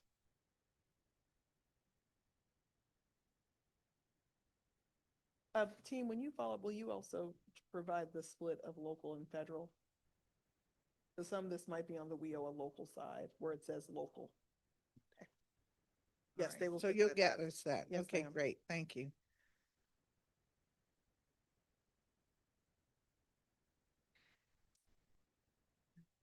All right, this is where we have the capital budget, okay? Okay, it is projected in the mayor's budget to be 0. Meanwhile, in the FY approved 26 budget has the $2 million that was discussed. Are you talking about Your capital Office budget? of Youth? Yes. So there are several projects on the capital budget. There's the security upgrades, there's the UI mod, there's the SYEP, there's paid family leave, there's the network infrastructure, there's the apprenticeship management. Yes, all right, okay, it's in the, well, Is it the summer youth? I'm looking at, no, it just says the capital budget, and I guess we got it from the first page. Operating budget, FTEs, capital budget, FTEs, which is the title page. I know this is pretty boring, but we're just trying to find the money. Okay. And I as, see, in the budget yeah, chapter. yeah. I see. These are the only Okay. documents we have. We don't have what you have. I see. I see. Okay. All right. Okay. So, So so you're, it's $2 million in the FY26. It's not. So there's no new money in 27. So there's not Right. an ask for new Correct. money in 27. The 2 million is part of that overall allocation that has already been appropriated. And so the $34 million of the capital budget, 30, yeah, 34. 34 and 25, there's an additional 2,036,000. And so I believe, and I'm going off the top of my head right now, the team will fact check me. It is going to the tax system modernization project. All right, and so in FY24, you had 16 million per year. Okay, so 16 plus 34 plus 2. Yes. Okay, we know what those numbers yield. Mhm. And so what are the projects that those numbers are to yield? So that is the apprenticeship management system, which is the smallest allocation. DataWorks is retired. Network infrastructure, paid family leave, IT application, summer youth employment, IT application, UI modernization, which is really both tax and benefits, but it's the same system that PFL and UI both use, and then headquarter security upgrades. All right, so sounds like you have articulated 3 different systems. Are we talking 3 systems? Are we talking one system We're that talking, manages all of this? well, really it's 4 systems. Okay, The DCAMS, the apprenticeship system, which I think we're done with DCAMS. I think we are done with DCAMS. Then it's paid leave, UI, mod, and SYP. So it's 4 IT systems. Now, this money is already spent, and it's not, it doesn't show that there's an available balance Right. currently, but the network infrastructure upgrades and so paid leave and UI are together in the same system? they use the same vendor and the same IT application. Okay, same vendor and application. They use the Okay. same vendor and IT application. All right, So remember, PFL's logic is based on UI tax contributions. okay. If you are a business eligible to pay UI in the district, that means you're eligible to pay, Okay. eligible doesn't necessarily feel All like the right. right word, but you're eligible to pay for PFL tax. All So right. we use UI tax to determine what your PFL contribution rate. So see, it's the same system, but it's 2 different programs Okay. and 2 different contracts. All right, and so security is what? Security is upgrades. So we were you may or may not be familiar with this, but we had a number of shootings on Minnesota Avenue. Okay, So good. adding the bulletproof film, the I got you. updated. So it's public safety. Yes. That's what it is. And the summer employment is what? The system to apply for SYP, MBYLI, high school internship, and it also would be CREST. So it is the IT application to facilitate the applications of those programs. All right. And does that also include apprenticeship? No, Just, apprenticeship. this is just youth. This is just youth and the Gotcha. Office of Youth Programs. Apprenticeship is DCAMS, and that stands for DC Apprenticeship Management System. Okay. And I do not believe there is any money left there. $11,000. In the DCAM. Yeah. Okay. 11,000. Almost Almost gets there's us no 2 9 to 13-year-old. I've got to Almost. find. I got to find you 3 more. You got 2. Yeah, We're not counting them. not quite. Not quite. I appreciate that is a very reasonable cost. If you look across some of these other programs, and they don't even make their folks get jobs or have credentials or anything. So, 7,000 isn't bad to keep a young person safe and give them skills and guidance. I think, Yes. and make sure that they're fed, because remember you did that in the legislation. That's right. Yeah. And so we require that. And they have a little stipend, so that helps the family unit. Yes. That's why it's considered very important. Yes. So we're gonna work on getting. Yes, ma'am. This is important. So are there any other capital projects out there? I counted 4. That's it. That is it. Dr. Morris Hughes is getting out of the business of modernizing systems. I have Okay. been modernizing systems for 10 years at DOES. All right. So what is the total amount of funds that you get from Department of Labor? Roughly around 53 million is our federal appropriation. And how is that dispersed? Through several different grants, the Workforce Innovation Opportunity Act, dislocated workers, the Work Opportunity Tax Credit, the Governor's Reserve, also state set aside. Was I right? Oh, it's not 53. What is it?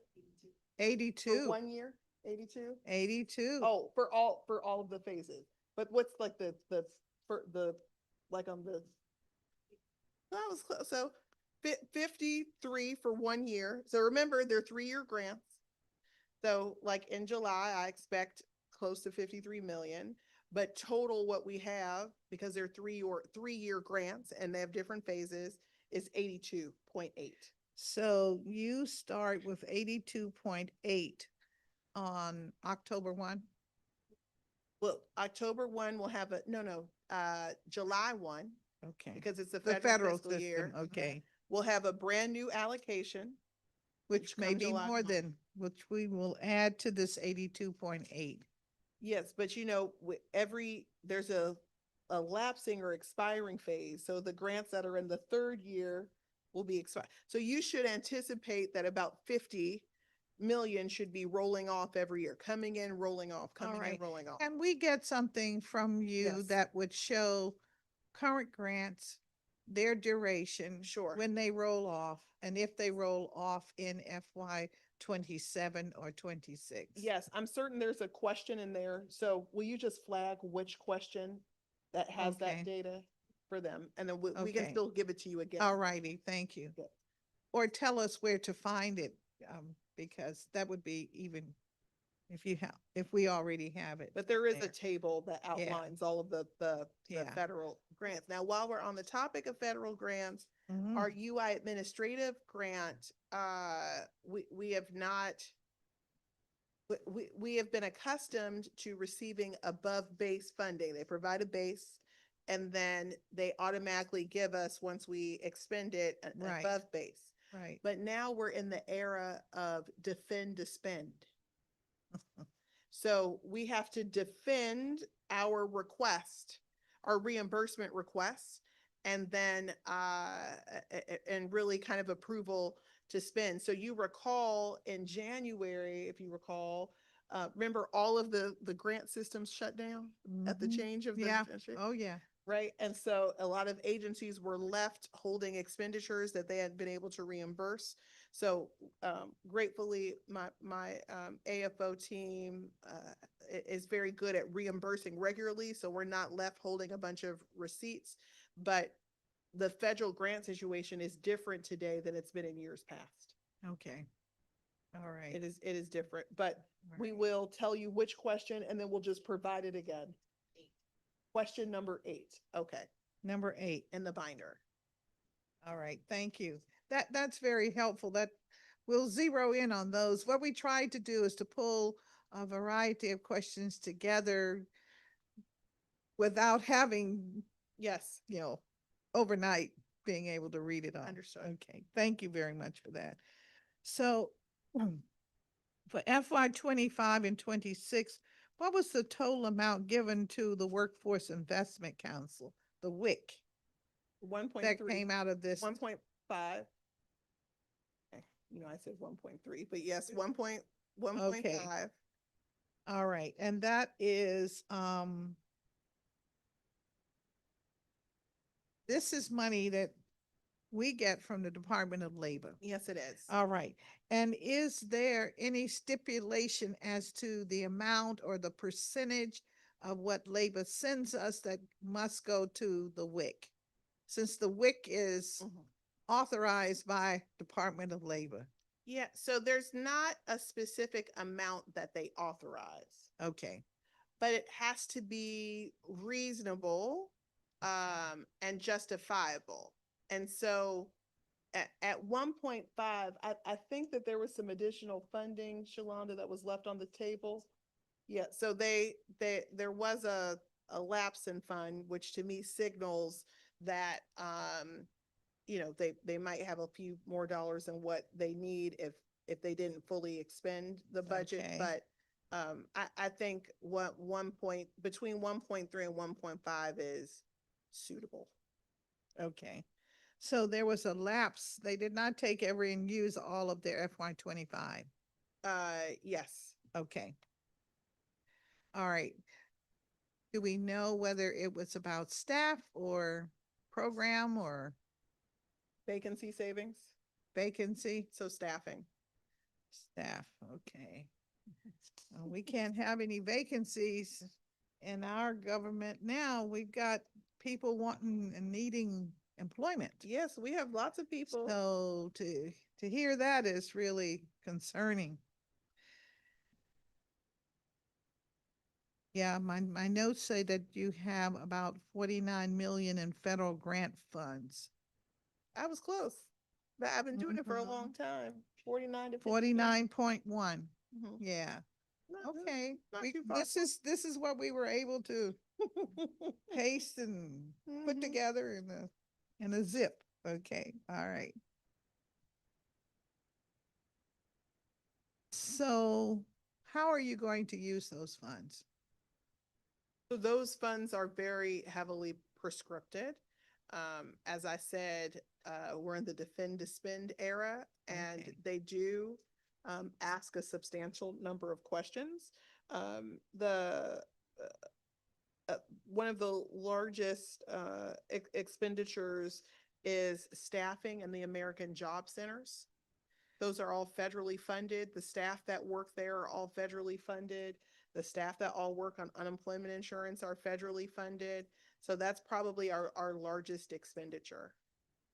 All right. And so I'm sure within the budget document, you tell me how many are staff for the American Job Center. Yeah, we have I'm sure that's in here.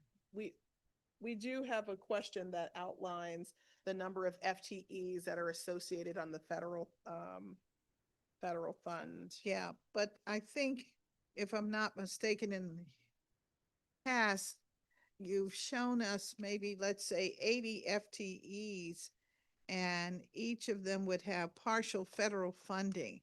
What I'm trying to understand is what programs are these positions attached to? Yeah, so we have 52. So there is, on some of the programs, there is a local share, not all of them. Yeah. Okay. On WIOA dislocated worker, there's 52.4 FTEs. On WIOA adult, there's 21.6 FTEs. On Wagner Peisner, there's 14.9. RESEA is 5.1, and there's currently, as of today, 1 vacancy. All right, and this is is that in our booklet that you sent us as well? Okay, all right. Thank you. I just want to make sure. Shoot.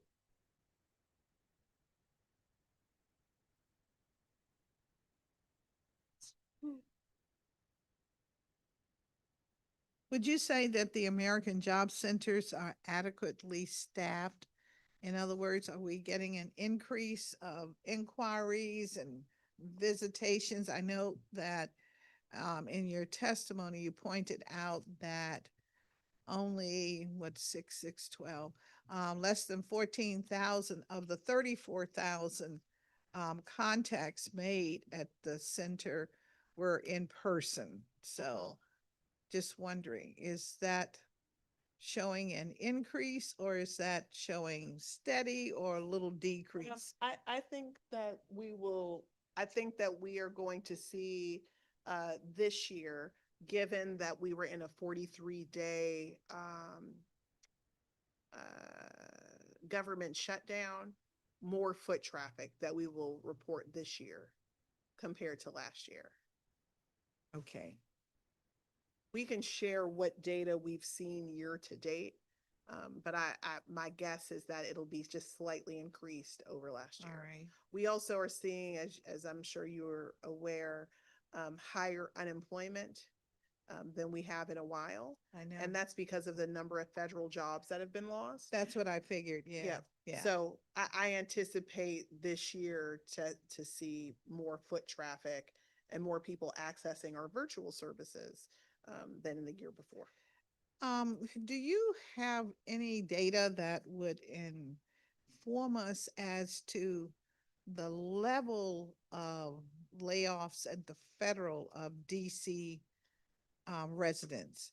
And what I'm trying to understand, yeah. It's one thing to be laid off and you're in the salary range of, let's say, 60,000 or 40,000, I guess.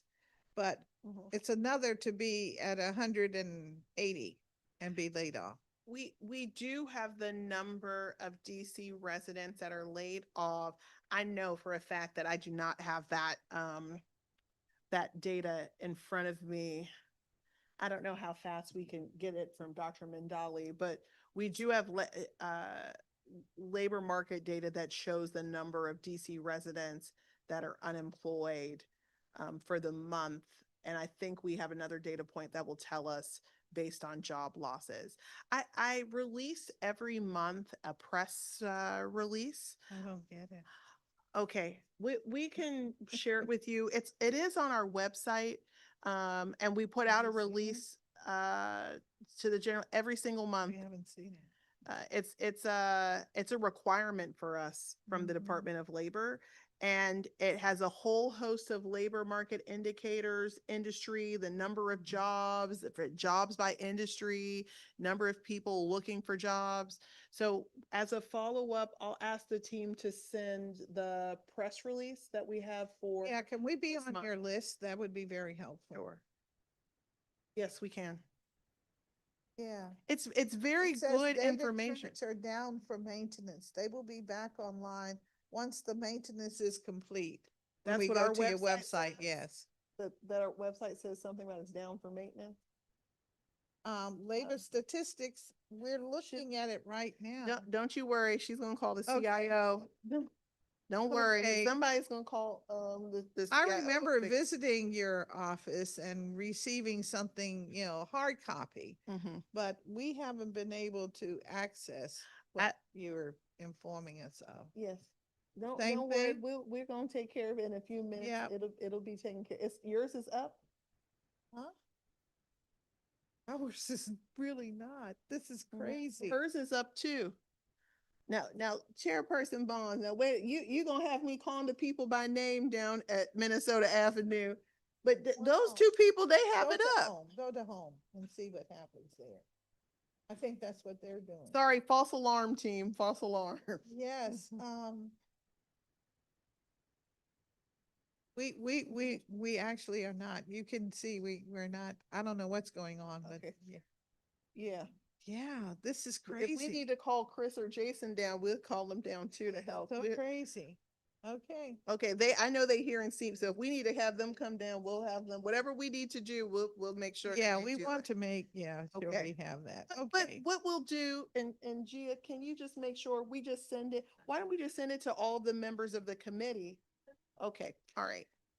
Our committee members include, Matt Fruman and Chairman Mendelson is also a member of this committee. He is. Yes, he is. Okay. Yes. And, Councilwoman Lewis George. I thought, Oh, Councilmember and, Crawford. yes, she is the newest member. Crawford Okay. is the new member, yes. Okay, we'll just send it to all. Let's just monthly, Yeah. just add them to the list. Please. First source. Yes. Okay. The proposed budget reflects a Let me go to my first source section. reduction in first source funding from approximately 2.2 mil to 2.1 mil. 2.2 What's mil. going on there? Is that budgeted? Why would we be reducing first source when first source leads us to collections, and stimuli from the business community as they seek to be in compliance? Oh, yeah, budget authority.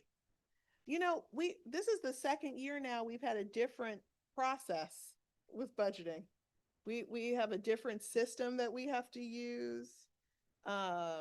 You know, I don't know. I'm old school where I was in SOAR and we had to go in that way, but we had to make a lot of adjustments to budget authority, right sizing budget authority. So the AFO confirmed this isn't a true cut, it's reducing budget authority. All right. I'm not hiding the money. I'm telling you what I know.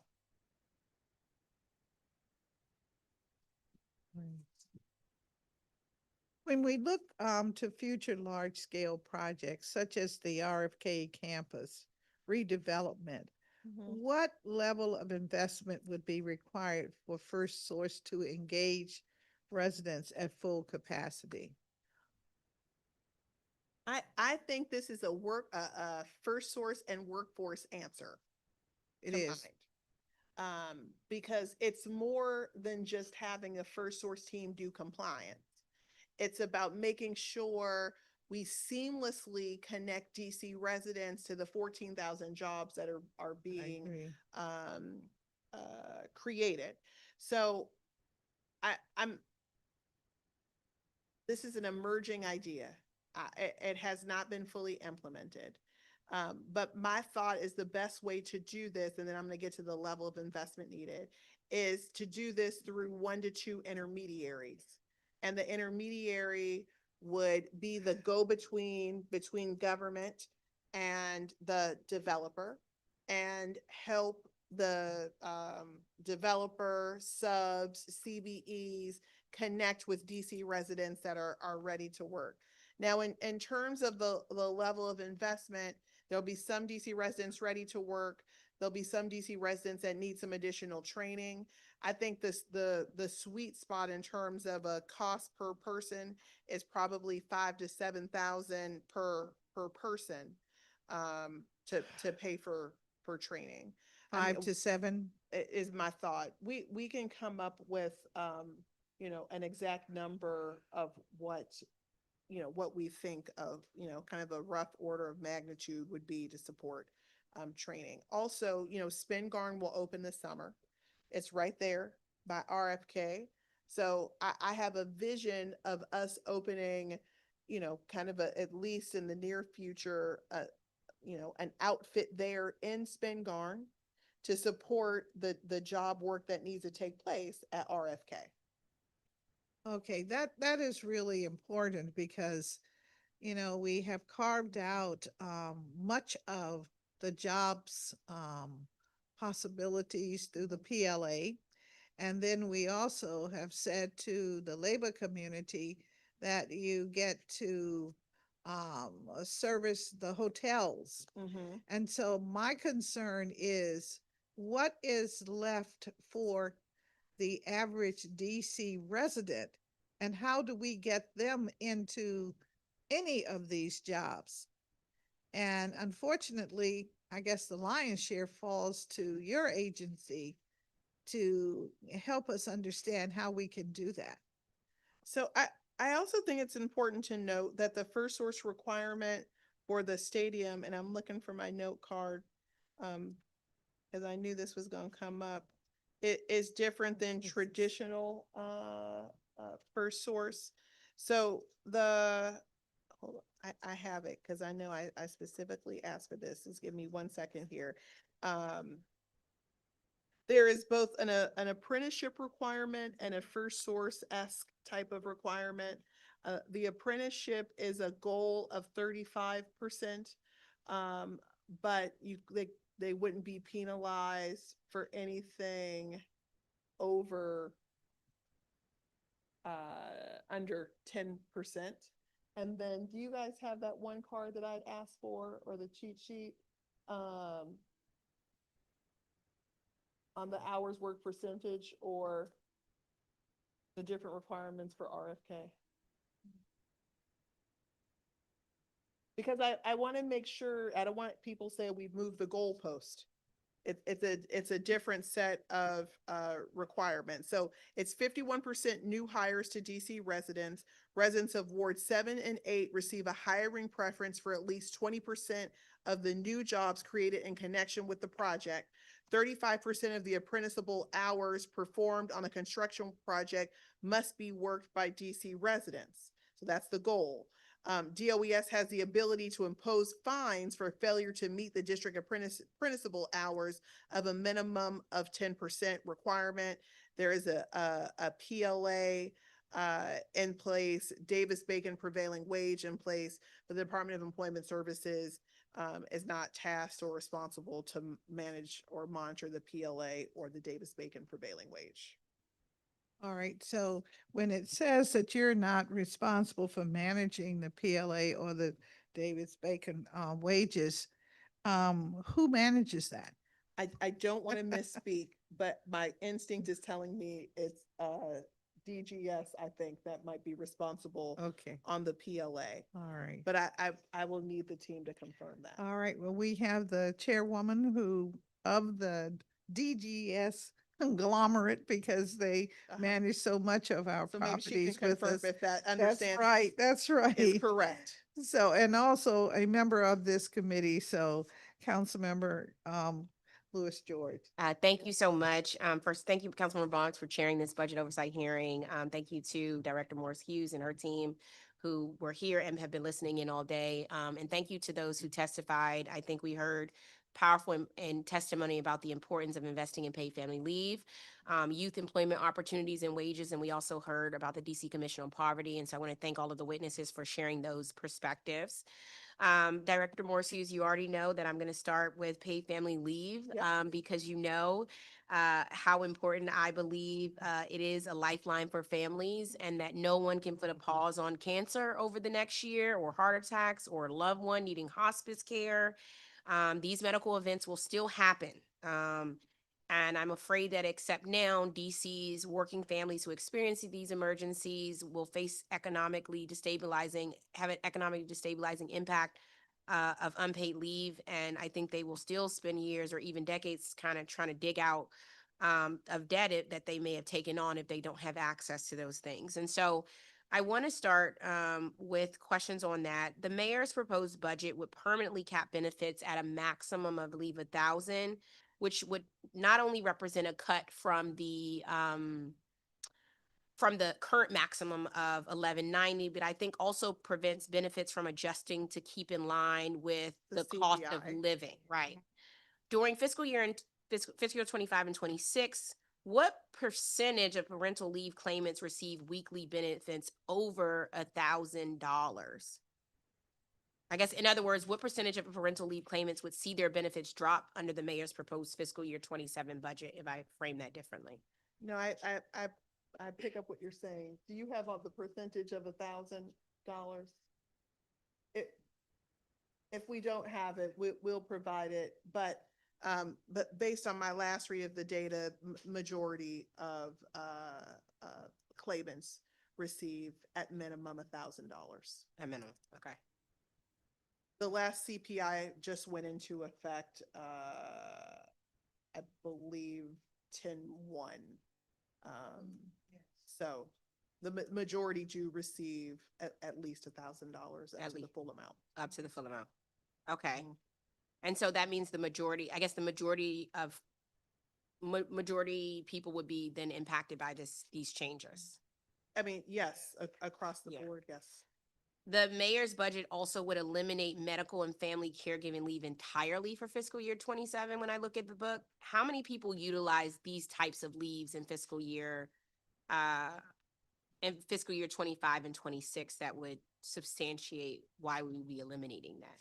So but before I answer, I want to say, at the team, can you pull the exact number for me? That this budget was not formulated cutting those programs. This is a matter, and I shared this when we opened up for questions.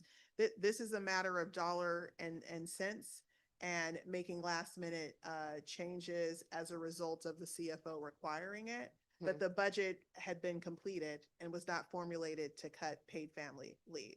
So there isn't some sort of strategy here to eliminate because of usage or utilization rate. It was because at the 11th hour, there was a requirement to cut. And the budget that you have in front of you is a result of that pressure to cut. Okay.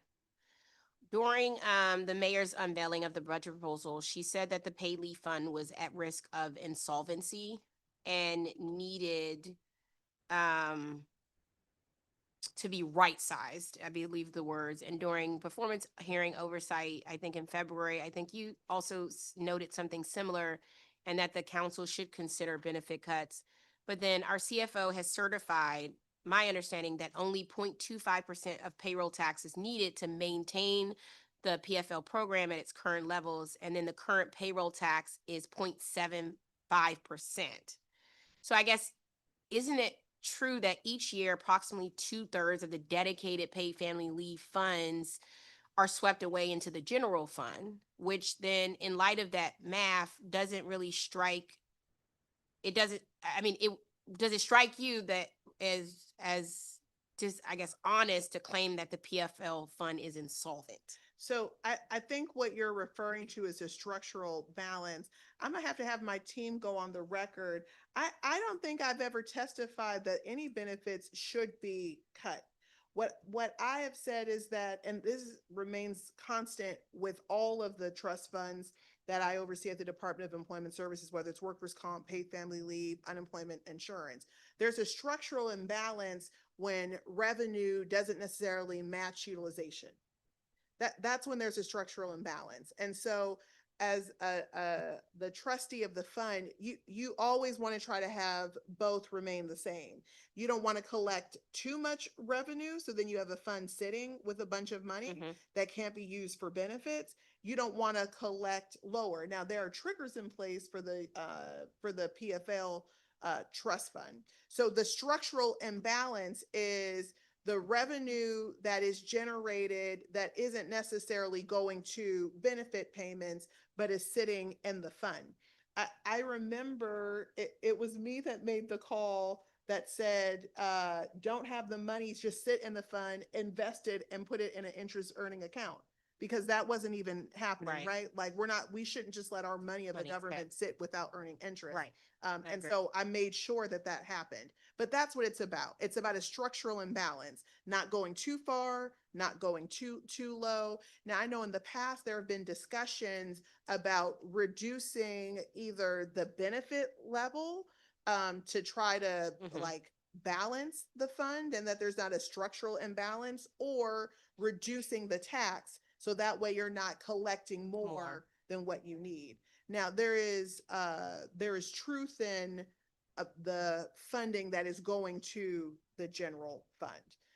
There is funding from the PFL tax assessment that goes to the general fund.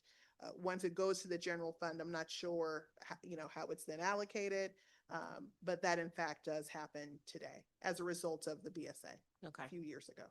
Now, I know you all have, and the way you've described it sounds like what the actual issues are. That's why when the words of insolvency were used, I was like, maybe that's just the wrong word that was used. And structural imbalance is, I think, a better term to describe it. And one of the things, I know that the mayor's office now has an office of racial equity as well. And I know that that office is up and running and talking to agencies. But so I guess one of the issues with paid family leave, it provides low income families, particularly with economic stability, when a family caregiver needs personal care. And I know that at least 40% of Americans have healthcare debt, and that Black Americans are far more likely than people of other racial groups to report having medical debt, which obviously can devastate families.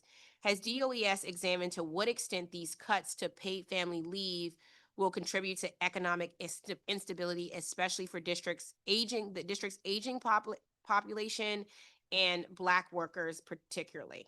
Yeah, so I appreciate this question, because when we launched the program, we didn't have the number of claimants from communities of color.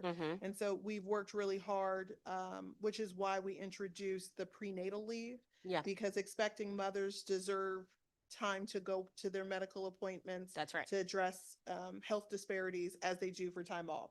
So here's PFL by the numbers. 53.4% of claimants last year identify as Black or African American. 24.7, this is for medical and family, because you talked about medical debt. So I'm isolating on medical and family. 24.7% are white, 5.8% are Asian, 2.8% are multi-ethnic, 11.1% of all claimants identify as Hispanic. 33.2% of all of our family and medical claims earn between $50,000 and $99,000 per year.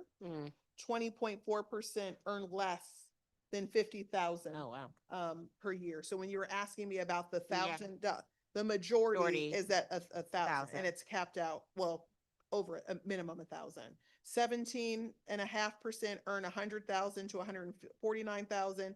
9.6% earn $150,000 to $199,000. 5.6% $200,000 to $249,000. The remaining 13.6% earn more than $250,000 per year. So I think that illustrates for you who is taking the family and medical leave. It's majority African American. I've outlined the socioeconomic bracket that they would be under, that they would fall in. And so I think based on the data you shared, that's what I think is concerning, is if you all did the same core racial equity report that the council does for our legislation, that you all do for policy, which I know your racial equity office does, I think that these changes would show a negative impact on Black and brown residents in the DC, particularly Black residents, as it relates to what could come of medical debt as a result of us making these changes. Yeah, I think it's a little harder to speak on medical debt, but I think you could probably target or isolate it to lost wages. Now, I mean, one would make the argument, if you don't have wages to cover your health expenses, you'll go into debt, right? So I think that's a practical explanation. I want to make a finer point on this. The budget wasn't formulated cutting the program. This was an 11th hour decision cut, right? And so, and that's the budget you have, but we didn't formulate it to cut and I think it's unfortunate how all of these kind of budget things have played out. I mean, yeah, it's been terrible. Even getting it 5 days before the hearing. So there wasn't a plan to cut this.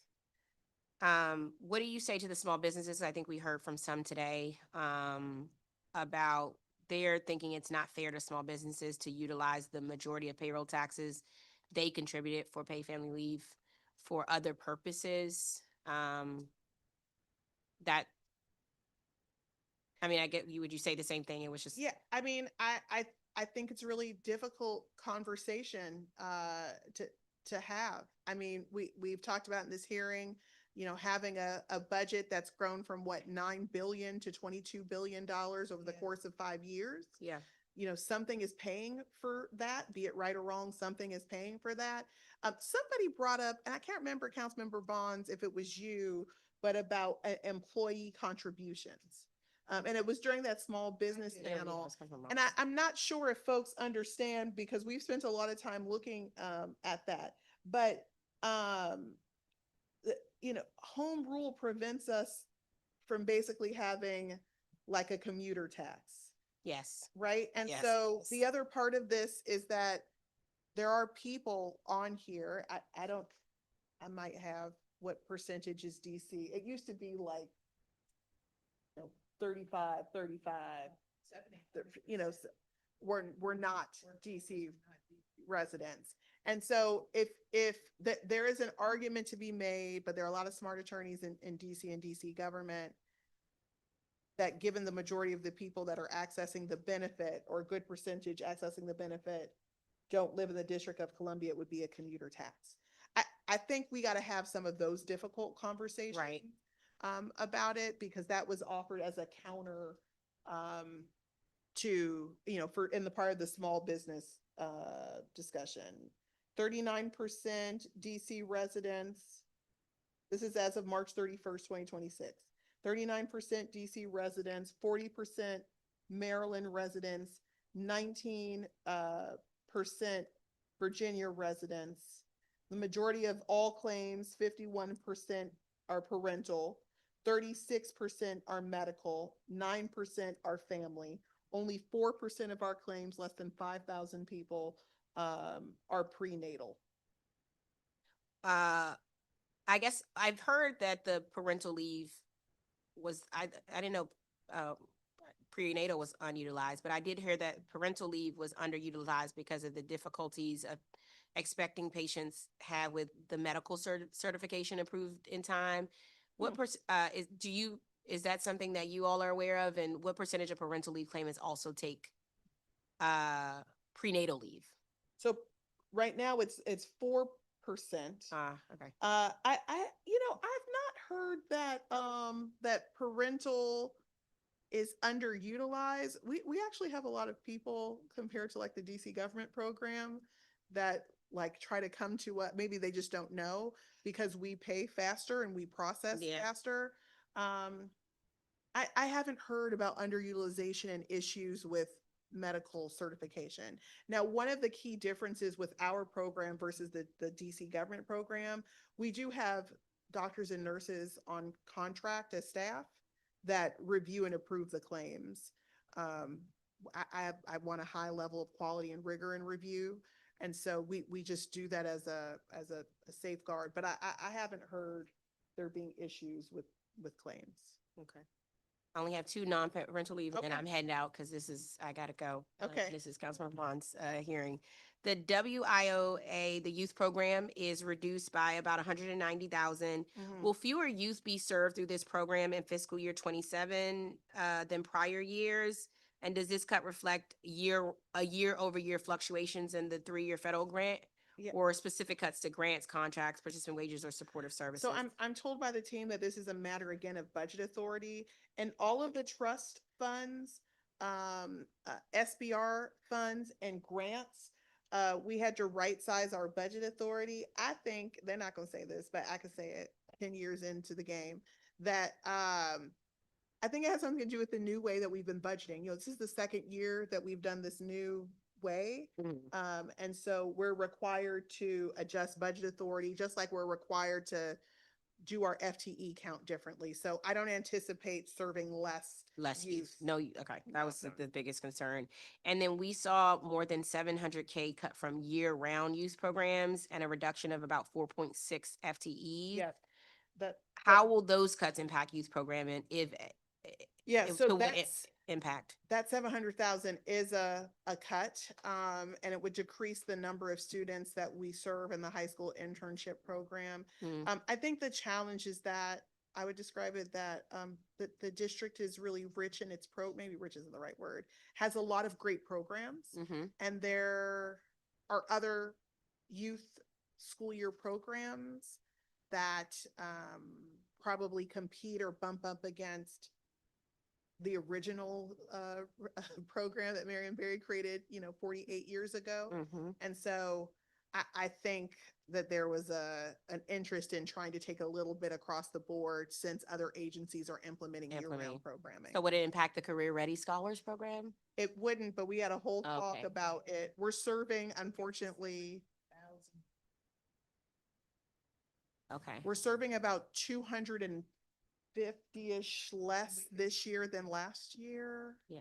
And it's in 48 hours, we had close to 5,000 applications in 48 hours. Wow. So I'm looking for the money. I'm going to try to offer some more. I don't think I'm going to be able to get to last year's number, but I'm looking for more money to fund it. Like I said, the two little boys that were shot in Kenilworth, they were so close to DOES, and we were running programming during the day. I would have accepted them had they just walked in. Oh my God. God. No questions asked. So I'm looking at alternative timing. Okay. Maybe we can offer some programming in the evening for young people that are paid and weekends. So all things are on the table to support our young people. I'm committed to trying to find some additional resources, even applying for private grants to ask for, to fund more slots. So. Okay. Thank you. I appreciate that effort, and that was my concern, is that that program has been really effective and life-changing, and so just want to not stop doing the good things that we know work to change people's lives, and I know you agree with that. So Yes, I do. And if you have additional questions on paid family leave, or you'd like a more detailed briefing, I'm happy to avail my staff to either of you, so you can get a full briefing of the numbers. Awesome. Thank you. Thank you, Councilmember Bonds. Thank you so much, Director Hughes, and thank you so for the much. team. Thank you.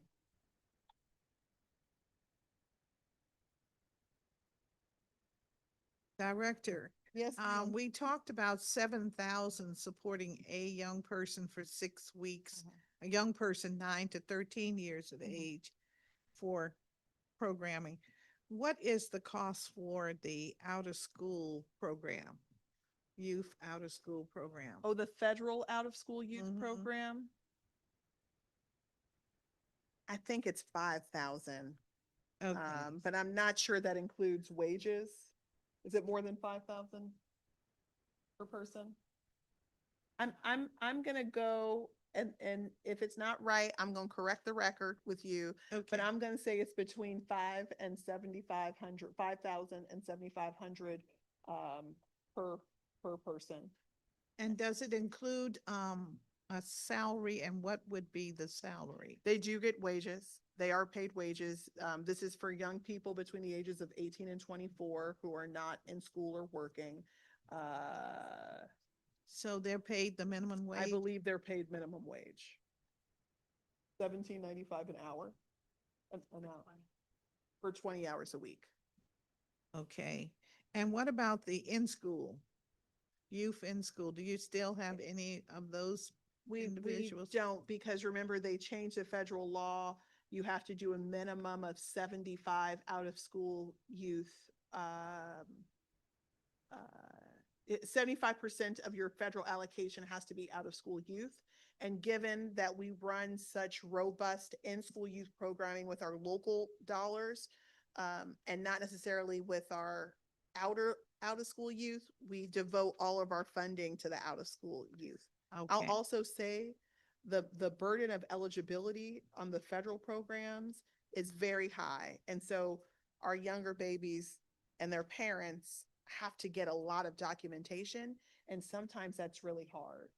Oh, good, I was right. $5,000 per slot for out-of-school youth. Look at that. Okay, and that does include the minimum wage salary? Yes, they earn a minimum wage for 20 hours a week. 20 hours a week, and that's 20 hours a week, 52 weeks in the year.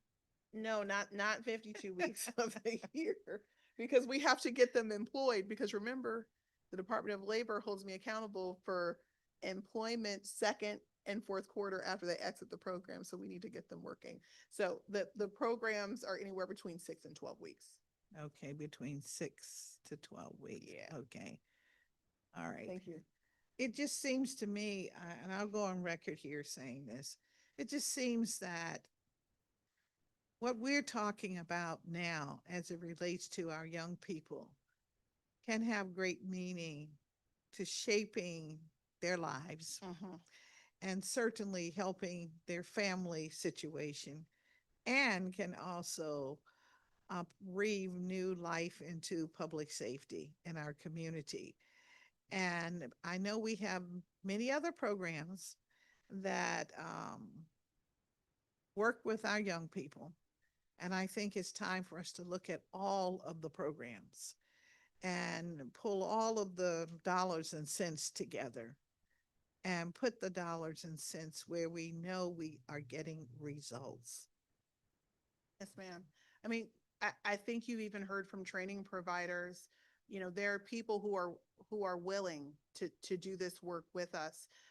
All things are on the table. I'm open to it, even offering, you know, programming evenings and weekends, especially in the summer. Oh, yeah. So, you know, let's work together. I'm serious. We can offer alternative programming during those times for young people.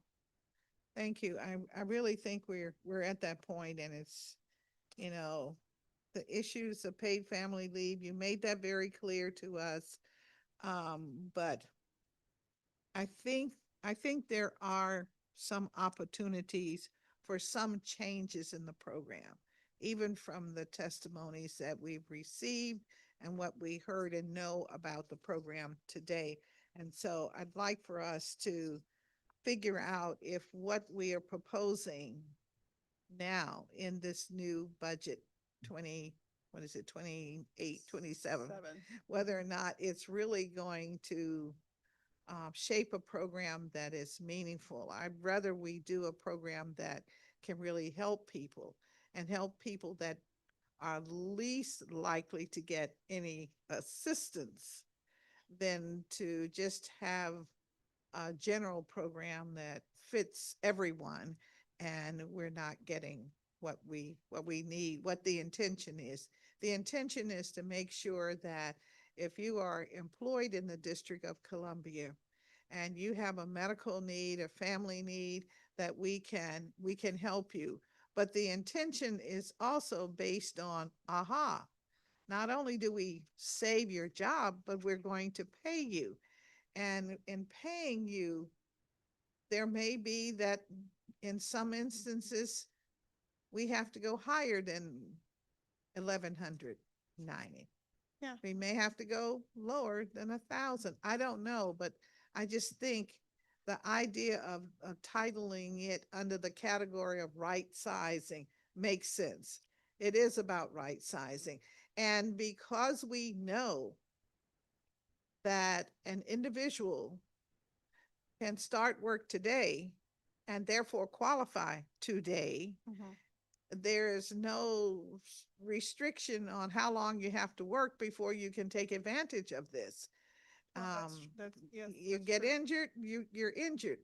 And so we have to take that into consideration as well. So in order for the program to work for the population that we have, and certainly to address the most needy. And if I can take a page from Mr. Moses' journal, if he were here, I'm sure he would say, let's make sure that those that are locked in poverty have the greatest opportunity to benefit from this. So Chairperson Baum, just on my quick math, 53.6% of claimants that are approved to use family and medical claims make $100,000 and less.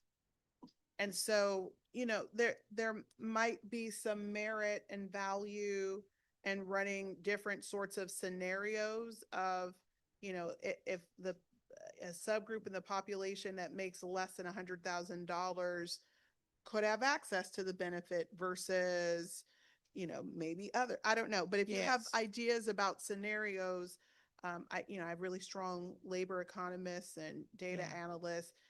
Your team should work with mine and could run some scenarios Yeah. for you. Yeah, let's really think about how we can make a plan that really fits our needs as opposed to we just got a plan. Okay. And at the same time, I'm sure the business community does not want an increase, especially since they pay for the whole thing. Yeah. Well, we've been joined by Councilmember Matt Fruman from I'll say the community of Ward 3, who is also a member of the committee. He sits as chair of the very powerful Committee on Human Services. So I know he must have a battery of questions. How many minutes do you need, sir? Oh, 10 minutes. All right. Excellent. Thank you. I hope that's the case. So, and thank you very much, Chairperson Bonds. Very powerful, not a word that's thrown around about me very often, but thank you. DHS is one of the reasons why I wanted to come down. I mean, we work together on a number of different things, but this whole area of adult workforce and connecting people to jobs has become that much more acute as we see the work requirements under the public benefits programs, SNAP, TANF, and Medicaid, all kicking in a way that's different than they have in the past. So I guess I'll start by asking, what kinds of things have you been doing? Have you been working with DHS on preparing for these changes, and what kinds of things have been happening? Yeah, so I would say over the last probably 4 to 6 weeks, I've been working with Director Pierre on strategizing to support the people who are going to reach the benefits cliff. And so I know that I believe she and I have a working meeting, if not tomorrow, maybe Friday, to discuss what's out there. In terms of the offerings of the Department of Employment Services, we have programming.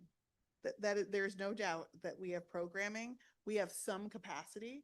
We don't have 17,000 slots today, but we do have capacity. 17,000 being the number that's projected to reach the benefits cliff. I think it's important to note, and I've also shared this with Director Pierre, our focus at the Department of Employment Services is to help people secure income. And so what is helpful for us is to understand, is DHS looking for, I understand there's 3 types of categories of activities to maintain your benefits. And then there's a group of individuals and this larger population that are just not going to be eligible for benefits. For those folks that are completely reaching the benefits cliff, looking for employment, we have some capacity. We can serve and support those folks, put them through training and help them get ready to compete for a job. For this other category of people who may have to volunteer, may have to do some level of work or training part-time, we can also support with that as well. I think we're wanting to learn more about what DHS is looking for, because our programs are geared towards employment. So I wouldn't want to take someone who is not looking for full-time employment, who is just trying to maintain their benefits, and then put them in our program that's geared towards someone who's looking for full-time employment. Does that make sense?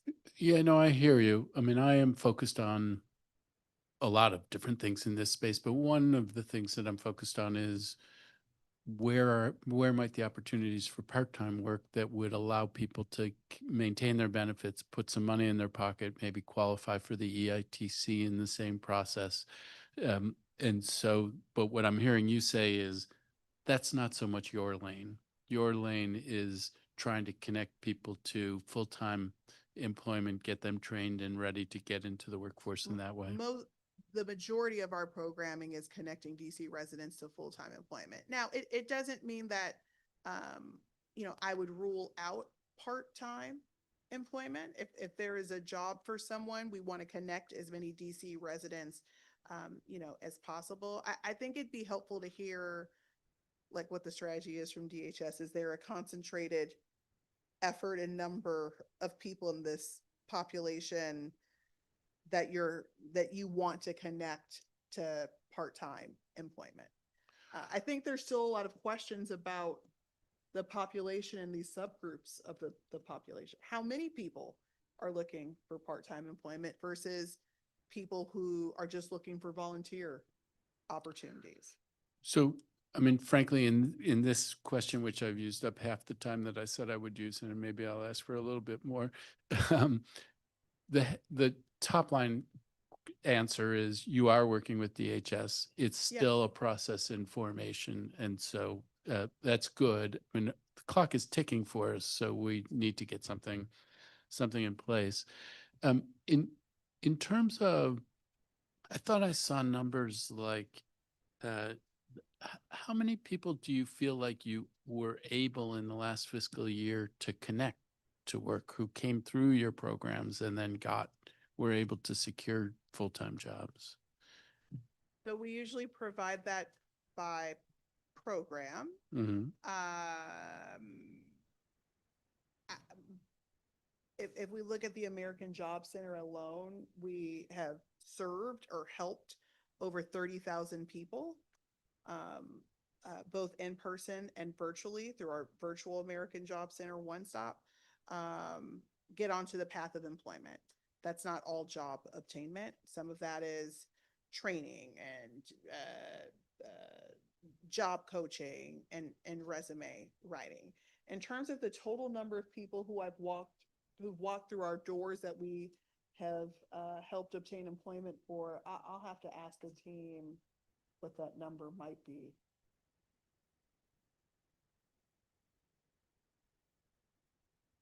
Looks like they might. Thank you, Gia.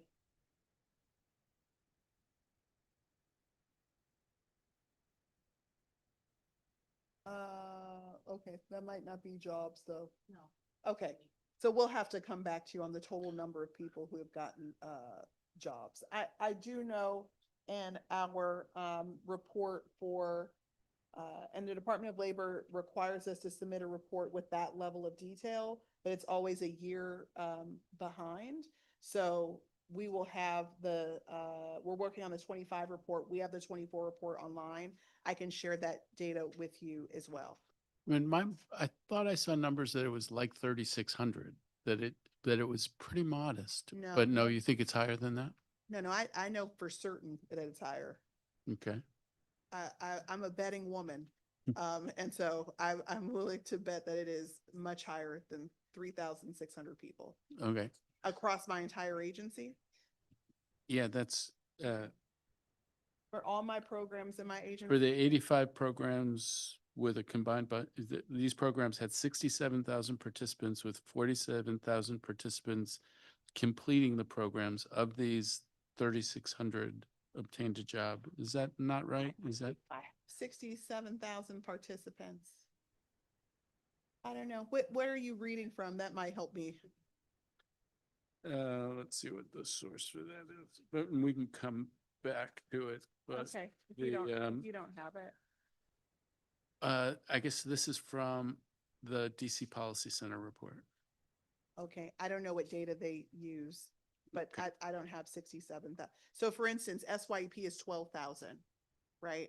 The purpose of SYP is not to connect to employment. So if you included that 12,000 in the overall number, that wouldn't be factually correct, because that program is for 14 to 24-year-olds. All right. Well, I guess we'll follow up, because I mean, I'm taking an increasing interest in this space, because I think it's so critical that we be connecting folks with jobs. Sure.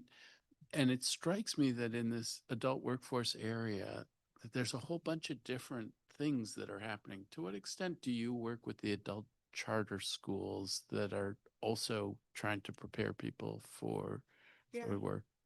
We do partner with adult charter schools. I know in 2015, 5, we actually provided some funding to Maya Angelou and I think the See Forever Foundation to support older youth and young adults with their education. So we do partner. I recently spoke at a like adult education function.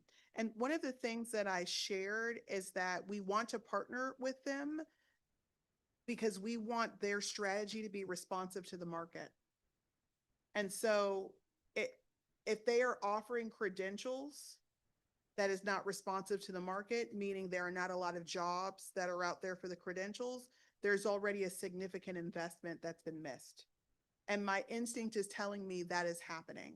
So prime example on some of the technology credentials. A plus is and Microsoft Office certifications don't yield jobs. And if that is what an adult charter school is offering, and we know that adult charter schools are offering that, you're not positioning the person who completes that program for a job. You're already leaving the program with obsolete credentials. And so we want to work closer with them, provide labor market data, and have their programming be responsive to the market. So we don't have people leaving programming that are not able to get jobs. Yeah, we definitely don't want roads to nowhere, that's for sure. To what extent do you have data for each of the programs of how many folks that they ended up connecting to work? We have data, and I think we answer, it's a question in our pre-hearing questions by program, how many people get jobs. I don't know if I have it in front of me, but it is in our pre-hearing responses. So maybe, okay. Sorry. No, it's all good. have So, 5 days. I mean, it may be that this has got the answer to the question that I asked before. Does it have a total? No. So we'll have to There's pull that down the, aggregate number. I mean, I'd have to go and add up 1, 2, 3, 4, 5. Probably 25 different rows, but we can get you an aggregate. I mean, if it's in the pre-hearing questions, we'll pull it down and we'll do.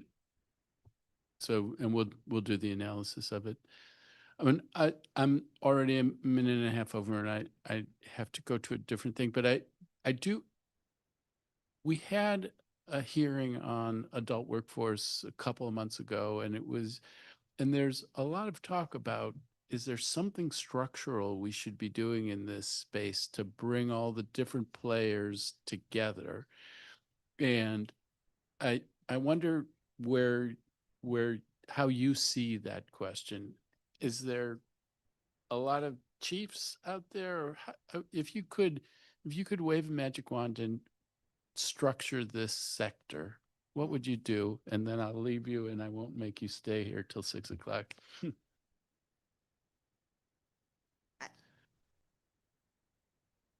I certainly think there should be tighter coordination.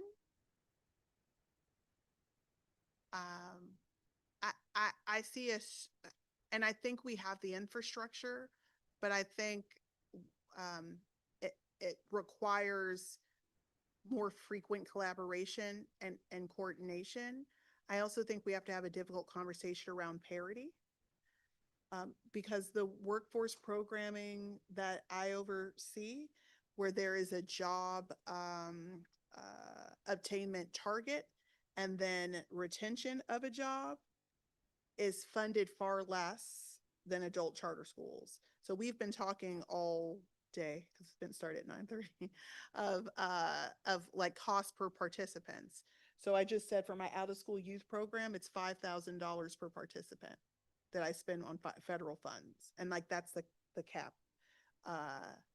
And they're required, we're held accountable for whether they get a job and whether or not they still have a job, and wages. We have to actually report their wages second and fourth quarter of exit for $5,000 a participant for a 6 to 12 week program. And I think there should be coordination and convening in the infrastructure that we have, but also parity, both on funding of per participant and pupil, and then standards. So we're measuring apples to apples and oranges to oranges. And I think until that difficult work can occur, it feels like a disjointed conversation.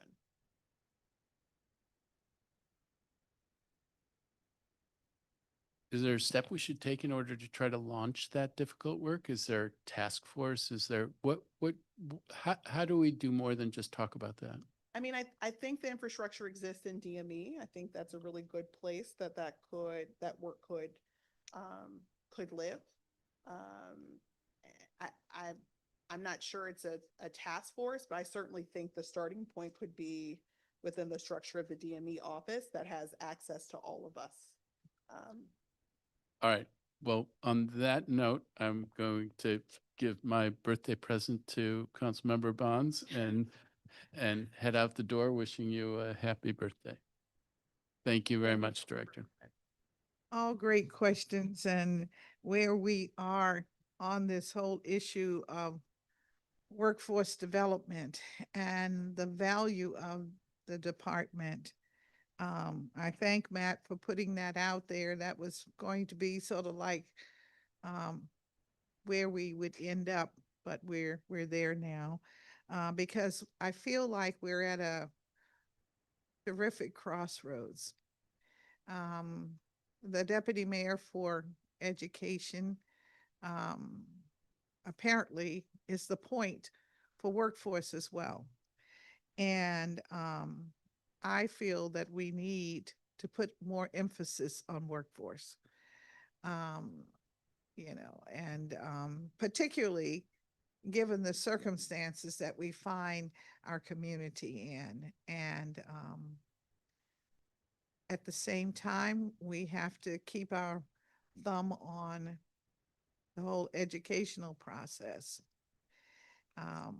So anyway, I think they're two different balls. Yes. That we need to play with.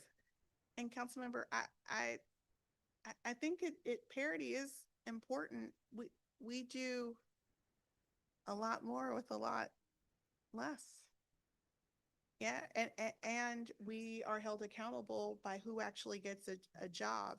And I'm not I'm a lifelong learner. I've started in the education sector, so I'm not suggesting that pursuing an education is less important than actually getting a job at the conclusion of your program.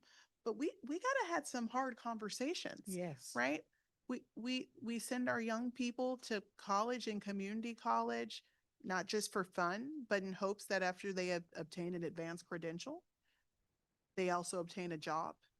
We should send and support all of the people who are in adult charter schools and who have taken the courageous step to improve themselves, but also connect them with employment. And some of the programs, some, not all, but some of the programs of study aren't aligning with the labor market data. That's right. Right? But they're in these programs a few years sometimes. Yeah. $13,000, $15,000, $20,000 a year, and to leave without a credential that would lead you to compete for a job. That's correct. And to not track whether or not they're working for a year after they complete the program. I mean, those are the sort of standards that we hold ourselves to that I would argue the DHS program could hold themselves to, the adult charter schools.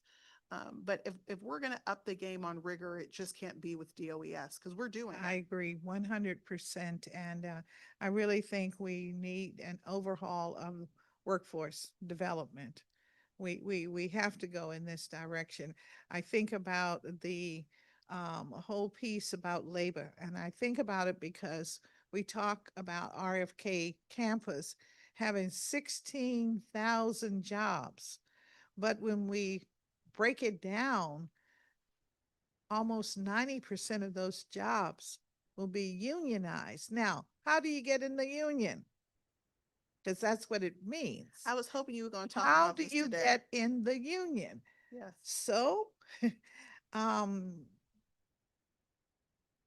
the unions, some of the unions have training facilities that are located, let's say in Prince George's County as an example. I've been out there, beautiful facilities, and they say, but Councilwoman, DC won't send us their school students.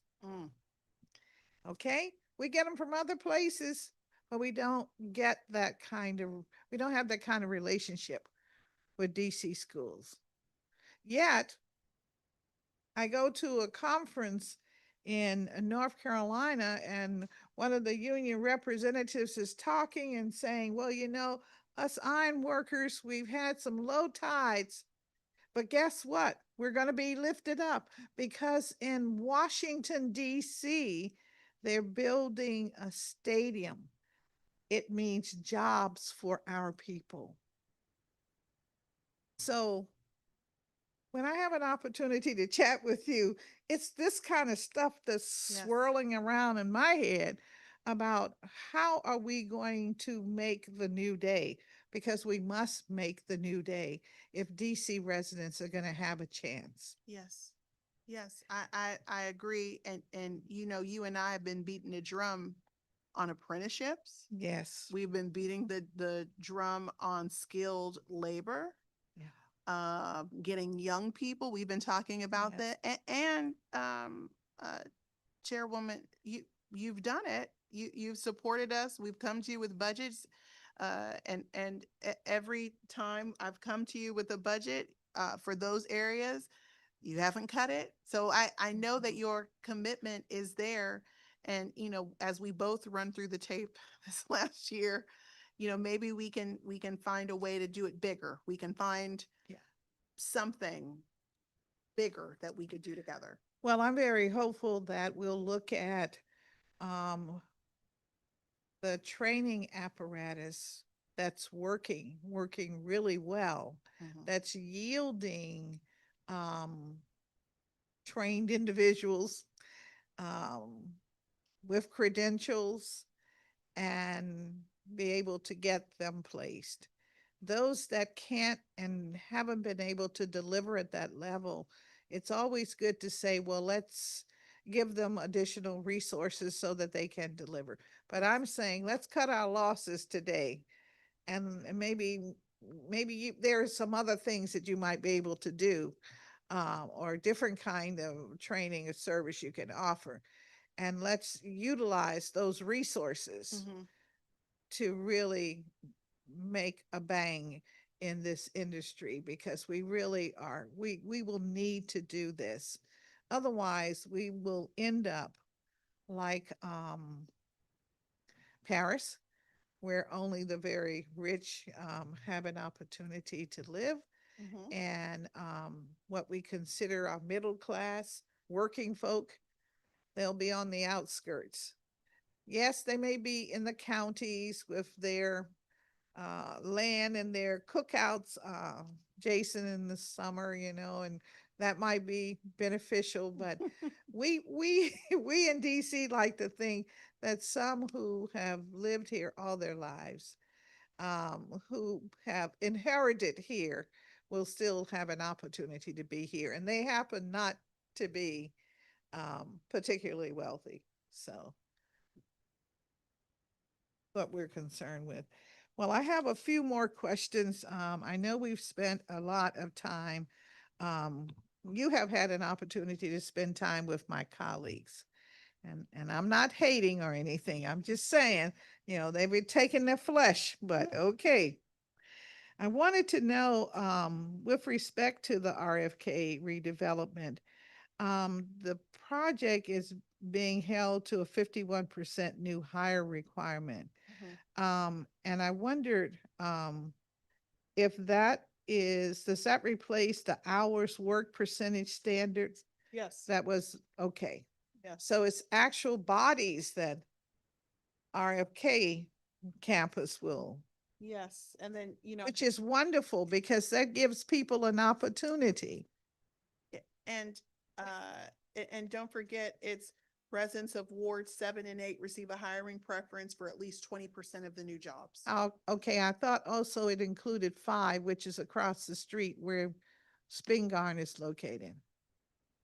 I don't have that. Okay, I not, thought it was, okay. uh, Because yeah. 8 is a distance away. I can see 7 is contiguous to Ward 6. But is it now 7 though? Yes, Yeah, the I mean, you know, stadium is in 7. okay. So where it like where we're at Spingarn, I think that might be 7. Now we have to double. No, No, it's 5. It's still 5 there, Okay. Cross Spinning Road, yeah. Okay. Okay. And then the border, of course, is 6. 6. Yes. Still 6, yes. Yes. Okay. I'm assuming that new hires yields a greater number of jobs than just hours work. I can't say that with certainty. Okay. Um, So do you take hours worked and do an equation that says for every 40 hours times X number of weeks, it yields a person? there is a formula. Yes. And you know, it's hours worked percentage on the different labor journeymen. Yes. So I don't have the formula committed to memory. You know, I think what we will see is if whoever, like the GC and subs are, how many people they bring on the project that they already have on board, because these are for new hires. Yes, exactly. So that's why I'm saying I can't say with certainty if this would produce more. I see. Than the hours work percentage. All right. Well, perhaps we can have a conversation with your first source team and we can take a look at what that might mean. Sure. Thank you for that. How many investigators are currently assigned to wage enforcement? I do have Office of Wage and Hour. And now we have 32 FTEs. We have a few vacancies.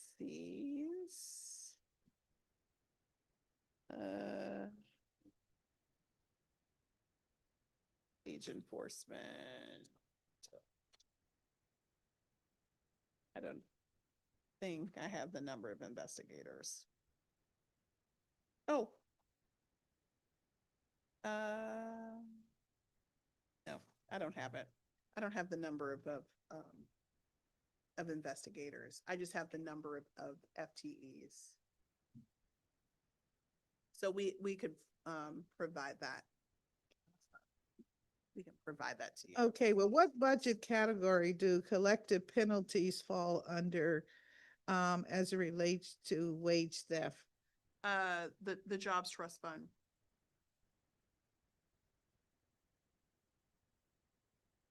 Okay.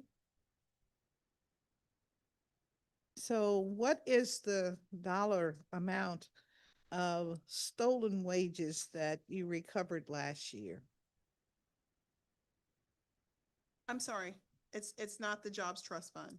It's the Wage Theft Fund. I'm sorry. Okay. Sorry. We went from first source to Right, we did. Sorry. I'm so sorry. I'm so sorry. We do have 20 investigators, and in the Wage Theft Fund in FY25 we collected $133,550 in penalties, and I will have to follow up with you on the total number of wages that we collected, because we share that number with the Office of Attorney General as we prepare a lot of the casework and then send it to OAG. Oh, goody. Okay. We have, all right. $239,000 and $17 in back wages. I already said that the $133,000 in penalties, and then $99,977 in damages. Those damages going to claimants. Okay. So a total of all funds collected, $472,844. All right, and now these are enterprise dollars, correct? Is that right, Shonda? No, they're SPR, and they're in the wage theft fund. Okay, in the wage theft fund. They're SPR. Okay, and how do you spend them once you get them? On FTEs. On FTEs. Primarily on the investigators, which I did say, thank you. There are 20 investigators. So this money, okay. So these investigators, are they included in your total FTE number? Yes, our total FTE number is 36, 32 field FTEs, 4 vacancies, and a percentage is used on PS. All right, Thank so you. is this part of your almost 900 employee? It is. Yes. Okay, all right. Yes. I'm trying to, okay, so I'm trying to understand this money that you just spoke of, the wage theft penalties and damages. Okay, this is money that comes in an FY year. Correct. Okay. So are you And there's telling me today you have 472,000 in that fund that you are going to use to hire 20 investigators or to pay the salaries of 20 No. investigators, or? There was $472,844 collected. Okay, Okay, of that 472,844, 239,000 of it went to back wages. We didn't keep it. We collected it. We sent it to the Okay. people. Okay. $99,977 went to damages, which also went to the people who filed complaints. okay, And there were judgments. There were 133,000 that was collected in wage theft fund and penalties. So total what we collected in that SPR fund was $472,844. The total number of FTEs for that office is 36. 32 today are filled, 4 are vacant, and we approximately spend or fund 2 FTEs from the penalties and what did I say? Penalties, wage theft fund penalties. We fund 2 FTEs okay. From that, Okay. and a small amount of NPS. All right, that's what I was trying to be clear, that the monies that are collected actually go back to the claimants, those who, Yes, a percentage of it goes back to the claimants. most of it, you said Mhm. 239,000 and the 99,000. Correct, that's Okay, correct. and the amount that stays with the agency is 133,000, which you use to fund Help support 2 two FTEs. FTEs. Okay, the other FTEs are the 34 FTEs that are in your budget, overall budget, Mhm. are supported through the general fund. Correct. Okay, And all that's right, about just wanna $4 make million, sure. $4,072,000. Okay. Yeah, $4,072,506. Okay. All right. And let's see.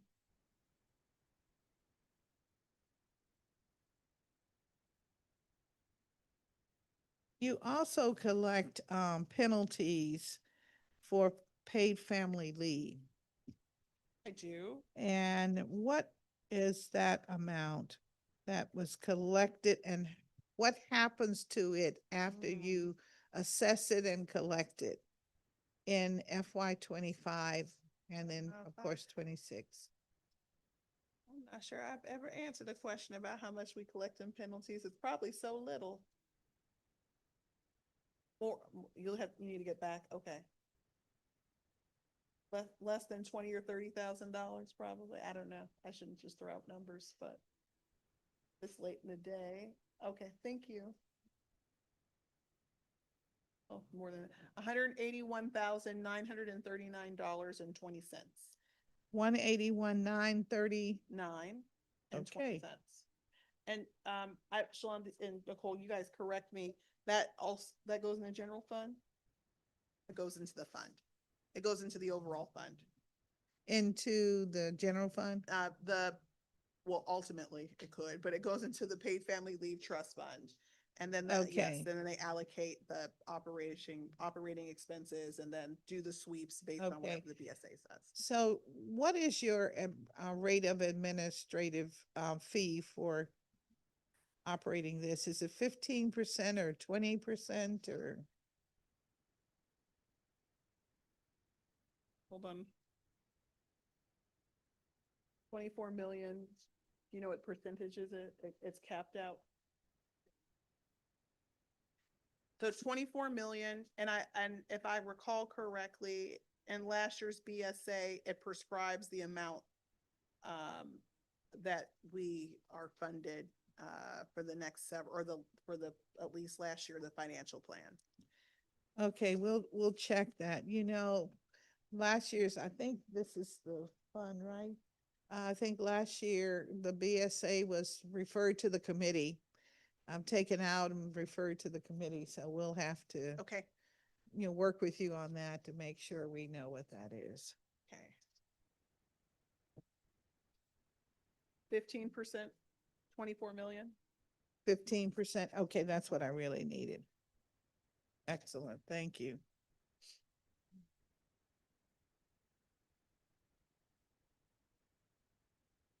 Veterans Affairs, wanted to ask you about the veterans. This is federally funded, I believe. Yes. And so it's proposed 601,000, just up slightly from 577,000. What specifically are the services that are provided with this resource? So under the Workforce Innovation Opportunity Act, veterans have a priority of service in the American Job Centers. So veterans get like first service. If there's a veteran that comes in, they get to go to the top of the line. But they get the same sort of job seeking career support services as our other federally funded program, which makes this program a little bit more unique. In addition to the priority of service, is we hire I'm going to say the acronym. I'm not going to say that. It's a DVOP, but we hire veteran specialists. So usually people who are, well, all of them are veterans, to work with other veterans to help connect them to employment. So we have special staff that have a unique skill set because they all have been veterans that have served in the armed forces. Okay. And they don't have to be DC residents. They can be a veteran and still come in and get services despite their home of residence. Right, because it's federal dollars. That's right.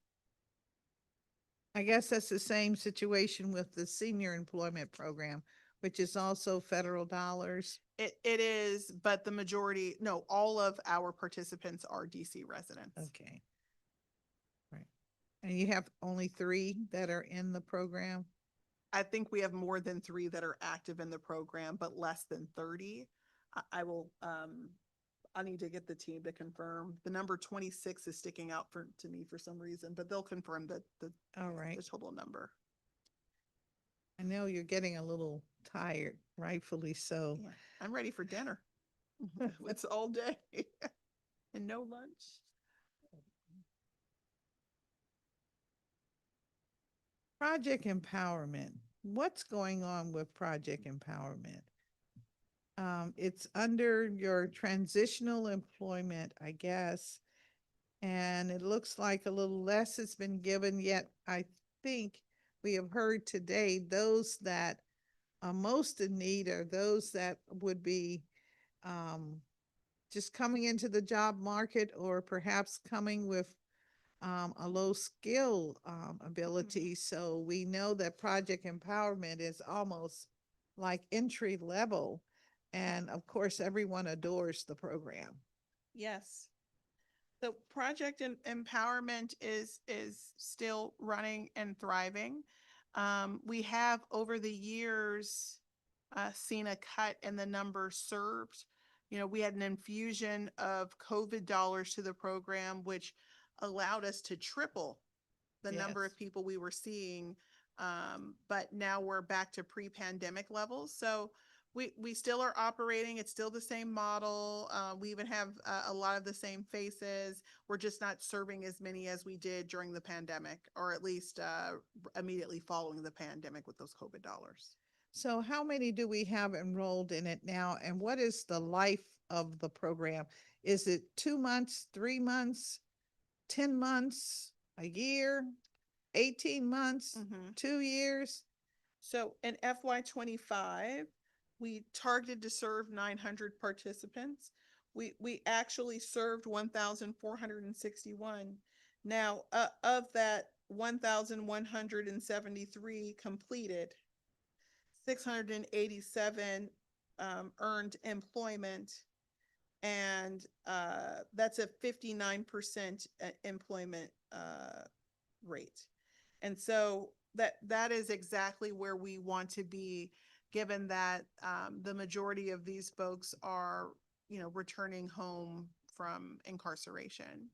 But we're still operating. I think we did have a previous training provider testify on their Employment First program, something that we had piloted before. I'm not sure we saw the sort of results in terms of job attainment that that we had hoped for. I think a very strong program, a very great program. I think there's probably even different iterations and models. We currently don't have an active agreement, but the program continues to operate and maintain. Okay, and so there, in FY25, you had 680 that were employed. Yeah, 687. 87, okay. Out of the 1,073 that did the training? 1,173. 173, okay.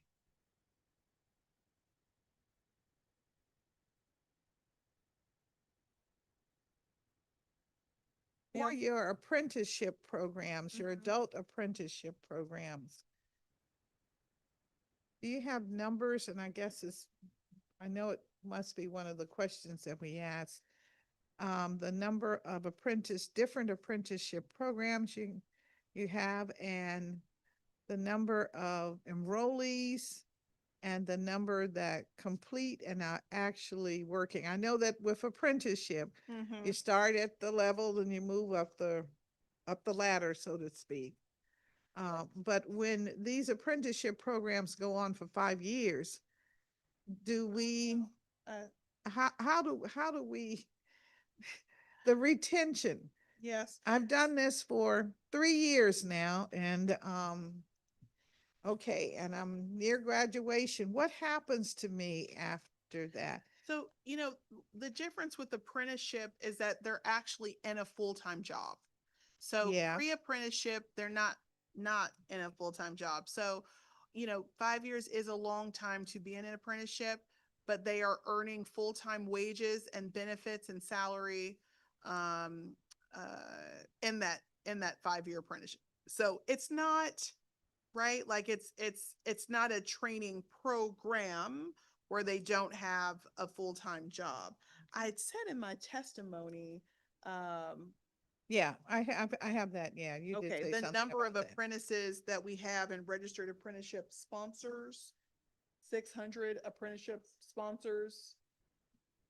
Oh, it's over 3,000 apprenticeship sponsors. They'll tell me in the testimony. It's somewhere on the table.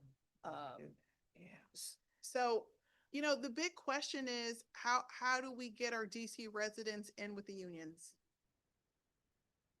That's the question. I know. You and I have to figure this out before we run through the tape. I agree.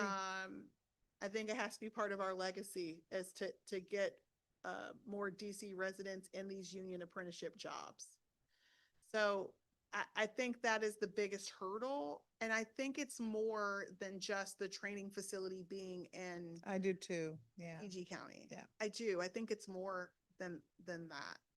I want to know what though, so I can remove that barrier and we can create a pathway. 370 apprenticeship sponsors, 6,300 registered apprentices, and 160 youth in the youth apprenticeship program. 376,000 and 160 youth. Wouldn't it be something if we could, Councilmember Bonds, get to 10,000 registered apprentices? I think that's a good number for us to go out on. I think we should aim for 10,000. I mean, we're already halfway into the fiscal year, so I don't know, but that's the question. And I'm not. It's got to be more than the training program being in a county. Like it has to be more. And I haven't. And the union movement across the country is okay, but here, you know, but getting our people into the process, like I said, I've been there for 3 years. Okay, my apprenticeship is over. Do I have a job? Yes. So, okay, we have to figure out how are we going to do this? We need to call the apprenticeship reps up and understand. So let's put that on our list for our staff to work on, because maybe there's something else that we don't know, but we can help if we know. If we don't know, we can't support. But That's right. It's got to be something else. Beyond just talking the language. It has to be. Because there is an apprenticeship unionized language that you speak. Mm-hmm. So let's work on trying to figure out so we can put something in place. We really need to do that. Okay. All right. So Jason, Julia, y'all gonna help? Jason's still back there. Still back there. All right. So we're gonna figure out how we can. All right. Very good. And I think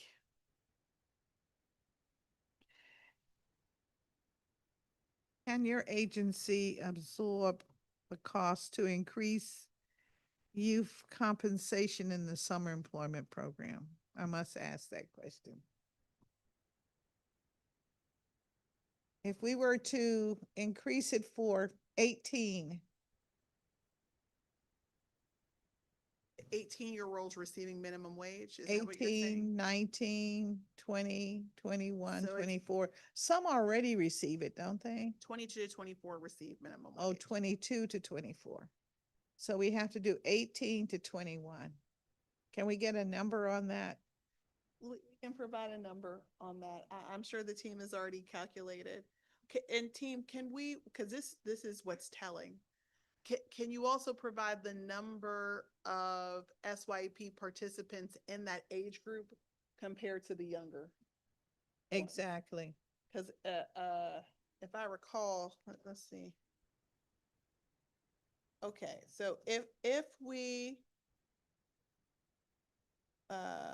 16 to 21-year-olds, just as an example, 16 to 21-year-olds, if we move them to minimum wage, that is, and if we move the 14 and 15-year-olds to $10, not minimum wage, but $10, that's an increase of $13,263,790.69. Okay, 13,263,000. $790.69. That's the increase. Okay. Now, I don't know That's what just the 14 to 15. no, year so 14 and 15 would get $10 an hour. old. Okay. The 16 to 21 would get minimum wage. And the 22 to 24-year-olds already get minimum wage. All right. So the total package for 14 through 21 is only 13 million. Only, yes. You've got it. We'll figure that out. It's an increase of 13 million to SYP. All right. And Remember, SYP you is said you already- wanted to do internal. You've got the dollars, so we got to figure out the internal where I can, utilization, of Wh- course, where you can. where I can. But that would bring an SYP budget to, are we at like 24, 25 million Mhm. now? So adding an additional 13 million Mm-hmm. on a 24, 25 million dollar, but we already talked about. But if we are using this money to address many things, Oh, yes. okay? And who knows? We might get some synergy from some of the other agencies. Well, I would say we could look in the committee. I mean, there might be some I'm pluses. talking about even outside the committee. I'm supportive. Yes, we have a public safety committee Mm-hmm. as an example. We have facilities committee, Mm-hmm. and I guess to some degree we have the health committee. And I recognize that those committees may be strapped for cash themselves, but if you want something and if you see the benefit and it's going to benefit the work that the city is doing in general, then we need to figure out how we bring all these dollars together because we know we have this purpose. Yes. So, I'm supportive. and as you said, as you run through the tape, you want your legacy to be extraordinary. We want our legacy to be extraordinary. Oh, goodness. Too much. All right. Do you have a youth apprenticeship advisory committee? Yes, And how does it function? Is it similar to the adult one? it is. Okay. It is. And they meet regularly. It's staffed by, and Mr. Brown, Lou Brown, and that whole team, Okay. Miss Samuels. So he does the youth and the adult. Mhm. All right. And can we get information about their meetings and who are these folk? Yes, Just to and have they're a public sense of meetings. that. So yes, we can share that, All that right. information.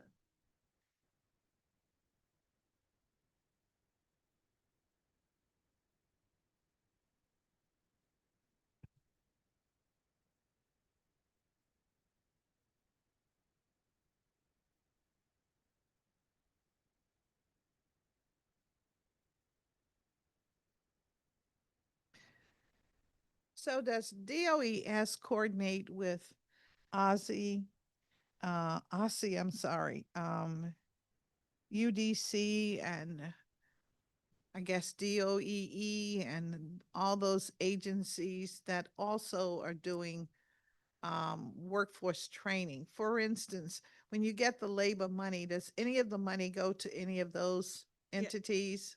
Money goes to UDC. We have been funding UDC.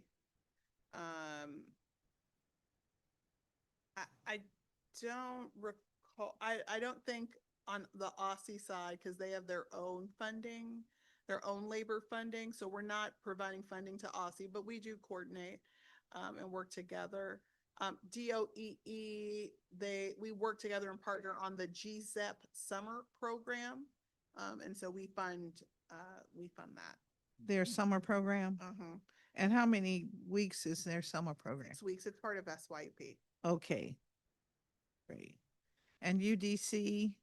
UDC, we provide funding through the eligible training provider list to have people take classes there. I don't think they fully enrolled last year using our funds, And so I believe we are using the talent, supporting the Talent Capital Initiative, federal unemployed or unemployed workers due to federal layoffs. We're supporting them through this Talent Capital Initiative, and they can take classes through UDC. All that right, we're you're paying. saying they did not use the money last year. They How much used was the that? full amount last year that we gave them of federal funds.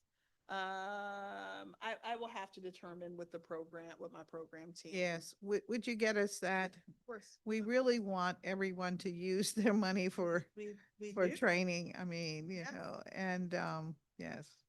Yes, we do. Yeah, so it's not just that we want you to use your money. We want anyone who has any training money Yes, to use it. correct.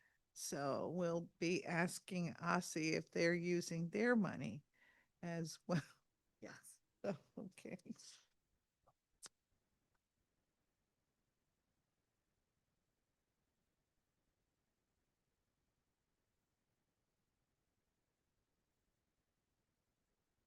For the DC Infrastructure Academy, what are the programs? And I guess you may have this in the manual that you provide us with, but the programs that are listed that are planned for, that are, let's say what's going on now in utilizing FY 26 resources.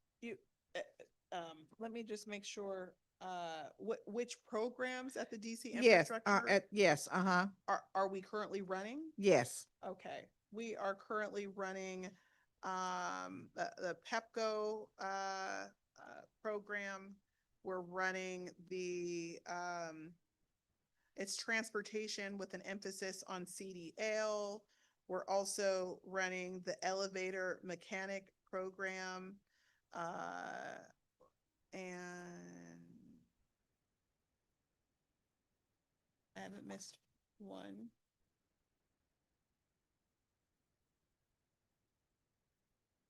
Oh, thank you.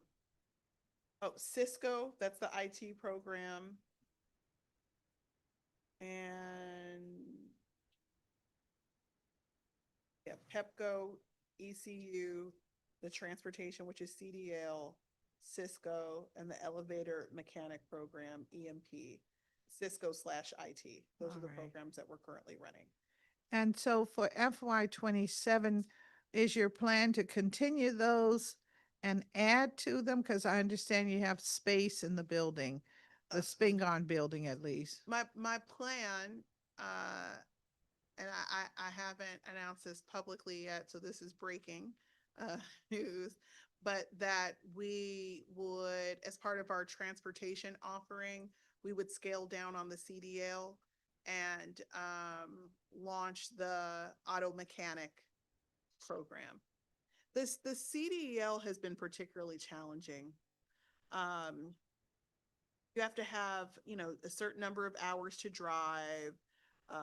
We do have some people who have had challenges with obtaining the license. And then in terms of the job readiness piece, I still think we have some people who struggle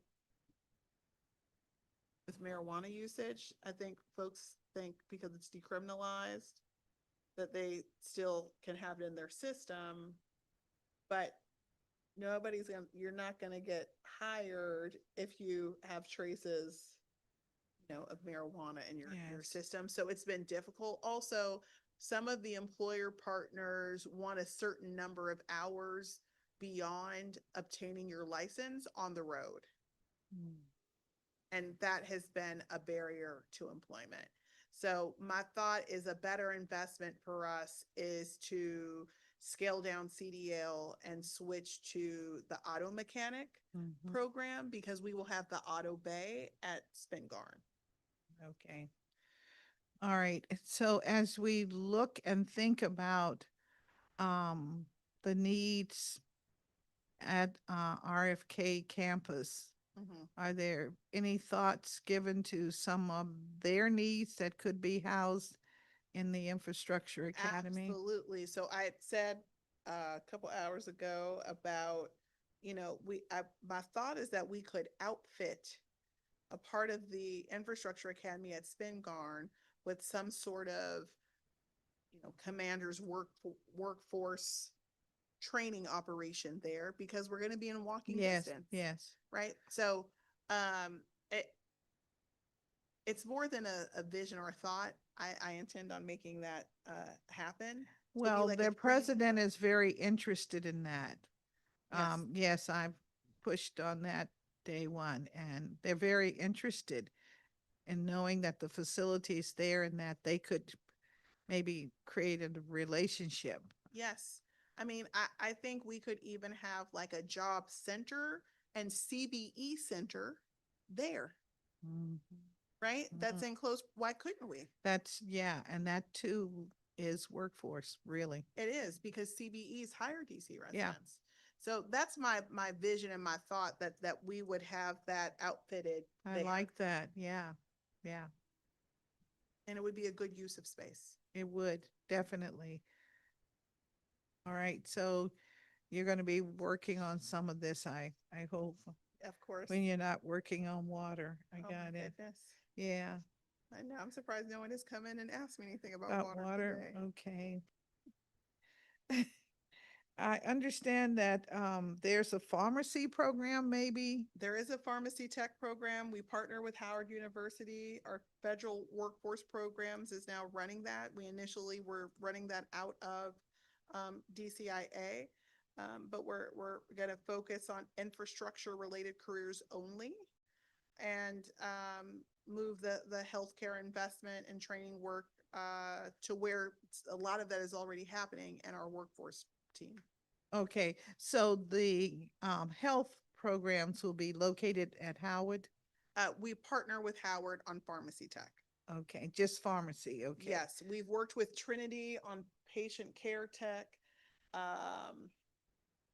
MedStar on surgical tech. That's what I said I wanted to do next.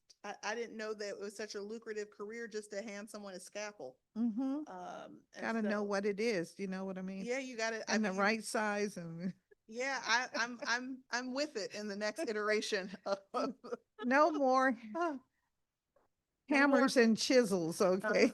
or no more UI modernization. Maybe that's going in the direction of handing someone a scalpel or a medical tool. And so I said Trinity, Washington Hospital, MedStar, that's MedStar, and Howard. And we've been able to partner with Cedar Hill. Cedar Hill has hired our pharmacy techs. They also have a first source agreement. And so this is, you know, real life in action where we're seeing a first source, you know, employer hire from our training programs. That's what we want to happen. When we think about security and we Mhm. think about security officers, they require some training. They do. And it's my understanding, in order to be a security officer, you are working under a business or organization certification. Mhm. You're not certified as the employee, but you're working. Help me understand how that is the best way for individuals who are in security to gain a job. Yeah, you know, this issue came up in some of our talks with the Workforce Investment Council. The way it goes now is that you're hired and your credential is tied to your employer. Right. And so the challenge is that it becomes difficult to scale up quickly because people can't independently go get their license. I think there is, and I don't know if I'll get this done, but it was certainly on my list of things, like licensing reform, occupational licensing reform. DOES is probably only a handful of state labor and workforce agencies that don't oversee licensing. And so the idea is that someone should be able to obtain their license and then go to the employer. versus Yes. all of the burden being on the employer Right. for, for the license. I think that there's certainly a more efficient way for us to work that would support the business community. But licensing doesn't fall under my purview. So, so I don't have much influence there with that, but it certainly is. Just like, there is, and maybe I could get this done. Those that successfully complete training programs like apprenticeship should be able to sit for the exam to get their license or get their license. States that oversee licensing have reciprocity, and they also have the ability at the State and Labor Workforce Agency, Maryland, Virginia. You complete your apprenticeship, you get your license. You complete your barbering and cosmetology apprenticeship, you get your license. And so it's more efficient to do that way instead of go to DOES for your training, the health department for your license, Department of Buildings, or licensing for your license. I just think that there's a more efficient way for us to do it on certain occupational skills. I don't suggest DOES do like medical doctors and nurses, but on skilled trades, and some of our other low to barrier occupations, we need to be a bit more efficient. I would appreciate hearing from your team as to, your thinking about that. It seems like that's something that we could do to modernize this process. Yes, to help people get quickly. Yes, into because jobs. that's part of it too. It's one thing to go through training to be qualified and then to wait Yes. before you can be in a job. I will have the team follow up with you on that. I know in the past we've written some language. Okay. Nathan has language. Nathan, Okay.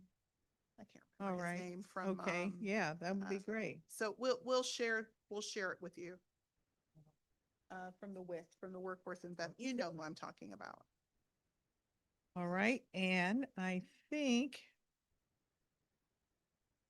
one more. I think we did. I promised I would stick to the, well, I want to thank you very much. I know it's been a grueling day, and I'm sure that you all would like to take a breather. And I just realized that since we've been back at this, it's been 4 hours. So I thank you very, very much for your time and for your team today, and hope you all get some rest from the Wilson building for a minute. So that concludes the committee's budget oversight hearing for today. I want to thank our public witnesses that participated earlier today, and the committee does carefully consider public input and appreciates your participation. And of course, I appreciate the participation of our government witness and her team today. And if you could see the desk that she is sitting at, you would know that she has answered an abundance of questions or concerns, papers all over the place, and her team has been on top of it. And thank you very much. Thank you. I encourage the public witnesses to submit their written copies of their testimony for inclusion in the official hearing record. You can upload it in Word or PDF to the council's hearing management system or email it to seal@dccouncil.gov. And that's CEAL@dccouncil.gov. And please get that to us by Wednesday, May 6th. The next hearing that we will convene is on Monday, the 27th of April at 9:30 a.m. And we will be talking with the Department on Aging and Community Living, the Workforce Investment Council, the City Administrator, the Office of Inspector General, and DC Department of Human Resources. And we'll start with our public witnesses, and they will be followed by our government witness exclusively from the Office of the Senior Advisor. The time is now 10 minutes past 5 p.m. on April 22nd, 2026, Earth Day. And it includes that we are concluding today, same day we started. With that, the meeting is adjourned. And again, thank you very much. Thank you and happy birthday. Thank you.